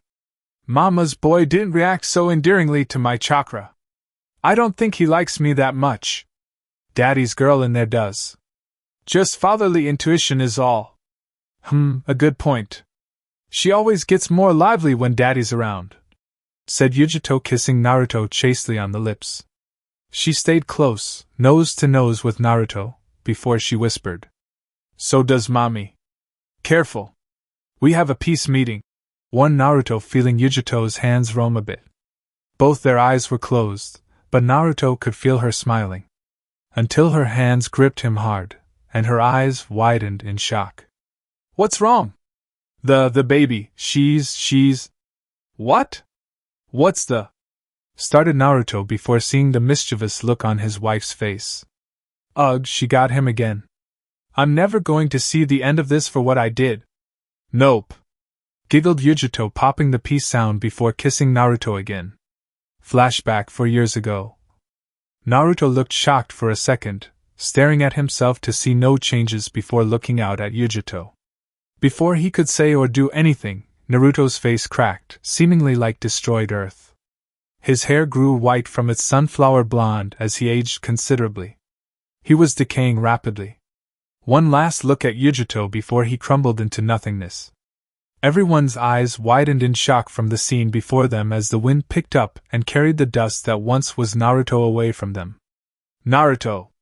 said Yujito softly, not understanding what just happened. Even the fight between Kisame and Itachi was put on halt as the man who slew Madara was seemingly dissolved into dust. "Naruto!" Yujito fell to her knees in disbelief at what she saw. Naruto's chakra vanished. It was gone entirely. Yujito sat shaking her head because she didn't believe this was real. All that they'd been through and he just... Gotcha! Yujito perked up hearing Naruto's voice behind her, followed by snickers. Yujito turned to see Naruto, completely normal, standing behind her with a smirk on his face. Several tears had already seeped down Yujito's cheeks as Naruto started to feel bad. "Oh baby, I didn't mean to make you think I did, but bad joke," began Naruto, feeling bad by the prank he played. A blue flame coated Yujito's body as Naruto could feel killing intent. Genuine killing intent. "Nico, it was just a joke. To get you back for dying on me twice and dash. Katan, Tenchi Kaijin, fire style, heaven and earth end in ashes." A violent burst of blue fire expanded immediately, with Yujito at its epicenter. The others watching had to turn away for a moment at the light given off by the powerful flames. When they turned back, they saw an ash and soot-covered Naruto running for his life with Yujito in hot pursuit. "Nico! I'm sorry! I'm sorry!" cried Naruto, running into the forest. Yujito followed right after before continuous blue flames spawned. Everyone heard Naruto's cries the entire time. "It was just a joke, oh come on! You're not even the Nibi's Jinchuriki anymore. How can you still use blue fire?" Out of everyone, Tsunade was the first to react. "Idiot! Just like his sensei," said Tsunade with a smile on her face. She punched her palm and nodded her head. "Let's finish this up so I can heal those who need it, and we can party." Flashback end. Ending the kiss, Yujito intertwined hands with Naruto. A few more chaste kisses before she turned and led him into the party. "You're late, Hokage-sama. It wouldn't do good to miss more? You're the hero after all," informed Yujito, feeling Naruto tug her back into him. Her body molded perfectly into his as she could feel him smiling. This time, Yujito felt Naruto's hands roam over her. "Hokage-sama. You're right. I'm late.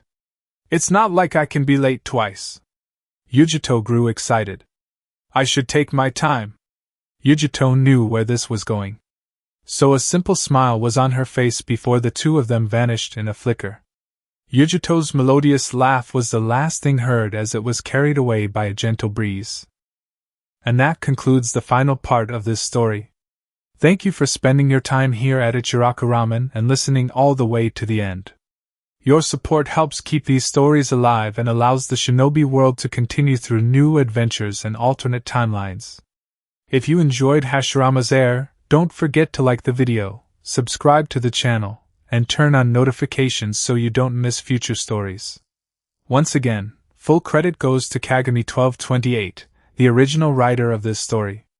If you would like to read the original version, you can find the link to the story in the description below. Let me know in the comments what story you would like to hear next. Until the next time, stay safe, and I'll see you again at Ichiraku Ramen.